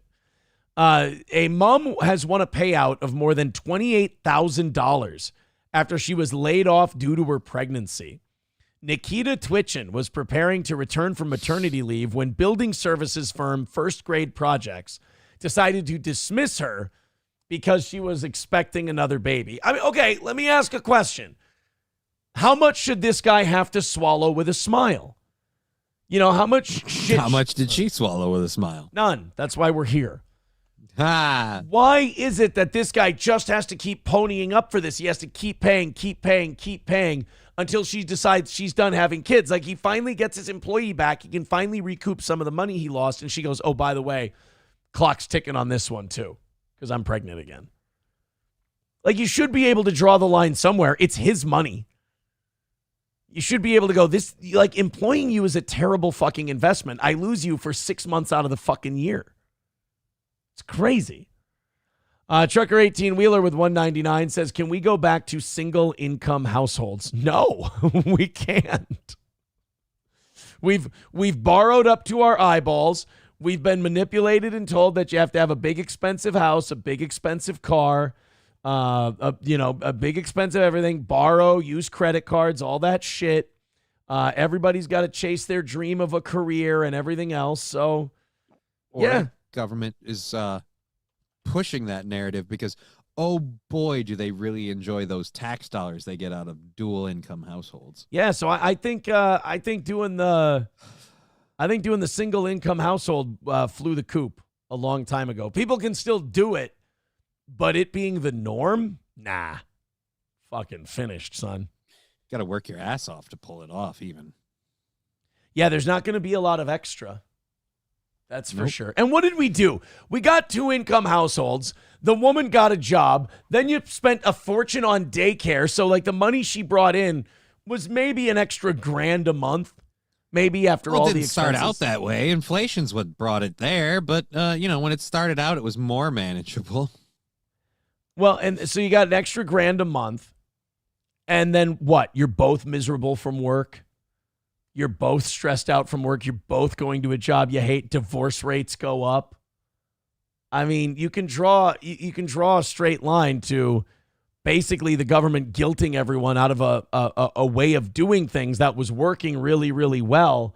And the government going, God, we can spend a lot more fucking money if we had more tax revenue. I know. Let's make women feel really shitty about being moms and tell them that if they don't go to work, they're total pieces of shit, and see if they'll set their bras on fire just for shits and giggles. Guys, how can we bring down this thriving middle class? Well, what really seems to be the main motivator behind the thriving middle class? This whole nuclear family thing. All right. But time for mom to get to work. Jayfish says, this shit show is being propped up on hundreds in a computer without the overnight repo loans pump. It would be Weimar. The old Weimar Republic. All You Can Eat Negro says she needs to bring up the bacon and fry it up in a pan.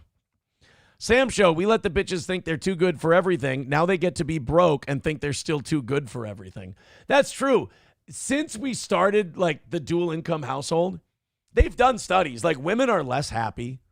Mm-hmm. Women are more miserable. They feel more stressed. They can't even. And it's not like it's helping men's fucking mental health either. Like we're just Our mental health was shit before, but we considered it the price of making all you motherfuckers happy. Right. Now you guys aren't happy. So now basically it's all for shit. But don't worry. If shit goes wrong, you can just sue, apparently. All right, we got a bunch of stories coming up. We got a bunch of fun things to get to. I don't know how the fuck they did it, but a California-based company found a way to launch satellites into space without using rocket fuel. They're literally using a catapult to launch satellites into space. We're going to check that out. We got a guy dressed as Jesus punching a San Diego police officer. I'm sure that's a normal California situation. That's going to be a meme. A Russian oligarch fell out of a window. He's dead. I wonder what he thought of Vladimir Putin. And also the woman who admitted that she had an affair with RFK Jr. Coming out trying to handicap one of Trump's biggest allies. She got her thank you from the media. She got fucking fired from her gig. We're going to talk about all of those coming up. Maybe we might talk about those. We might not talk about those. We might not knock out today's goal. That's a possibility too. We are $80 short. We've got 5.5 minutes to go. If you guys feel like we've done a good job today and we deserve to make that nut and get down to zero, we'd appreciate your contributions. We are $80 away from today's goal. If you don't and you feel like, you know what, 5 minutes, wrap it up, try again tonight, boys. Then, of course, that's your prerogative as well. But we're only $80 away, so 5 or 10 from you would go a long way towards knocking this out and getting us 30 minutes of overtime. Again, we appreciate that it's listener contributions that have kept this show running the last 4 years. It's been your PayPals, it's been your Streamlabs, your Venmos, your Super Chats, your Twitch bits back in the day, all of that stuff. I really hope we can keep going for you. And we're getting close. Like last night, close, $90. Today, close, $80. Let's push that ball over the goal line. Let's do it. 5, 10, 20, fuck it, 50 at a time. Whatever you can spare to throw at the old steel toe. We would appreciate. $80 away. Go ahead, throw it in. Or are we using the pull tab fund to cover today? I don't know. Oh, I also got a nice little care package that we can open during overtime today. Nice little care package sent our way. All right, we are officially 1 minute into our needed rally and nothing. Let's see if we can do it. Streamlabs, PayPal, Venmo. Come on, guys. 4 minutes to go before we hit our failure or we hit our goal. One of the two. Remember, if we get inside of $50, it does buy us that extra 30 minutes. So go ahead, fill it out. Go ahead and let's knock this thing out because I really think, man, we are close. We can do it. It's doable. Everybody do it together. Let's do it as a team, as a family. And let's do 30 minutes of overtime for Steel Toe here today and show that it's appreciated and it should continue on in the long term. Not even going to talk about the idea of missing twice in a row because, again, era of positivity for the old toe. So go ahead, knock it out. Let's do this thing. We've got a bunch of other stories to get to today. A lot more hanging out to do. Throw it in, and let's call it a win. We'll if we lose today, we'll lose with a smile on our face, and we'll go about our day. If this show dries up and we just can't hit the goals anymore, we'll go do something else. We'll figure it out. But like I said, man, I really like doing this every day, and I really hope you guys like it as well. We got 3 minutes left.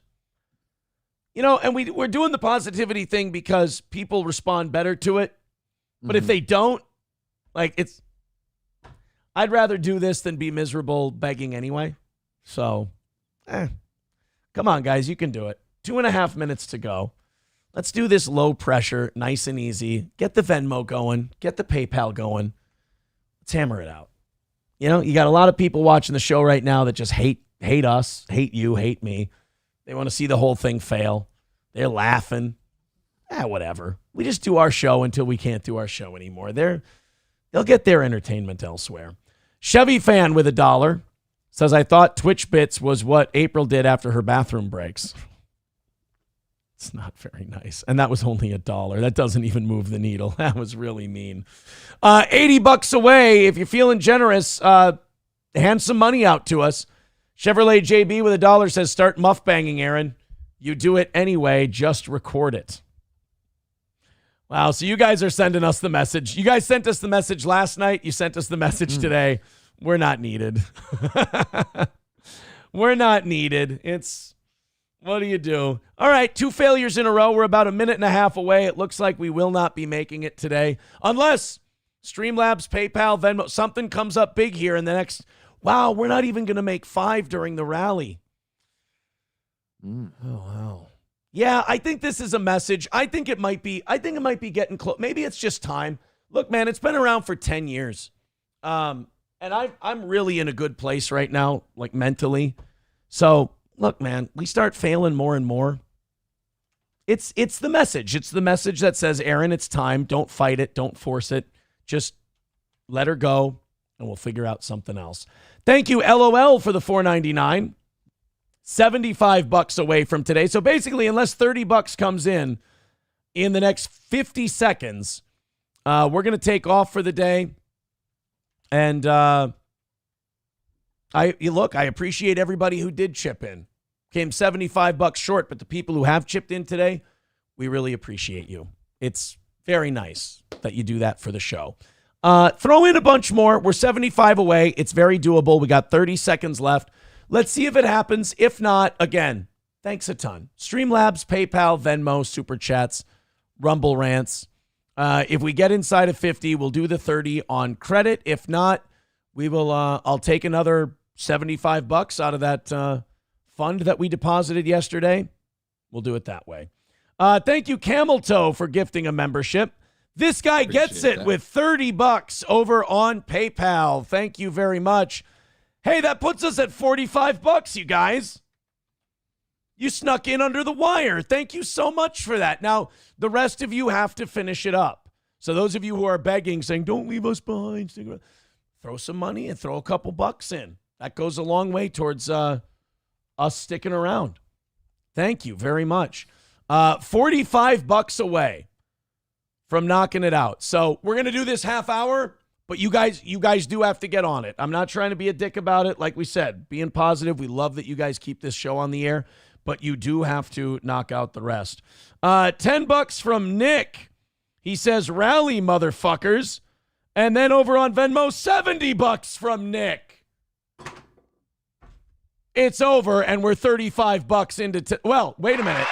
35 into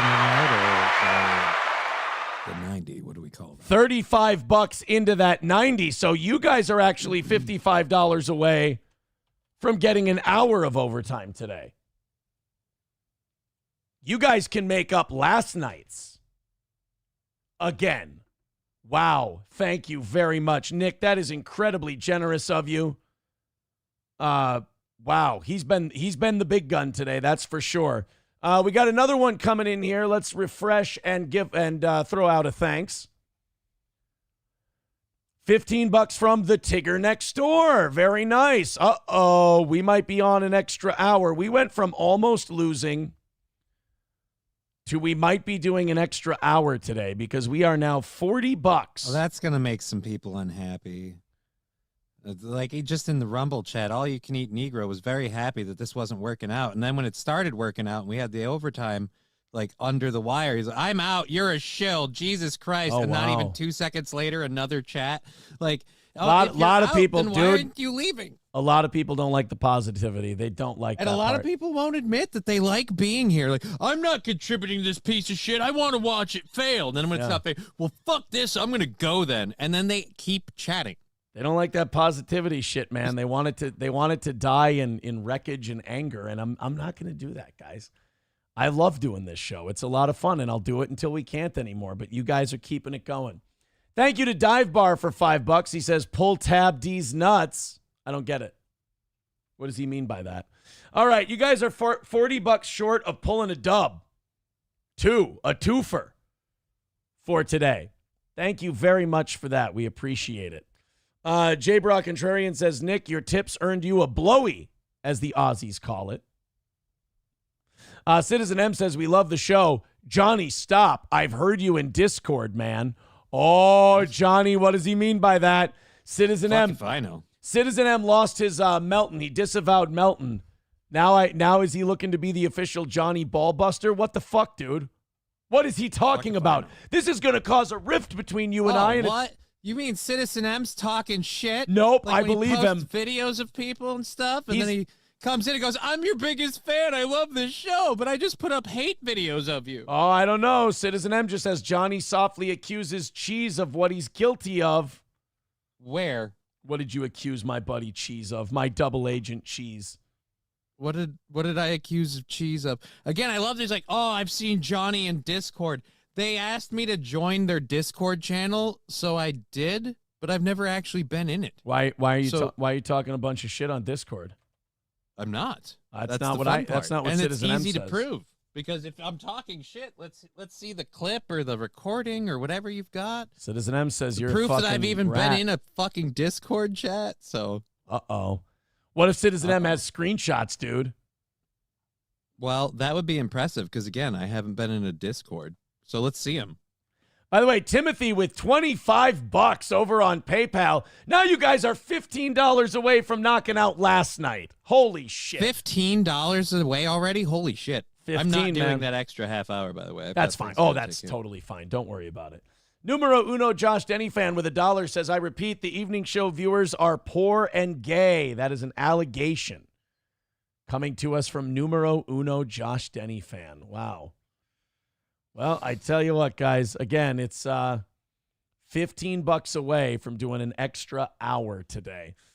Somebody with 27 months as a membership says, only coming to YouTube from Rumble just to show my membership 27 months, you whore. Thank you so much. You are the people who keep the blood in the body of Steel Toe, and we appreciate it.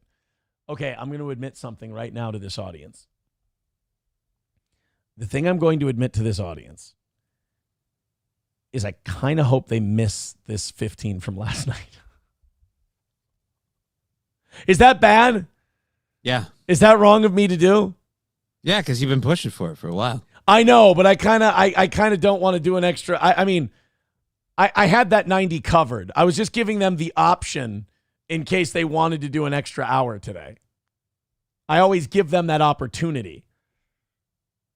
But Pumpkin Popsum's becoming a member for his 29th month, says, rally up, boys. Thank you, Pumpkin Popsums. Yeah, I didn't think the 90, like especially when we were 135 away with 5 minutes left, I didn't think we'd actually hit the first one, let alone be 15 away from the second one. Let's go through some texts, and then we got some shit to talk here. is someone writing in, is this the day where the show is back in the black? Yes. If we knock out tonight's goal, we are back in the black.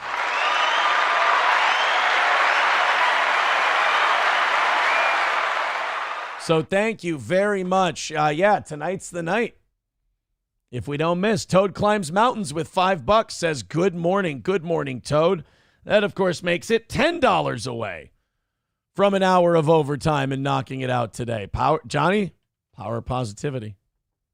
Mm-hmm. Power of positivity, my man. This is hilarious for me. They knock it out. You've got to do more time. Now, here's what I think. MSO says Aaron enjoys being in a black. That's not what I said. What I said, in the black. I want to watch what Meme Copium did today. I'm really interested in that. I'm really interested. You've got the time. It's up to you. I'm really interested in people like digging into that more. I think it's really interesting. Kevin Brennan. I'm looking at the clip channels right now because there's a lot of stuff in here that I really want to kind of play and check out. Mm-hmm. MLC, Missy, Chrissy, and Keanu talk Kumia and the Shuli Network plus Chad Zumach. I don't really care about that one.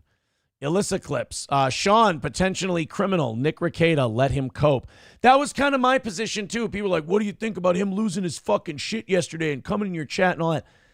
He's hurting about something. There's something he's pissed off about. I've known him long enough to know that something didn't go well and he's losing his mind, and just let him. Just let him. Like I said, my life has gotten so good, and if only I had never met the guy, it probably would have been even... Well, no, it probably wouldn't have been good. I would have struggled along with someone I wasn't supposed to be with. So I am thankful that I met him, in that it got me to the next part of my life where I could, do therapy, I could learn a lot, I could make my mistakes, I could learn from them and move on and admit them. So I'm happy about that part. But as far as him, like, he's coming into the chat yesterday, and he's just trying to get me to, like, take the bait. He's trying to get me to say something that he thinks will make him feel better. And I'm too smart for that. And he's not as, I know he's probably going to take this as offensive, but he's not as intelligent as he likes to believe he is. He's very see-through, and he's very paper thin. And it's unfortunate. I hope whatever's fucked up here, he can fix, because a lot of people depend on him. And I hope he can figure his shit out, because seething all day on Twitter and YouTube, it's not a productive way to be, especially for a 42-year-old man. I mean, I'm considerably younger than he is, and that would be a fucking waste of a day and a pathetic way to spend your time. You got to get better. But Sean, I guess, from potentially criminal. Remember, Nick accused Sean of being him in our chat yesterday. Right. So let's see what Sean had to say about the whole thing. Hold on, what's this? Nick's accusing me of using a fake Rekieta log account to generate super chats for the toe. Desperation has a particular scent. Frying your brain on cocaine, crack, and $1 whiskey does that to you. So I don't... Crack? Where are we getting that from? If Sean knows something that's very interesting to me, I don't think I ever saw crack. I don't think I'd know crack if I saw it. Really? You didn't see anyone's crack? You didn't see anyone from the back? I saw some crack. Not one crack. I don't know what to tell you. Yeah, he was losing it yesterday pretty bad. I don't know. I mean, if I'm going to shitpost, I do it myself. I don't fucking hide under things. Sean has come into our chat before and made fun of me. Are you kidding me? He's come into our chat and made fun of everyone. Yeah, he's come into our chat and just come in with a shit machine gun and sprayed turds at everybody. Sean will do it. So let him cope. Let him cope, chat. That's good advice. I agree with him 100%. Yeah, LawTube Sean poses as a fake Rekieta Law in Aaron's chat to try and generate revenue for both of them. Embarrassing. So Nick wrote that, and then he deleted it right away. And I will say this. I checked that clip, and it was him. Like, it wasn't Sean. But, yeah, I agree with Sean. Just let him cope. He's in a lot darker, dirtier place than any of the rest of us are. It doesn't benefit you or me or anybody else to dunk on him. It's like dunking on a retarded kid playing basketball. There's no reason for that. It's just... It just makes me feel like shit. Sorry, I didn't mean you. Clearly. Kevin Soundboard becoming a member for another month says this is for the No More Money Today fund. Thank you. Also, what are we at? Shit. 10 short from last night. I'm going to hit refresh here and hope that we're safe. Yeah, you're now spending the next 15 minutes praying. Right. All right, let's do this story. Fort Dodge Middle School student being attacked on the bus. I don't remember the school bus being like a fucking ride, like a terrorism van ride to Beirut. Yeah, dude, the videos I keep seeing about people on school buses, I'm like, do I have to start like going with my daughter? Does she need a bodyguard? Right. Do I have to hire somebody like your job, should you choose to accept it, is to escort this 6-year-old to school and back? I hate to be this generation guy because it just makes me feel as old as I'm getting. Mm-hmm. But dude, they're way more like, not that they're way more violent than us, but they're way more proud of their violence and more open about it. Like, I remember we would be terrified to get in a fight at school because we didn't want an adult seeing it and getting in shitloads of trouble. So we'd organize it somewhere else, or like we had this is going to sound so gay. When I was in high school, we had a fight club. We actually fuck you. Dude, we ended up on the news for it. I wish I could find it. Oh my God. Irondale. Every time I think we have scraped what is the bottom of the depths of your Mo Lake, we go fucking further. No, it was in 2004 or 2005. The Marianas Trench of Mo. No, Irondale. Which is ironically what they call it. I can't find it online. Minnesota news. Yeah, don't Google your name and news stories.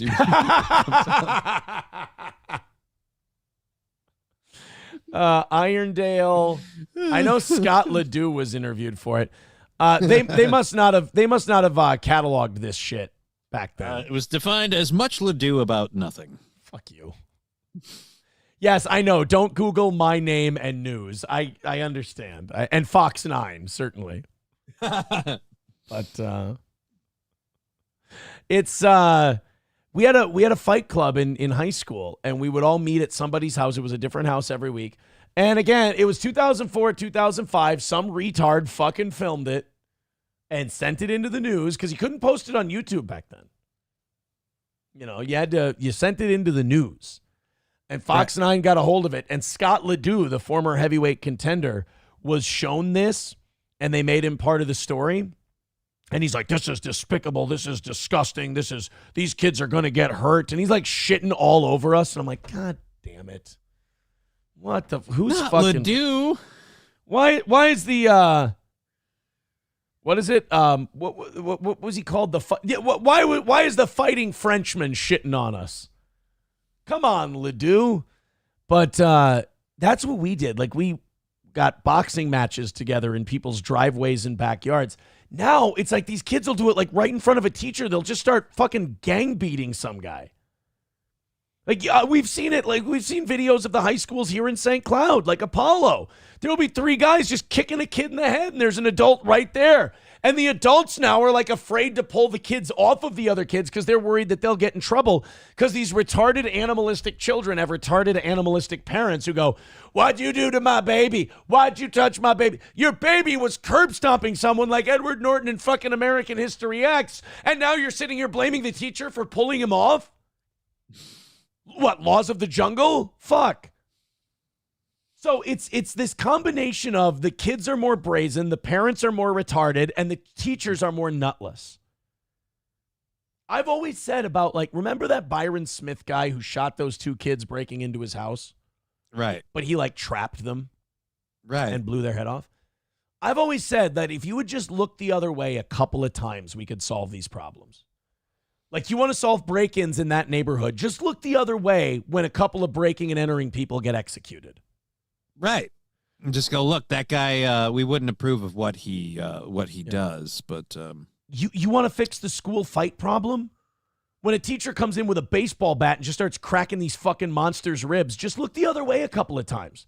Yeah, you'll put a couple of kids in traction, but you know what? You'll see the fights fucking come down exponentially because they're like, I might catch a fucking baseball bat to the ribs, And my mom's going to be mad that I cost her a hospital bill because she certainly doesn't give a shit about my upbringing. I mean, fuck, she gets my side every time I kick a kid's teeth out. She's not going to give a shit. But if I cost her an ambulance ride, well, then she might actually take some action.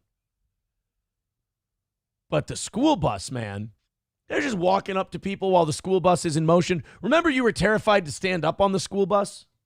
Yeah, dude, because you're afraid if you stood up on the bus was going to stop and the bus driver was about to beat your ass. Yeah. Like, you used to be worried about violence on the school bus when I went to school, but it was only if you antagonized the bus driver. Like, that was it. Like, Yeah. just behave yourself, shut your mouth, keep relatively quiet, maybe talk with a friend if you have a friend on your bus route, and then fucking go to school. And then they'll just walk up to kids and just start kicking the shit out of them on a moving bus with a camera and a bus driver, and you know you're going to get caught and it's going to get reported, and they don't fucking care.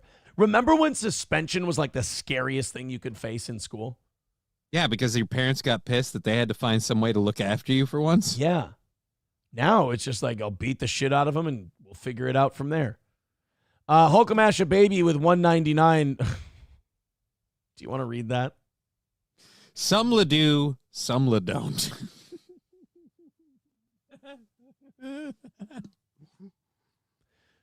Do what you gotta la do. Don't what you gotta la don't. La do or la do not. There is no try. Chevy fan with $1 says, by Fight Club, he means boys only Twister night. Hey, wait a minute. They were sword fighting. Johnny, I've got bad news. What's that? What's Flinty Gecko with $15. Bad news for you. I'm still out in 10 minutes. It's fine for me. Looks like I'm going to be hanging out with you guys for another 40 minutes today. Thank you very much, Flinty Gecko. So once again, the morning show audience knocks out the goal during the day, and they come up big for the evening show audience. So the pull tab fund is still at $300. Mm-hmm.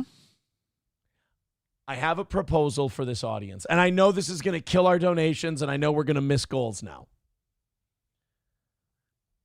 If the pull tab fund is still intact at the end of the week, you know, stop staring at me like that. I feel like you're trying to fuck me. It's weird. It's like you're sizing up my asshole. You're about to go somewhere with this. This is the don't trust you face. So you know the Vikings play on Thursday night, right?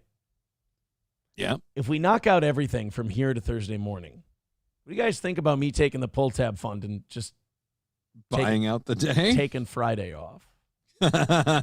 No? Okay. That's up to them. I won't be here. They'll just sandbag you. They'll sandbag the fuck out of it. They'll just be like, okay, cool. Well, we want you to do a show Friday. So what do you say we just miss one goal by $150 and then that pull tab fund can suck our dicks? Fair enough. I will not take Friday off if we hit all our goals and the pull tab fund is intact. You know what you could do? What? Keep the pull tab fund in case something happens next week. There you go. How about you keep the pull tab fund and roll it over? Hey, don't be a certain kind of rich and just spend it. Just fucking save it and give it to the audience. You know what? I got a better idea. If we get through this week and knock out all the goals, no goal Monday morning. All right. We'll take the pull tab fund and we'll do a show with no goal. Any of the contributions will go towards the next day. There you go. That'll be the way to go. All right, let's do this bus story out of Fort Dodge, Iowa. By the way, SP writing me and saying, did I hear you say Fort Dodge? That's such a bad place. Okay, so this is about to be a fucking nasty story, I'm guessing, of a wild trip on the bus.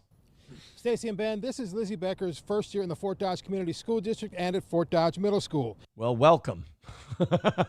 Welcome to the community. Oh, dude, I got blood in, blood out. I got him, dude. I fucking got him. Yeah! Suck my fucking dick, bitch! I'm gonna have my dog come down here and eat your fucking corpse. How do you like that? He's gonna sniff you out, scoop you up, down the hatch, and shit you out. Fuck you. I don't mean to be a gangster about this, but I killed that fly while it was on my own arm. It's, by the way, the reason I'm so happy about that, quit looking at me like I'm a lunatic. No, you've done nothing to justify that. The reason I'm so happy about this is I just got the last one. And did I tell you how I got this recent influx of flies? Yeah, your kids don't understand that doors open and close. They're leaving the doors open. So guess who's getting new flies today? I come up from doing laundry, the fucking doors open. No, I take them to Grandma and Grandpa's on Tuesday.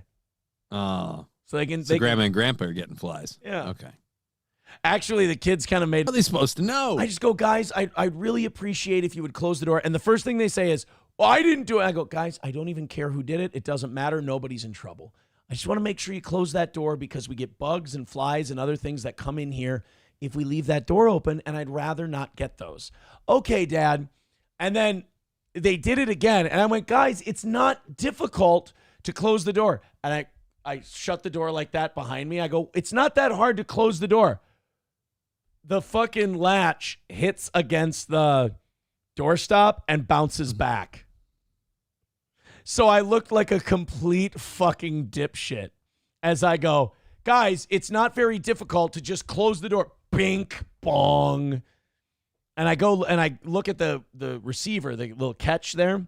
Mm-hmm. And I notice that the screws are loose. So I take a Phillips head and I tighten them up. Door closes and opens just fine. I looked like a fucking dipshit. As I told But hey, is that new?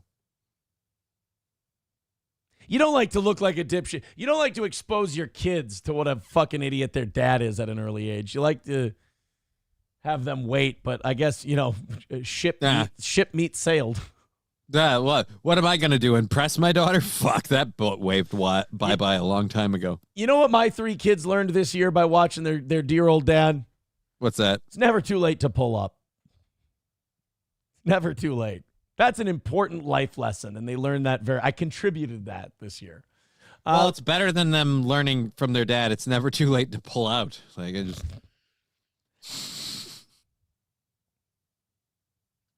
I was going to say something else, but I'm a healed man.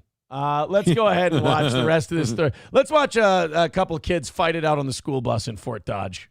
Now, our family says the attack caught on video is the last straw. Now, we want to warn you, the video is difficult to watch. I'll be the judge of that. As long as your video quality's high end, it'll be fine. What the fuck? All right, this is the problem I have, though. I have the problem with too many kids that get right in there like this. The kid that right behind her with the phone. No, fuck that kid in the ass. That kid should be grabbing the other kid by the collar and just yanking them back. Yeah. That's what should be happening. Or at the very least, staying the fuck out of it. I hate people that want to get in it to get the video. Well, but you understand most kids are like Nazis, right? Yeah. Like most kids will just sit there and watch Just little psychopaths. Yeah. They'll if Hitler would have had Auschwitz staffed by 3rd graders, they'd have, nobody would have questioned a damn thing. You know? Hell, they could have been Jewish. Don't tell him you're Jewish. Okay, fine. That would be funny if we got Rodney Dangerfield's character from Caddyshack, but in Auschwitz. He goes, this is my friend, Mr. Wang. No offense. All right, Yang, this is a fancy place, so don't tell him you're Jewish. All right, fine. Goes to the German. He goes, oh, that's a nice hat. Look at this hat. Oh, I bet you get a hat like that, you get a free bowl of soup with it. Looks over at the commander. He goes, looks good on you, though. Just goes into Auschwitz. Hey, everybody, we're all going to get laid. It's like, I don't think you've been here very long, dude. It's not. That's not what we do here. We don't do that here. No. We work. Actually, I got to wonder, if you, granted, you're malnourished, it's very, very depressing time, but do you have, an urge to kind of, throw one bone before it's gone because you feel like you're not going to get to tomorrow? Yeah, can you, did they fuck during the Holocaust? They had to have, right? Right. They had to have been dude, it's now or never. They fucked during the Holocaust. Like little bunnies. Not as much as the Germans working there did, but sad truth of probably what happened, Or were they pure, or were the Germans hardcore? Were they Stellan Skarsgård and King Arthur? Were they we don't mix with these people? Some of them were. I feel like it goes both ways. I feel like some enjoyed the power and probably were horrible assholes. Yeah. And some of them were probably like, oh, these are inferior people. Right. We don't mix with these people. What kind of people do you think that would breed? Half men. We don't water down our Saxon blood with theirs. That guy. And they call me the Quarterman. Doesn't have the same ring to it. Stellan Skarsgård, underrated as far as movie villains go, from the Viking or the Saxon King and King Arthur. It's just, I feel like he doesn't look right compared to everybody else. Like, everybody else looks like a Viking, and he looks like a dude in a duster. Just like, yeah, he kind of stepped out of a Western with a beard. Or like an old man who works at a vape shop. You know? Do you have a sword in your hand? If you challenge me, you have to have a sword in your hand. As long as blood flows through my veins, I rule. And you will hold your tongue, or I will cut it out. Fuck! Or he's like, Arthur, everywhere I go on this godforsaken island, I hear your name. I hear your name, always half whispered. As if you were some sort of a god. What does he say? Like, but now as I look at you, you're no more god than this beast you ride on. That's it. You would be, I've marked your face, Saxon, and you would be wise to do the same. You'd be wise to mark mine, for if I find you on the battlefield, my face shall be the last face you ever see. There it is. And then he rides off, and he goes, finally, a man worth killing. That is a great line. Finally, a man worth killing. I love how he delivers all of his lines like Stellan Skarsgård's incredibly bored. Yeah. You know? And my favorite one is the you rule line, because there's enough of a pause in there. Or the I rule line, there's enough of a pause in there where it's just kind of like, you don't know if he's saying like I rule as in I rule the kingdom, or just I rule. Like, as long as blood flows through my veins, I rule. As long as blood flows through my veins, I'm pretty much the shit. He's like a weird kind of Batman. Yeah, he's like if Batman took all the wrong turns. Like he would have been Stellan Skarsgård and King Arthur. That's why that scene at the end of King Arthur was really weird when they're fighting. He's like, where is it? Yeah. You wouldn't give Guinevere to a regular citizen. Like, wait a minute, what? Where's Hadrian's Wall? Where is it? You wouldn't put it this far north. All right.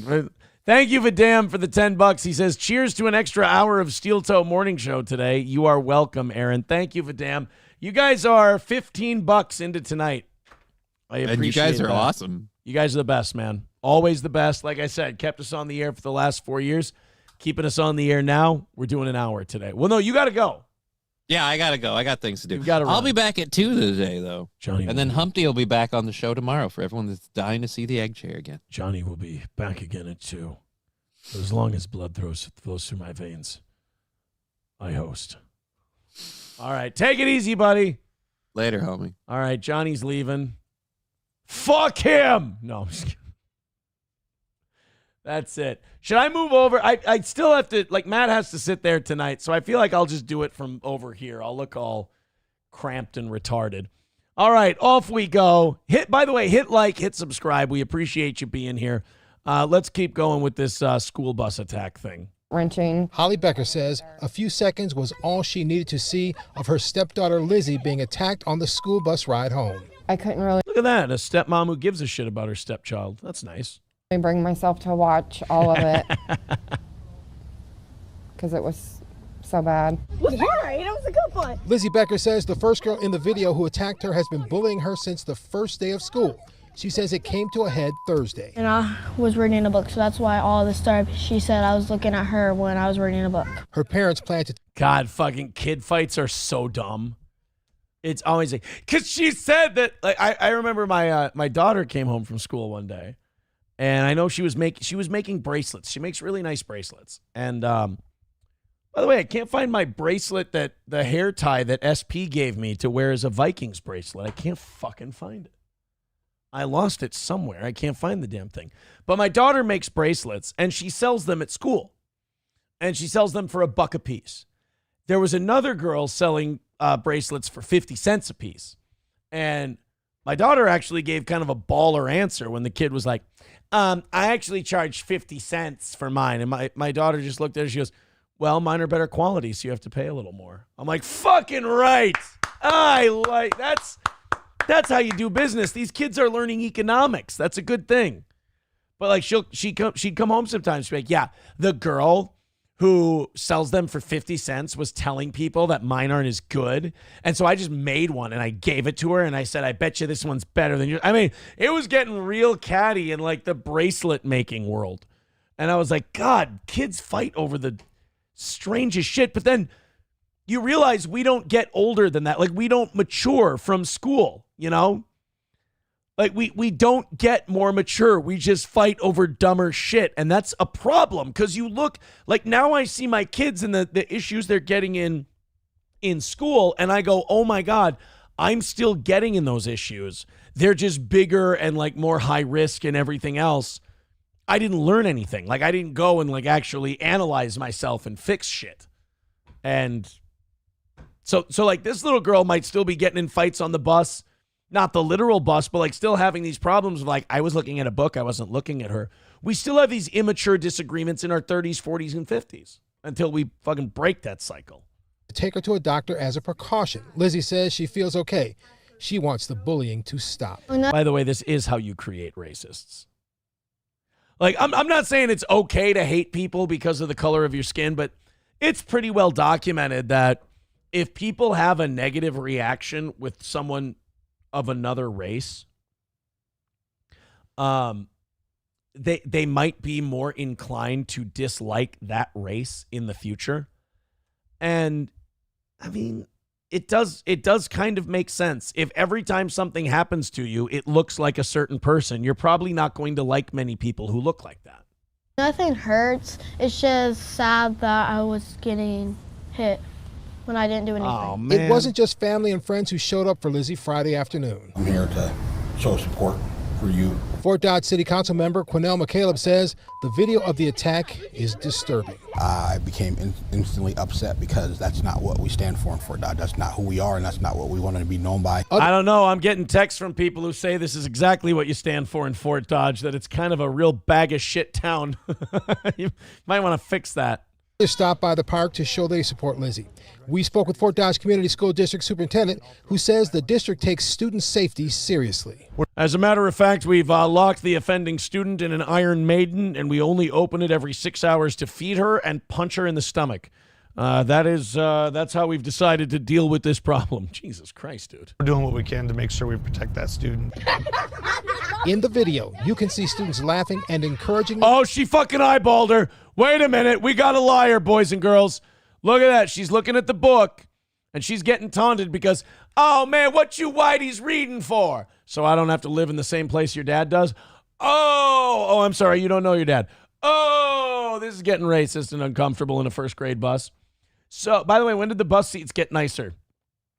I don't like it. Whatever happened to the brown, shitty-backed seats? Watch, she eyeballs her.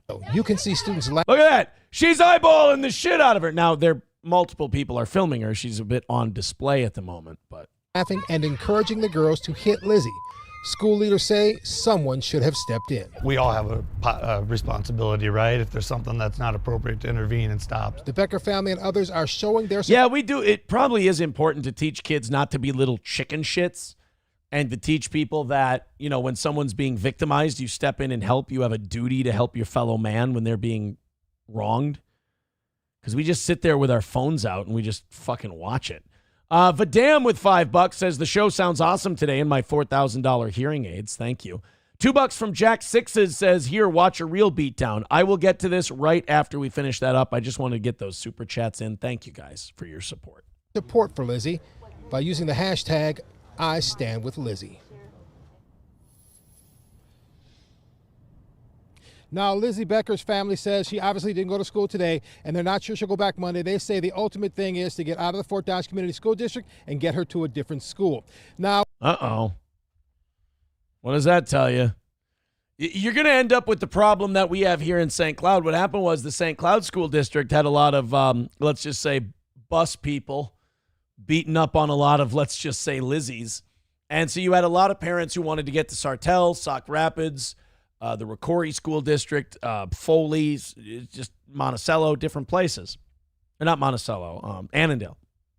and like different places like that.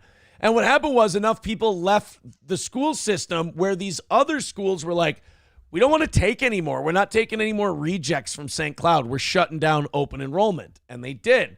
Now, to a lot of these places, you have to move to them physically to go to those schools, which a lot of parents are willing to do. Like the draw of St. Cloud used to be, but the property taxes aren't as high as like Sartell. Now the fucking property taxes are through the roof too. Like if my kids went to school here instead of where they go to school, I wouldn't live here. One of the benefits when I moved here was like, man, this is a nice fucking house for a cheaper price than the rest of the area because people don't want to be in this school district. I'll take advantage. And now, like they got a better school in here and it's doing better. And so now everything's going back up again. We did speak with police this afternoon who tell us appropriate charges, they've investigated rather, and appropriate charges have been filed in this case against those two students you see in the video. Now, within the last half hour, we see, and I don't know how I feel about that because what did they say? They're like second or third grade students. I don't know if we want legal, like juvenile charges against little kids because they acted like shitheads on the bus one day. I don't know if I want that to follow them around because that fucks with your ability to. Then again, you just jumped some kid on the bus and everybody filmed it. Fuck you too. We spoke with the mother of one of the children who can be seen hitting Lizzie. She tells us none of these kids are innocent. And this started due to the bullying of her daughter. Now, the mom says she was... Oh my fucking God. I knew it. Did I not say it? I fucking called it. Ain't I been saying it, Miguel? I told you. The parents are going to somehow make a fucking excuse. Yeah, you know what happens when a kid gets bullied? They put 3 or 4 of their friends together and jump the person. Yeah, all 0 times that's ever fucking happened. None of the kids in this are innocent. In fact, my little girl was the one being bullied. Literally a little girl reading a book could not be minding her own business more. There is a fucking pattern in parenting right now that is too easy to call. It's too easy to see coming, and it's the whole, my child didn't do nothing bullshit. No, your kid's fucking rotten, but your kid will stop being rotten if you fucking sit them down and teach them something. The old Chris Rock line, if they heard more words than mommy be back, maybe they'd fucking be better. But you sit there and you do a shitty job of raising your kids, and then when they lash out and attack somebody, well, not my baby, they wouldn't do that. How the fuck would you know? You never teach them shit. How do you know what they're into? Fucking had it. We're going to hell in a handbasket. I'm getting old. I'm getting old watching stories like this. And a little racist, I'll be honest. Like a little, it's getting a little kumia in here, and I don't want it to go that direction. Charges have been filed in this case against those two students you see in the video. Now, within the last half hour, we spoke with the mother of one of the children who can be seen hitting Lizzie. She tells us none of these kids are innocent. And this started due to the bullying of her daughter. Now, the mom says she repeatedly went to the principal who told her the bullying situation would be handled. We're live in Fort Dodge. I'm Marcus McIntosh. I'm sorry. I don't believe you. I just don't believe your horse shit on that one. Papa Shop says, sleepy stickers, anyone? Nice callback to last night's show.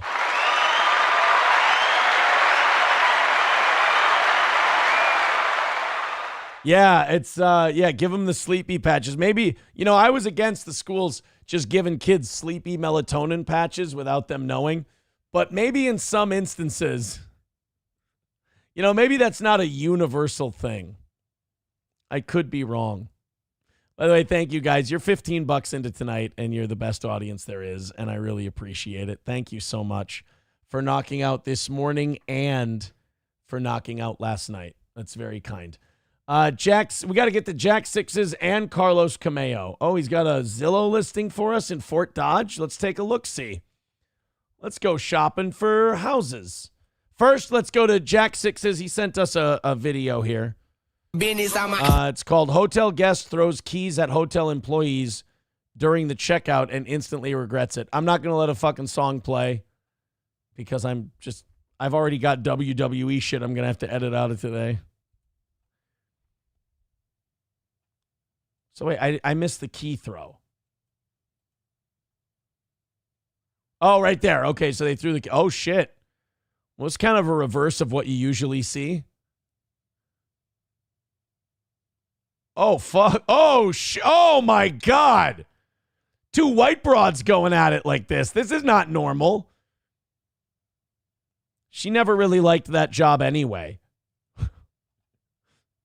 Because this ain't how you keep it. You know what the irony of this is? You know what business she's supposed to be in? The hospitality business. Yeah, there's a woman with white gloves just being like, you got to stop. This is getting okay, you got to stop. You have to stop hitting this fat lady in the face. You have to let her leave. Yeah, I mean, what? She felt disrespected.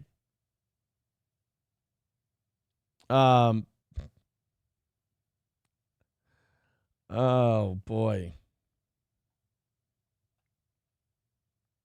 By the way, people are YouTubing and clipping Sean's appearance in our chat today. It's very funny. Thank you guys very much. Always nice to see Sean. I just like, one thing about some of these LawTube and Sector people that I've noticed versus those fucking Dabbleverse people is that there's a good chunk of people in the sector who understand, who get this, and they understand that it's all just entertainment. It's all just silliness. It's not personal. Like Sean will do, make fun of the Stonies thing, or he'll make fun of our show, or he'll make fun of me and the fucking dumb stuff I do. And I think it's hilarious. I think it's funny. And I'll throw Sean a few bucks and I'll say, become a member on his channel. And I'll go, fucking hilarious, that thing you did. And then he'll come back over here, throw $5 at us, go, oh, that fuck, and then make fun of somebody who was doing something on our show. It's not like this Dabbleverse thing where somebody says one thing about one person, like, I'll fucking get you. I can't wait till this Sunday when I see you at SummerSlam. You're fucking dead. Ugh, God. It's just nice to be around people who are, that get it, basically.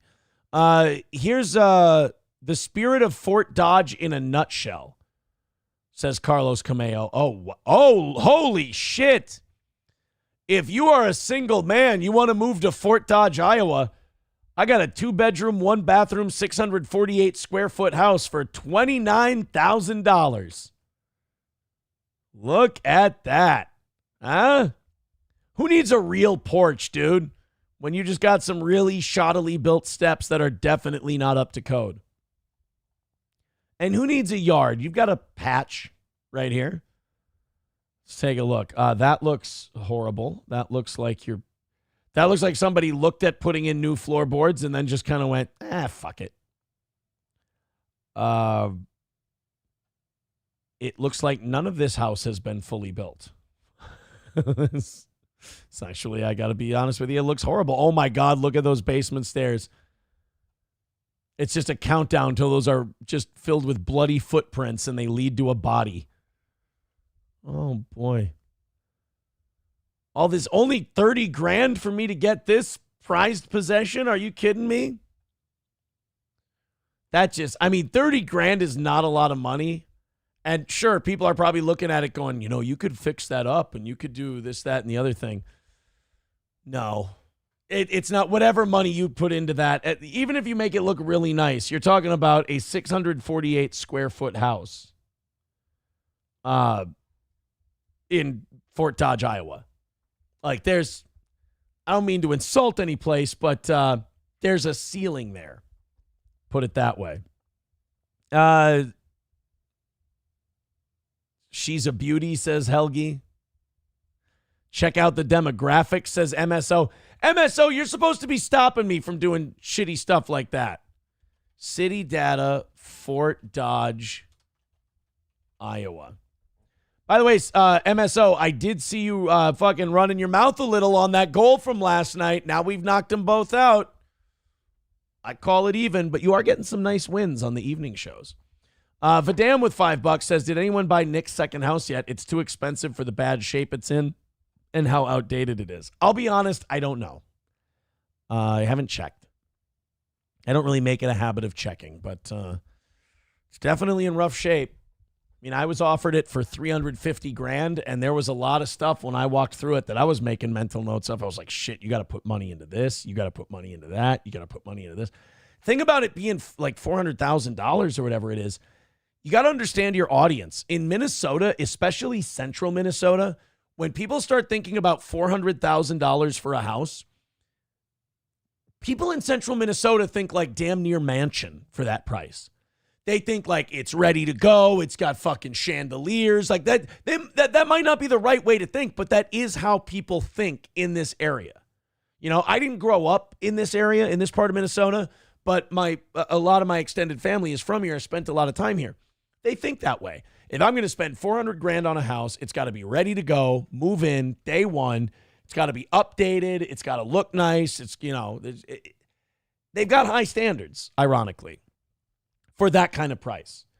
I remember walking through it going, oh, God, if I don't buy this, I don't know who the fuck would. Because, like, if you're smart at buying houses, you're walking through and everyone's got that calculator in their brain about how much certain stuff costs. Like, if you're walking through a house, you're like, this is a good deal so far. I like this. And then you walk into a bathroom, you're like, this needs to be remodeled. And you go, well, bathroom remodel costs about this. Okay. Add that to the price. See if it's still worth it to you. This room looks like it's going to need new floors. Okay. Floors cost about this much, depending on what you're going to do. You know, walking through that house, I was like, the tab was just running. I mean, that tab was just running and running and running and running and running and running. And in a house like that, $350 can become $450, $500 pretty fucking quick, you know, with all the stuff you need to do. Demographics of Fort Dodge, Iowa. 52% male, 48% female. Sorry, guys. Estimated median household income. Fort Dodge, $58,624. Iowa, $69,588. So it's considerably poorer than the rest of Iowa. Estimated median house value. Median house in Iowa is only $194,000. Huh. Interesting. $132,000 in Fort Dodge. Fuck. All right, let's get to the number you all want to see. 80% white, 4.9% black, 7.7% Hispanic. That's a pretty vanilla city. 80% white. Fort Dodge is not it's not a chocolate town, as it were. Let me see St. Cloud just for shits and giggles. I feel like 194 is a really low medium housing price. City data, St. Cloud, Minnesota. Let's take a look. 52% male, 48% female. Fuck. No pussy here in St. Cloud. Estimated median household income, $55,000 for St. Cloud, $82,000 for Minnesota. Holy shit, we're the Fort Dodge of Minnesota. Yeah, look at that. St. Cloud, Minnesota, $213,000 average house price. Minnesota, $314,000. So Iowa in general is fucking behind, which is not a bad thing. I mean, they get the Vikings games down there, don't they? I hope so. Let's go to... I'm just trying to find the stuff that makes sense. I'm seeing people talking about sticking their dick in country crock. Oh, man. I bet Aaron has Black & Decker tools. What do I have? What are mine? I think I have Craftsman. I don't know. I've got a Craftsman set of everything. Aaron had his arm severely injured using a Black & Decker drill. None of this is true. And he doesn't know the name of most tools, so he has to describe what he wants to do, and the neighbor just does it for him. That's not... I fixed my own water heater the other day. There was sediment buildup on the plate. And I took her apart. I pulled it out. I cleaned it off, and I put it back in. It's not the biggest, man job in the world. Oh, not only that, and this was years ago, I know how to change the heating elements on a water heater. So let's fucking take it easy on the Aaron can't do jobs himself. Most of my utility tool jobs, I guess, are more fixated on the water heater. I'm more of a specialist in that way.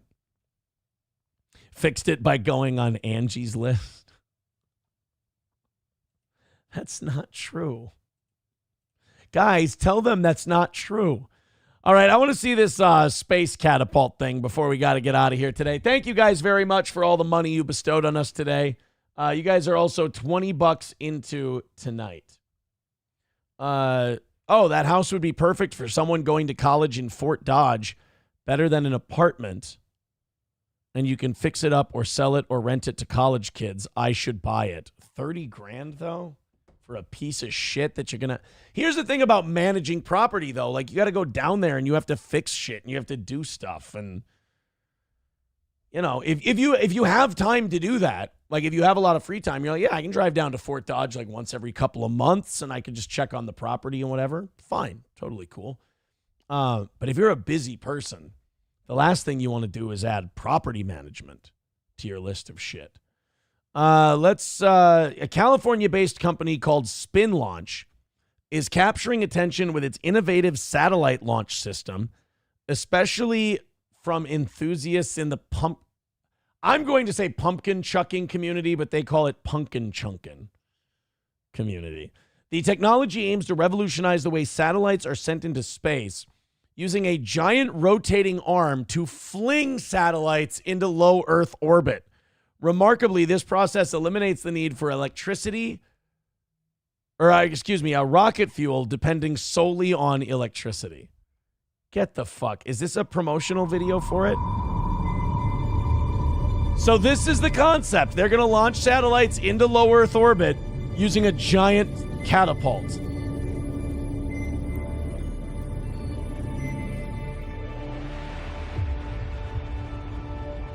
Okay. I'm interested. So you got yourself a missile with a satellite payload.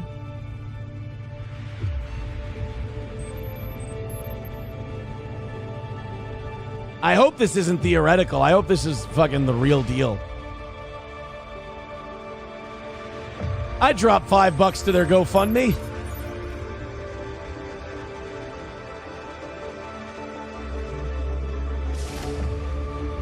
We got a lot of pomp and circumstance here, boys. Let's get on the fucking catapult. Here we go. Here's the catapult. So it's literally just an arm that's going to fling it into space. I don't know if I trust this. This is a great idea until it, fucking hits a commuter jet. 130 people died today when a spin launch satellite hit a Boeing 747. High tensile rotating tether.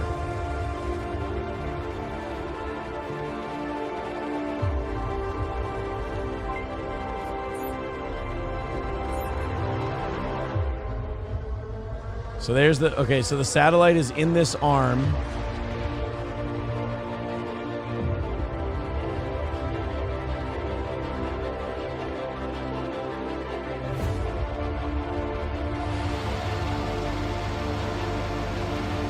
And then, oh man, copper thieves are going to be all over this shit. Hydrodynamic radial bearing assembly, dual AC electric motors. So it's electric. Oogie, oogie, oogie, oogie.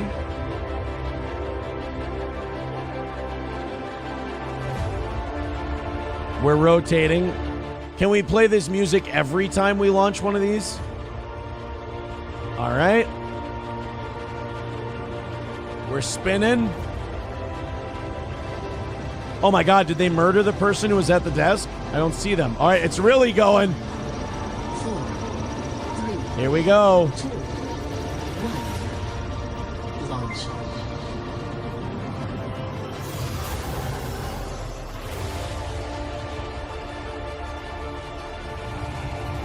So it flings the fuck out of it. Oh, wait a minute, but that needs fuel. That's a thing. Oh, that's how the satellite runs, though. I see. Okay. Well, then that's fair. That's fine.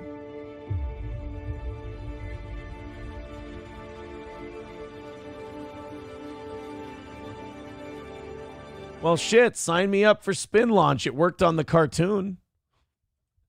If the cartoon they just played me shows that it works, then it works. A giant space catapult. So we're not using this yet. This is just still experimental. We haven't figured it out.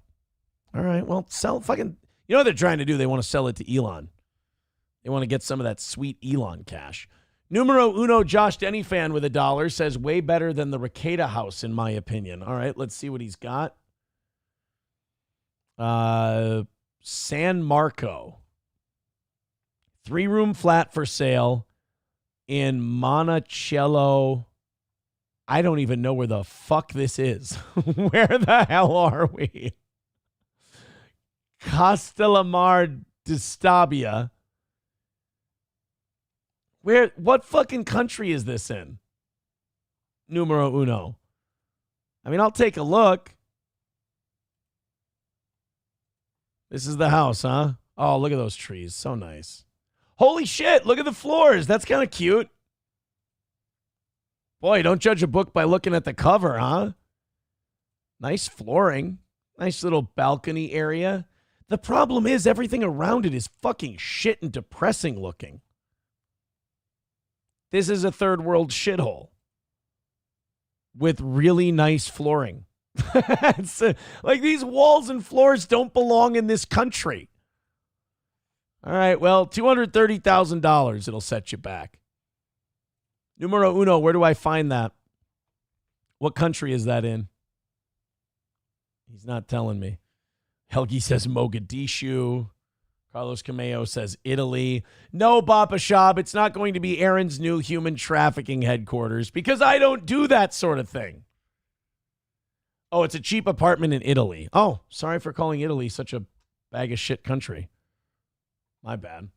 All right, guys. Well, we got to get the hell out of here. I was very happy to do an hour of overtime for you. And we had our fun. And you guys got $20 into tonight. Now, if we're $20 into tonight, we all have to blame Matt if we don't knock it out this evening. Right? Scott, we're going to make it his fault. No, Roots Calhoun. That is filthy and disgusting. Numero uno, Josh Denny fan says bad pick of the outside. Yeah, it wasn't the best outdoor pick. Somebody too writes in the black. Yes, we're $230 away from being in the black here on the toe. Take it easy, guys. We will talk to you at 7 o'clock this evening. Have a great rest of your day.